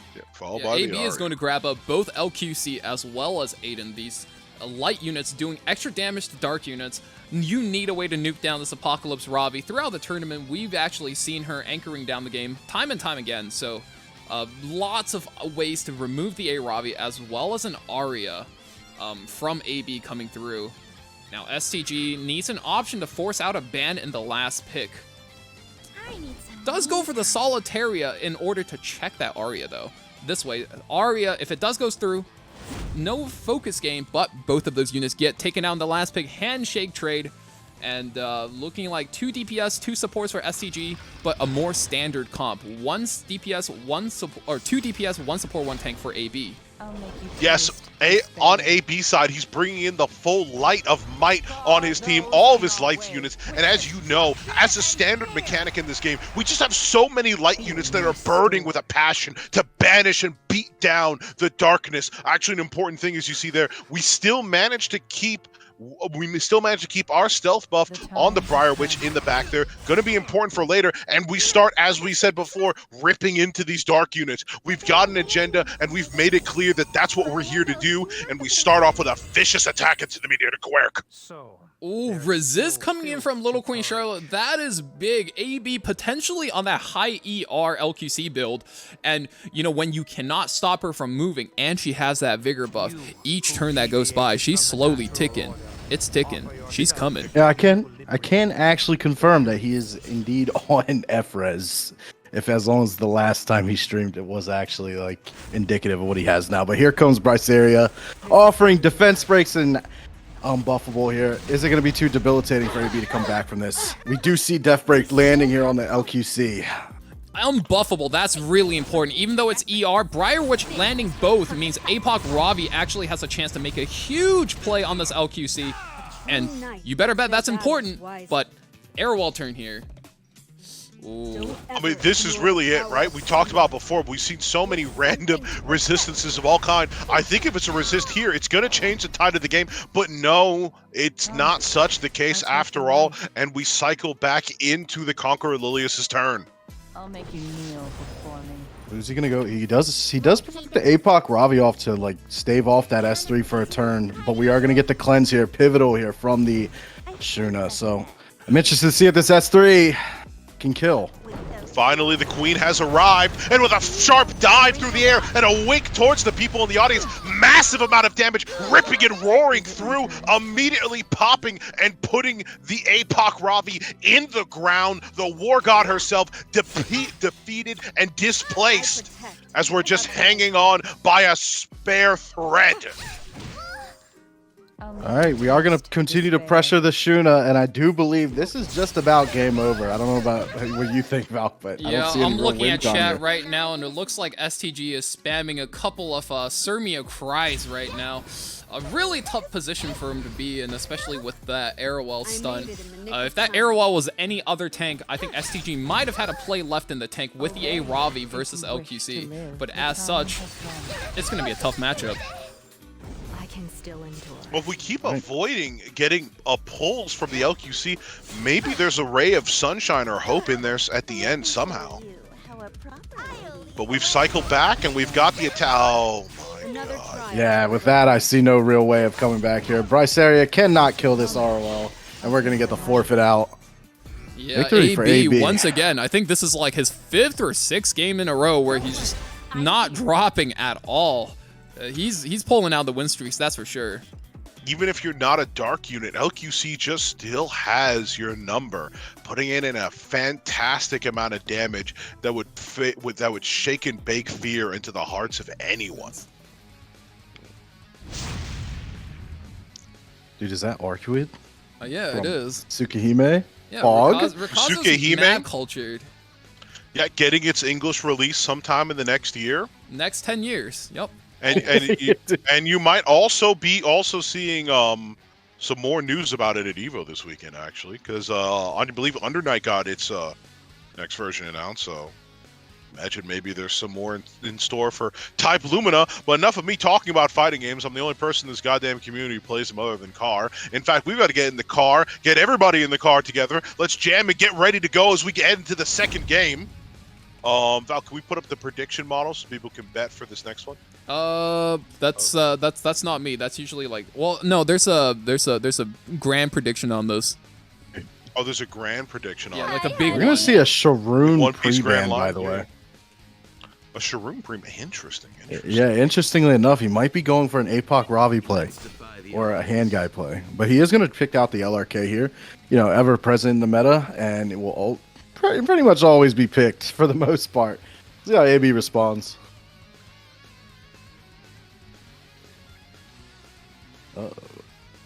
He's hovering what the was Levy, the but last unit AB used to win last game? Such arrogance. it It was Aiden, right?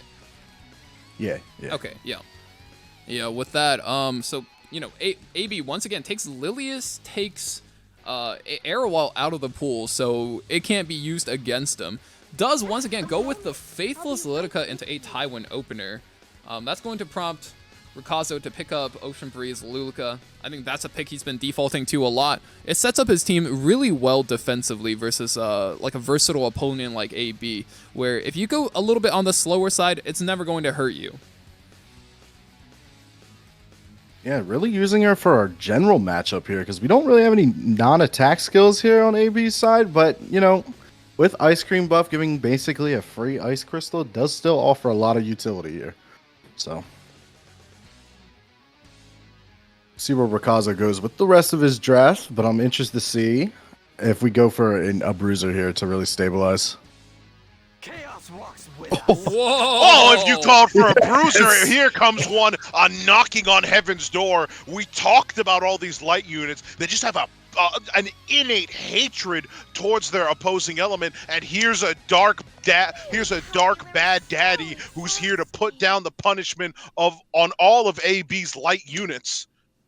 And I'll tell you what, It's definitely looking like AB needs to get a little bit more creative, opting into Solitary as well as Death Dealer Ray. We're looking at that very deadly Venom comp to counter that, because if you look at the draft boards, AB is out of LQC, he's out of Aiden, he doesn't have these nuking dark units for free to be able to punish that, so he needs to get a little bit creative with the Lionheart Sirmia, with the Solitaria, and he's kind of holding on to that race, so not quite yet.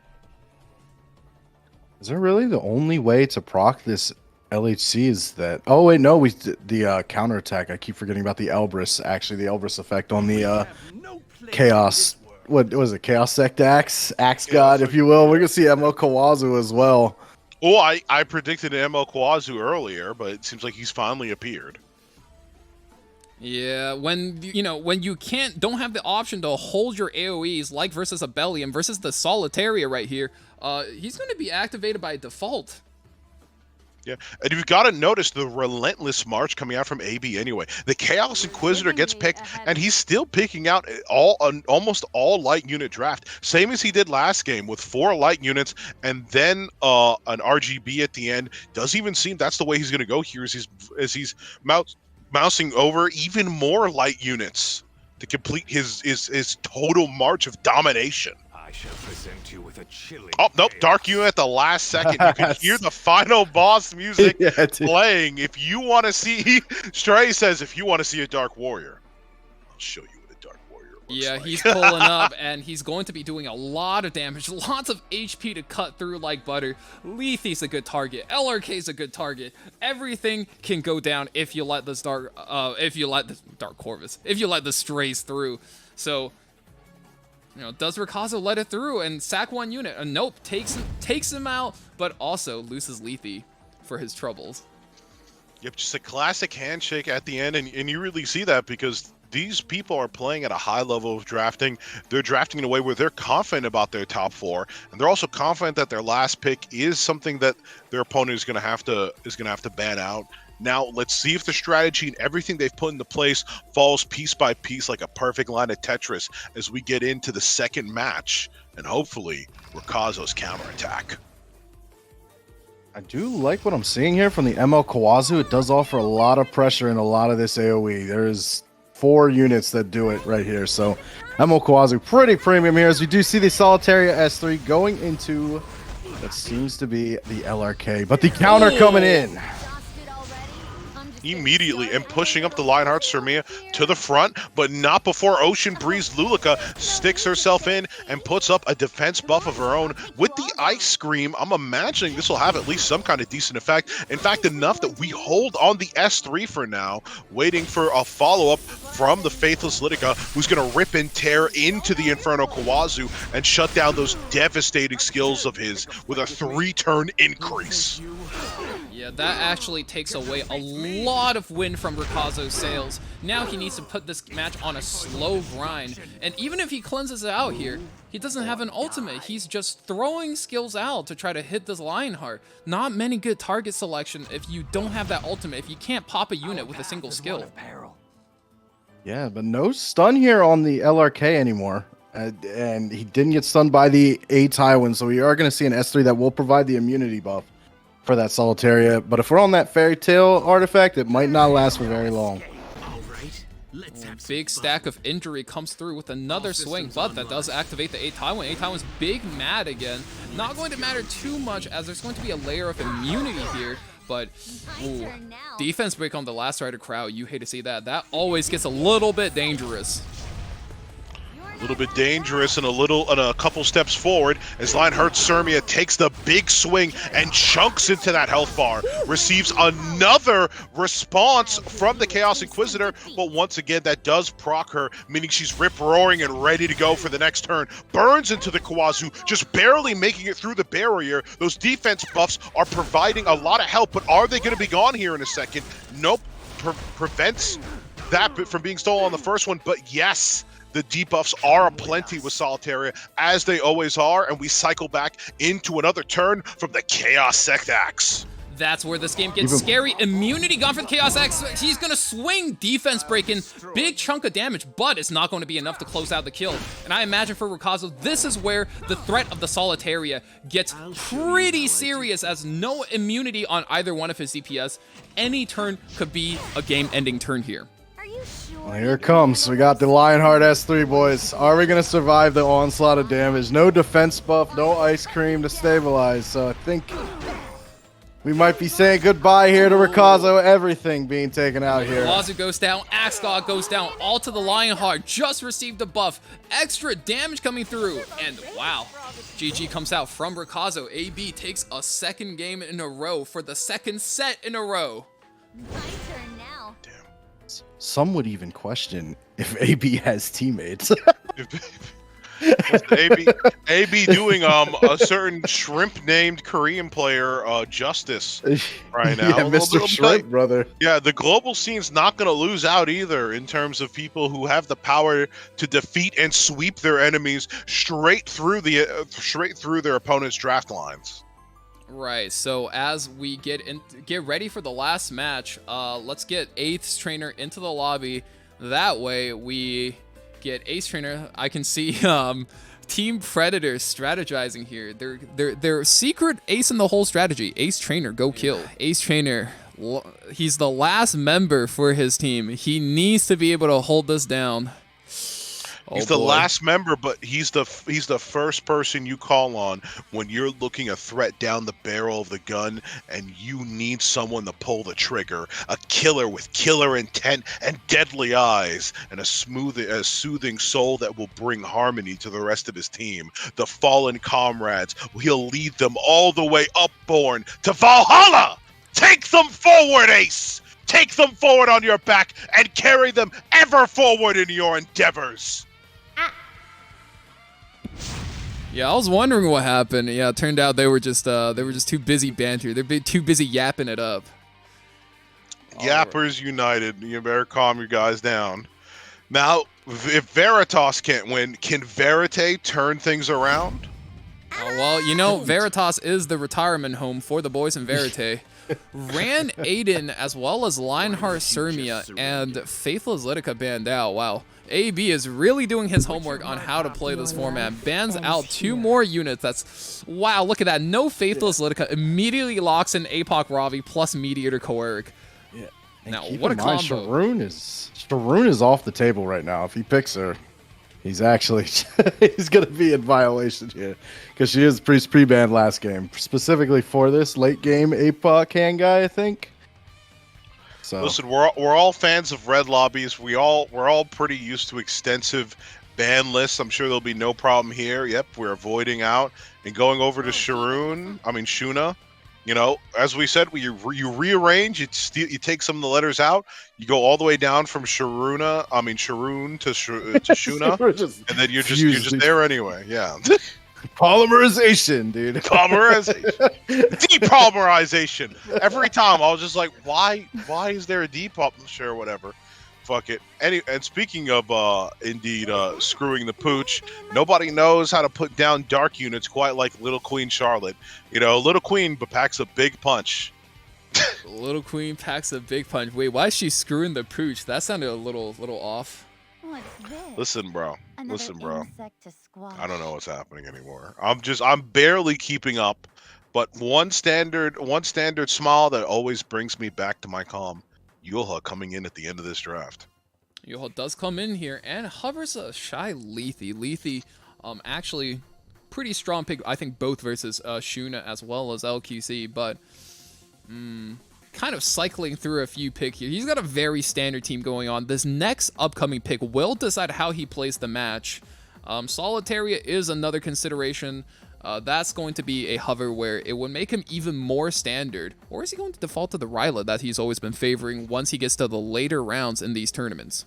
Don't be afraid. Rylet has definitely proved to be a very good standard DPS as the meta unfolds, but he is going to opt for Destina this time, just to give him just a little bit of sustain into that high damage, especially with the resurrection here on the APOC. So we'll see how AB goes with the rest of his draft with the Perhaps last a pick here. natural Alencia follow-up. Alencia, I think, spectacular matchup into every single one of these heroes, and also takes away that Ilanav. Now we are going to look at a slightly lengthy match for AB, but lots of injury. Can he fend it off? Lots of injury piling up on those last two units. The Alencia, as you said, a perfect pick into a lot of that draft. And once again, if you see the last pick strays, beware, beware, beware. That's danger all over the place. So he gets banned out as well. He definitely is the proverbial force ban here as we get to the first turn, and that's going to be Hand Guy. Shuna putting him in a very awkward position. He is going to go for the S2 here. Ooh, we get the resistance though on the attack down, which means we're getting a bit of force behind that counterattack coming out so early. She is pissed and she's ready here to get a vengeance for her fallen comrades. Was not expecting the early S2 into the Ilanav. I thought it would be into the LQC. In a draft like this, I think you're always looking to limit the LQC's damage output on your solo carry, because even if you revive a killed APOC, right, what happens? Do you have enough HP on her to even sustain it back? AB, though, is going to push up his Hand Guy. Hand Guy gets very high on the CR. APOC swings, but procs another counterattack. That injury is going to start to stack up here on Ilanav, so he's going to try to injury rush, but I don't think he's going to win here as we do go with the S3. That does provide even more injury to the side with crit damage buff and LQC's turn incoming with no strip on hand. Yeah, I was about to say crit damage buff. We've already used the M2 on Meteor Queric. We're going to have to get some buffs of our own in response if we want to stand up to the threat. Ace Trainer starting the pose. We're only in Frenzy 1, and this Meteor Queric is already down to, wow, even less we HP. 3 for 3? 17k HP on the Meteor Queric. This Ilanav is popping off. A Ravi says, I'm running out of time. Gotta hit time go. Procs another counterattack. God damn. Sober S2 incoming as well. No, we're going to see the S2 into the Yoha. That's going to be even more pop damage. Whoa, and it's going to kill her out of the game. No revive. Who hurt you? Who hurt this Ilanav?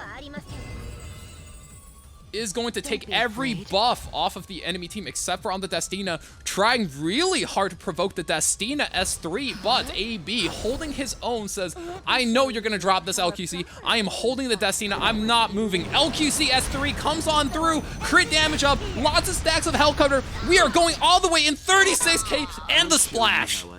And it's important to note, even there, the pop damage does come through, but still lazy old Mediator still sleeping on the job with all that massive damage somehow not waking him up. Very funny to see, but very dangerous indeed for right side as well. Now, AB is biding his time, looking for an opportunity to pop that Destina S3, and this is Ace Trainer's chance to play as carefully as he can, playing around the revives, where Yulha will come back at 60% CR, and APOC Ravi coming at 49% CR. Now, you might not think this is much, but every single percent counts. We saw a game yesterday we thought was over. Lunao came back with the revive on Destina and won the game by 1% CR. This is going to be a very close game. Here comes that S3 here. Yeah, that S3. Where are they at on the CR bar? I just said that. 60 and 49. Oh, say I didn't hear. Sorry. Yeah. Oh, I thought you were messing around. Yeah. Yeah, my bad. Nah, you're chilling. All right, Shuna does take another turn though. Does have S2, so going to reshuffle the HP a little bit and make it awkward for. Ooh, that's kind of scary. Mediator does come back up. A little bit of healing coming in from the Destina as well, but pushes the LQC, and LQC actually gets enough to re-kill the Yulha. No kill for the Yulha.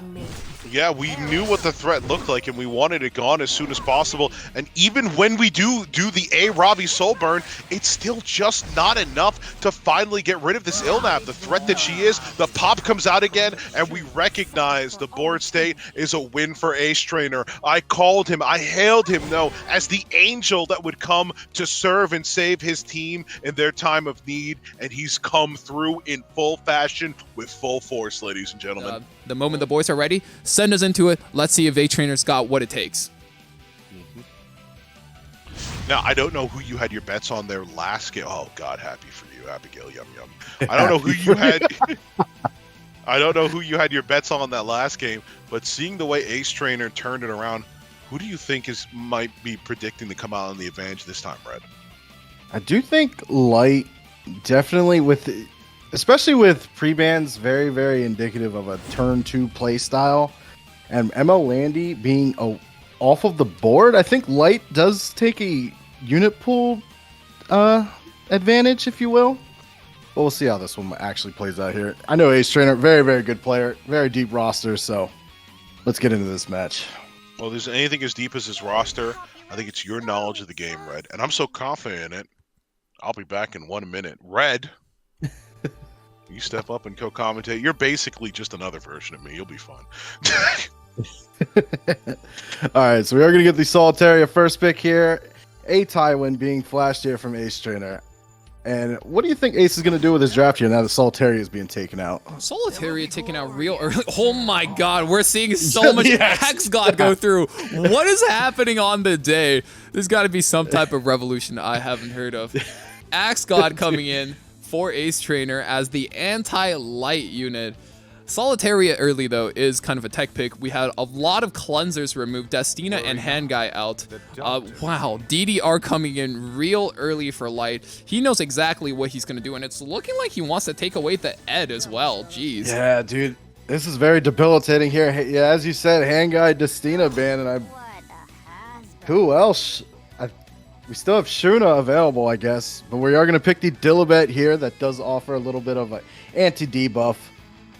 I'll tell you what, we're really going to have to work our way through What's really scary to me is that one of the few ways you can sort of counter or at least force ban a unit from the Solly DDR draft is if you start pulling out units like Fairy Tail Tenebria or not in the pool anymore, but Peyra, right, on the ladder.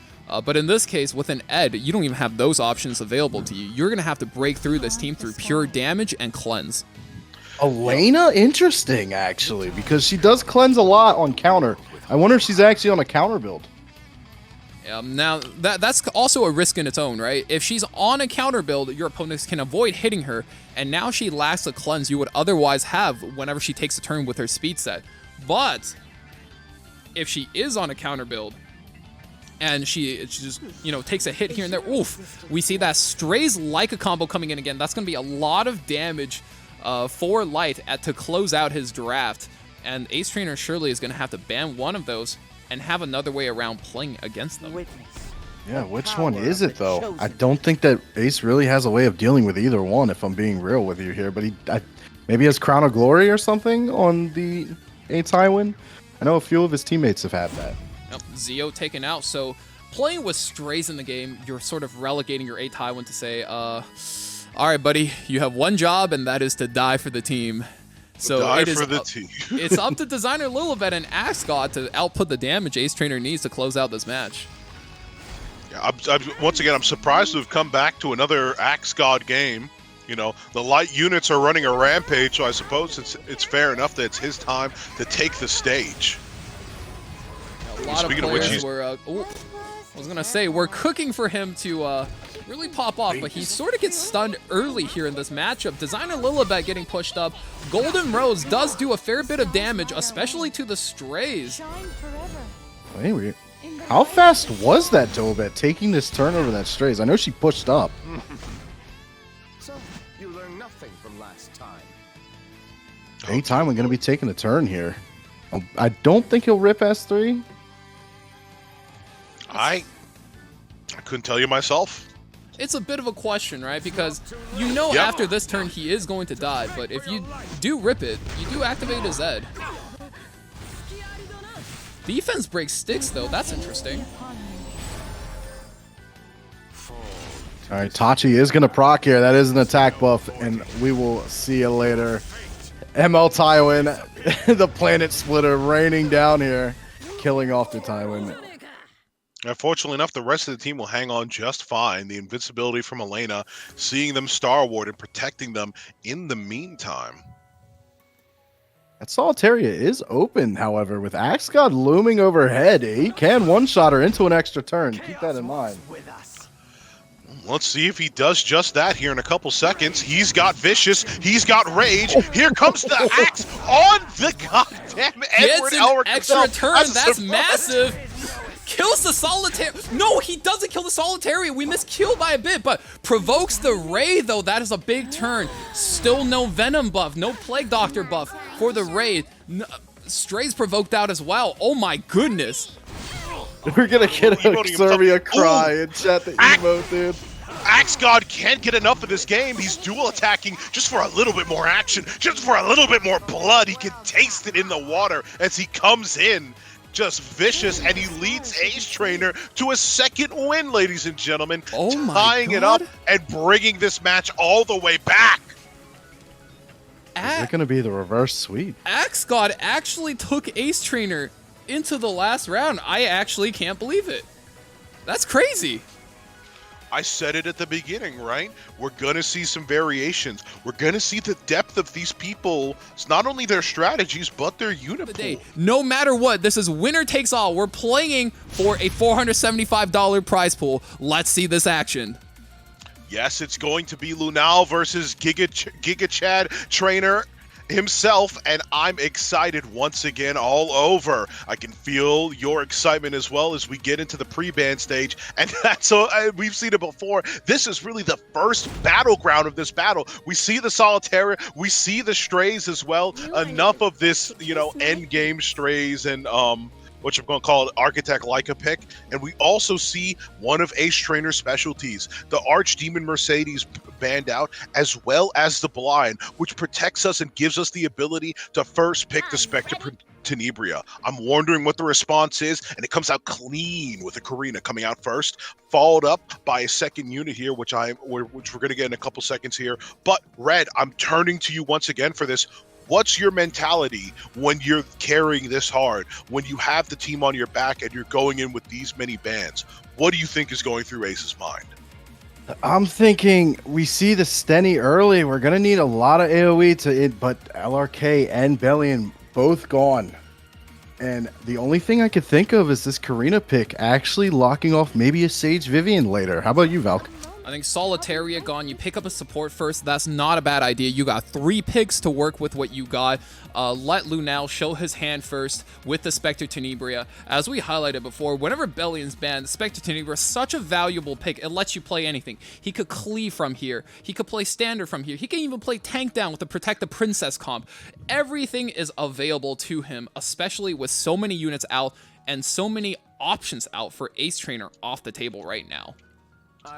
I think when you know you're going to have to slay such a huge boss monster like Spectre Tenebria in the back, sometimes you can work backwards. Think to yourself, right? If I have to play against Spectre Tenebria with a Tywin and the N on board, how do I work backwards? Like, what can I set up? Right? Malona, that's an excellent pick here, but how do I protect the Malona from these stuns, from Spectre Tenebria stun, from a Tywin stuns? Right? Those are all questions you have to be asking for yourself. What options do I have? How do my opponent counter me? Those are so many different angles you have to consider, and to be able to thrive like Ace Trainer is doing in this spot, that is the mark of a great player. Yes, speaking of which, a great player that I happen to know told me this just a little bit ago. When you get these many units being banned out in the game, it's almost like the game reverts a couple metas back. Yeah, that's right. That's your own words coming at you, Valky. And speaking of which, I'll highlight some of my own words. I can't predict, nor can I see what's happening in this game. Certainly didn't see a blue Tywin pick, and Dark Corvus coming out as well. Tywin is a power pick here, locking off any debuff slow. What is it called? The movement, the debuffs that prevent movement. Debuffs, yeah. There you go. Stuns and sleeps, namely. Stuns and sleeps here, especially on that Malona is going to unlock. But we do see D Corvus as well as ML Kawazu offering very anti-AoE threats here. Sage Vivian also being hover right now. Notoriously good matchup versus Spectre Tenebria. Ooh, wait a minute. In God we trust in the last game.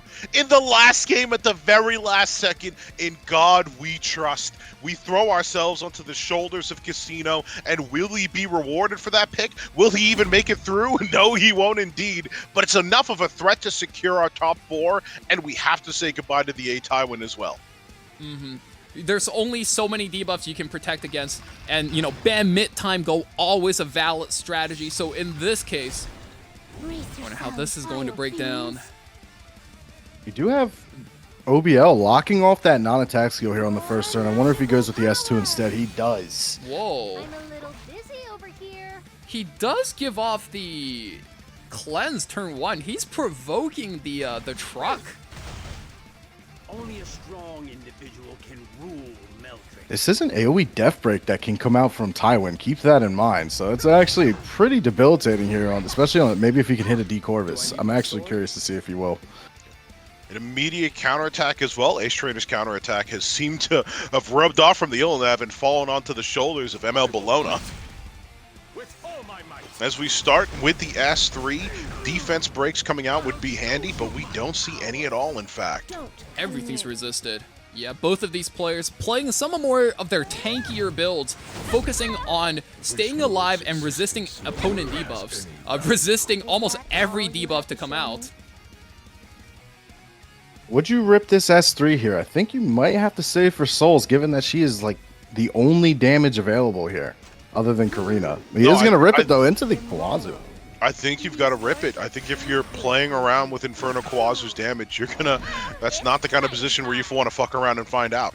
You have to put up your vigor buff to resist. If you don't kill him here, the vigor buff helps you stay alive versus the burns. In the name of the Oh, that Kawazu barely living with a thread of HP as we see the soul burn Soul from burn the comes DN. out at the end. That's right. Now it resets the cooldown of the cleanse. That's going to be coming in real soon. Ludica does put up her ice cream and defense buff right here, though. This is going to let her pull in that truck. Wonder if we're going to see some of these debuffs gone out of here. We need to see some of these debuffs. It's going to have to be that we strip away a good amount of Inferno Kawazu. We don't apply the blind. We don't get that attack down either. And that means we're going to be hurting here in a couple seconds. Counter attack coming in, killing off ML Kawazu. Wait! Ooh, the follow-up attack as well? Is it Detonate goodbye? does go No, it off. isn't. magical protect me with all my might. You aren't even fit to kiss my Then What he's is taking happening? his turn off. Imagine the S3 going into ML Bologna and just going to kill her off here, most likely. My power. Does activate Karina with that, but is that enough? That's going to be really rough facing down a Dark Corvus, especially when he's protecting such a high DPS unit like the Spectre Tenebria. And I think as time goes, that Steny is going to be a time bomb as her damage is escalating very quickly here. We're going to try in dire straits to kill off this DN, but I don't know if it's going to be enough. Yeah, while that's true, I think Dark Corvus with a Soul Burn available and S3 coming up in the next turn is going to be really scary. Not sure if a Karina, even with a barrier, can survive that. I'm not too late. We're going to have to hope she does anyway, because that's our last protection. That's our last line of defense. Unfortunately, as much as I like the Tywin pick, he's only got a couple more turns here to turn up and do something, or else he'll be failing the rest of his team. I'm a little busy over here. Yeah, buying All right. all the time that he can. All right, we're going to soul burn here to give us the team CR, but I don't think it's going to be enough, dude. That Steny with that attack buff looming over shoulder.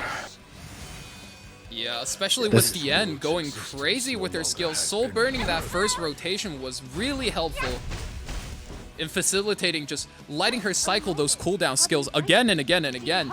Not only the sustain, but also the barrier, the cleanse, the attack up, and the anti-crit as well, just stopping so much tempo. We're All right, really we are holding gonna- on here. Oh, a silence there would have been great, but unfortunately we don't get that either. As we jump up into the air and come down with another Mega Fist, hopefully to make a splash of some kind of damage. Not enough to ward away the Steny in any way, shape, or form, though. Double miss, follow-up as well. And that's going to increase the cycling on this DN, who's really been a master of constantly coming back to the front low and getting out skill after skill after skill. Does she push enough here? She does have CR push. It's not going to be enough, and she is going to die here, but with Dark Corvus ready to go. I'm ready. Well, that's really scary, especially for Karina. Leave it to me. Yeah, the only damage left here is our Karina, so hey man, I think this might be the last wind here. And here it comes, Dark Corvus, Soul Burn. 25k HP. That's going to be all the Karina's HP and damage. Oh, Yeah, she's singing goodbye. The defense break coming in far too late to make the difference that we wanted it to. Ace Trainer recognizes as well. Another double miss with Haze the bout blind coming out from both sides. Yep. Now that's sort of the power of the Spectre Tenebria behind something like a Dark Corvus with a support and a tank. It'll be really hard to bust through. Yeah, we also recognized it at the beginning, right? Because that's why we banned out the blind. We went with the first pick Stenny because we knew that as long as we had the Stenny hiding in the background, she was going to be a threat. But we were also forced to really lock down on these picks, you know, the ML Kawazu, meaning that we didn't want to do AoE as much.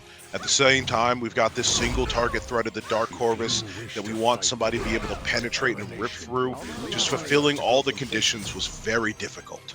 Absolutely, and I think ML Kawazu, something that you highlighted, is something we've seen throughout the tournament. More and more, we've seen these AoE units take over the game, and ML Kawazu, absolute powerhouse in this draft, just taking over, kicking in that Malona. Otherwise, she surely would have carried enough tempo to actually punch through, I think, most of this draft.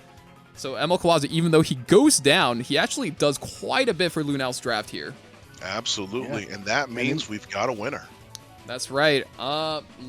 Doing a quick bracket check now that we've finished our finals. Looks like I Quit E7 does indeed go home with the grand prize of our tournament. Doing a quick payout check, that means they get to go home. Their entire team gets to go home with $237.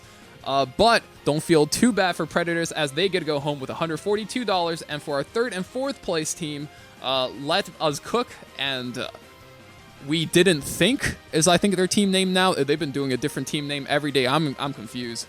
But those guys get to go home with $50 apiece. So thank you again to the community. Shout outs to Hez, Chicane, Beardly, and Red again, and Hez again. I appreciate you guys. Thank you for contributing to the prize pool, and thank you guys for raising the stakes on this tournament and honestly adding a lot more excitement into this weekend of games that we've had. Hi, honey. Yeah, and you know, I've got to say this as well.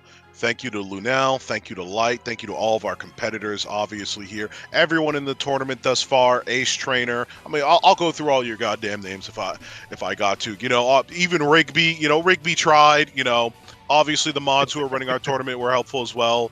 You know, Derp, Conquer, Frost. Really appreciate you guys holding down day one. Yeah, Semtex. You know. Poots, I didn't even get to see the love of our life, the light of this community, Poots himself, and Nori, Drac, Biako, you guys know I appreciate you as well. Everybody in this goddamn tournament, I love all of you. Red, thank you for coming on again. Thank you for giving me another excuse to have a platform here to donate to a worthy charity of your choice. I'm really glad that we got to have those conversations. Thank you for coming on board and repping this with us. And then lastly, thank you to Smilegate, putting together the Skystone rewards and prizes, just allowing us and giving us an excuse to get a little bit more community interaction, do a little bit more fun stuff. Please keep looking forward to that in the future. I want to do more of this stuff for you. I want to be connected with you guys. I just want to give back in any way I can. Because, E7 is a community game. You came for the waifus and the titties, and you stayed here for the boys because everyone here is just awesome. I guess we should take this time to announce our plans for next month. If you guys enjoyed the show today and you want to join us for next month, as always, the end of every month or the beginning, depending on how things move, I think just to kind of slide in between weeks where we don't have any E7 WC content, we are going to have Rush Hour Royale number 2 Draft City. So it's going to be full draft mode, banner done by Rug Dealer. Shout outs to Rug. We love Rug out here. So if you guys are looking to sign up for draft mode next month, ! Sign up in the chat. There is the link. Don't worry, leave everything else to me. We'll organize, we'll cast the games, and we'll find you guys a community for a prize pool. So, you know, get on in early and make sure you guys get in on next month's festivities. But I think that's everything we got for you guys today. Are we missing anything, Divine? Honey. I did want to say something. Okay, go for it, Red. All right. I just want to thank you, Divine, for going out there and being an actual good part of the community that goes out and actually tries to, you know, engage with it and make it a better place, brother. I feel like no one ever thanks you, so I'm going to do it right now. All right, brother? Well, You going thanks, out man. there and putting events out, it's really good for the community, and it's really appreciated. Just trust me. Take it easy, guys. Have a great one. Stay safe out there. I'll see you guys next time. Later.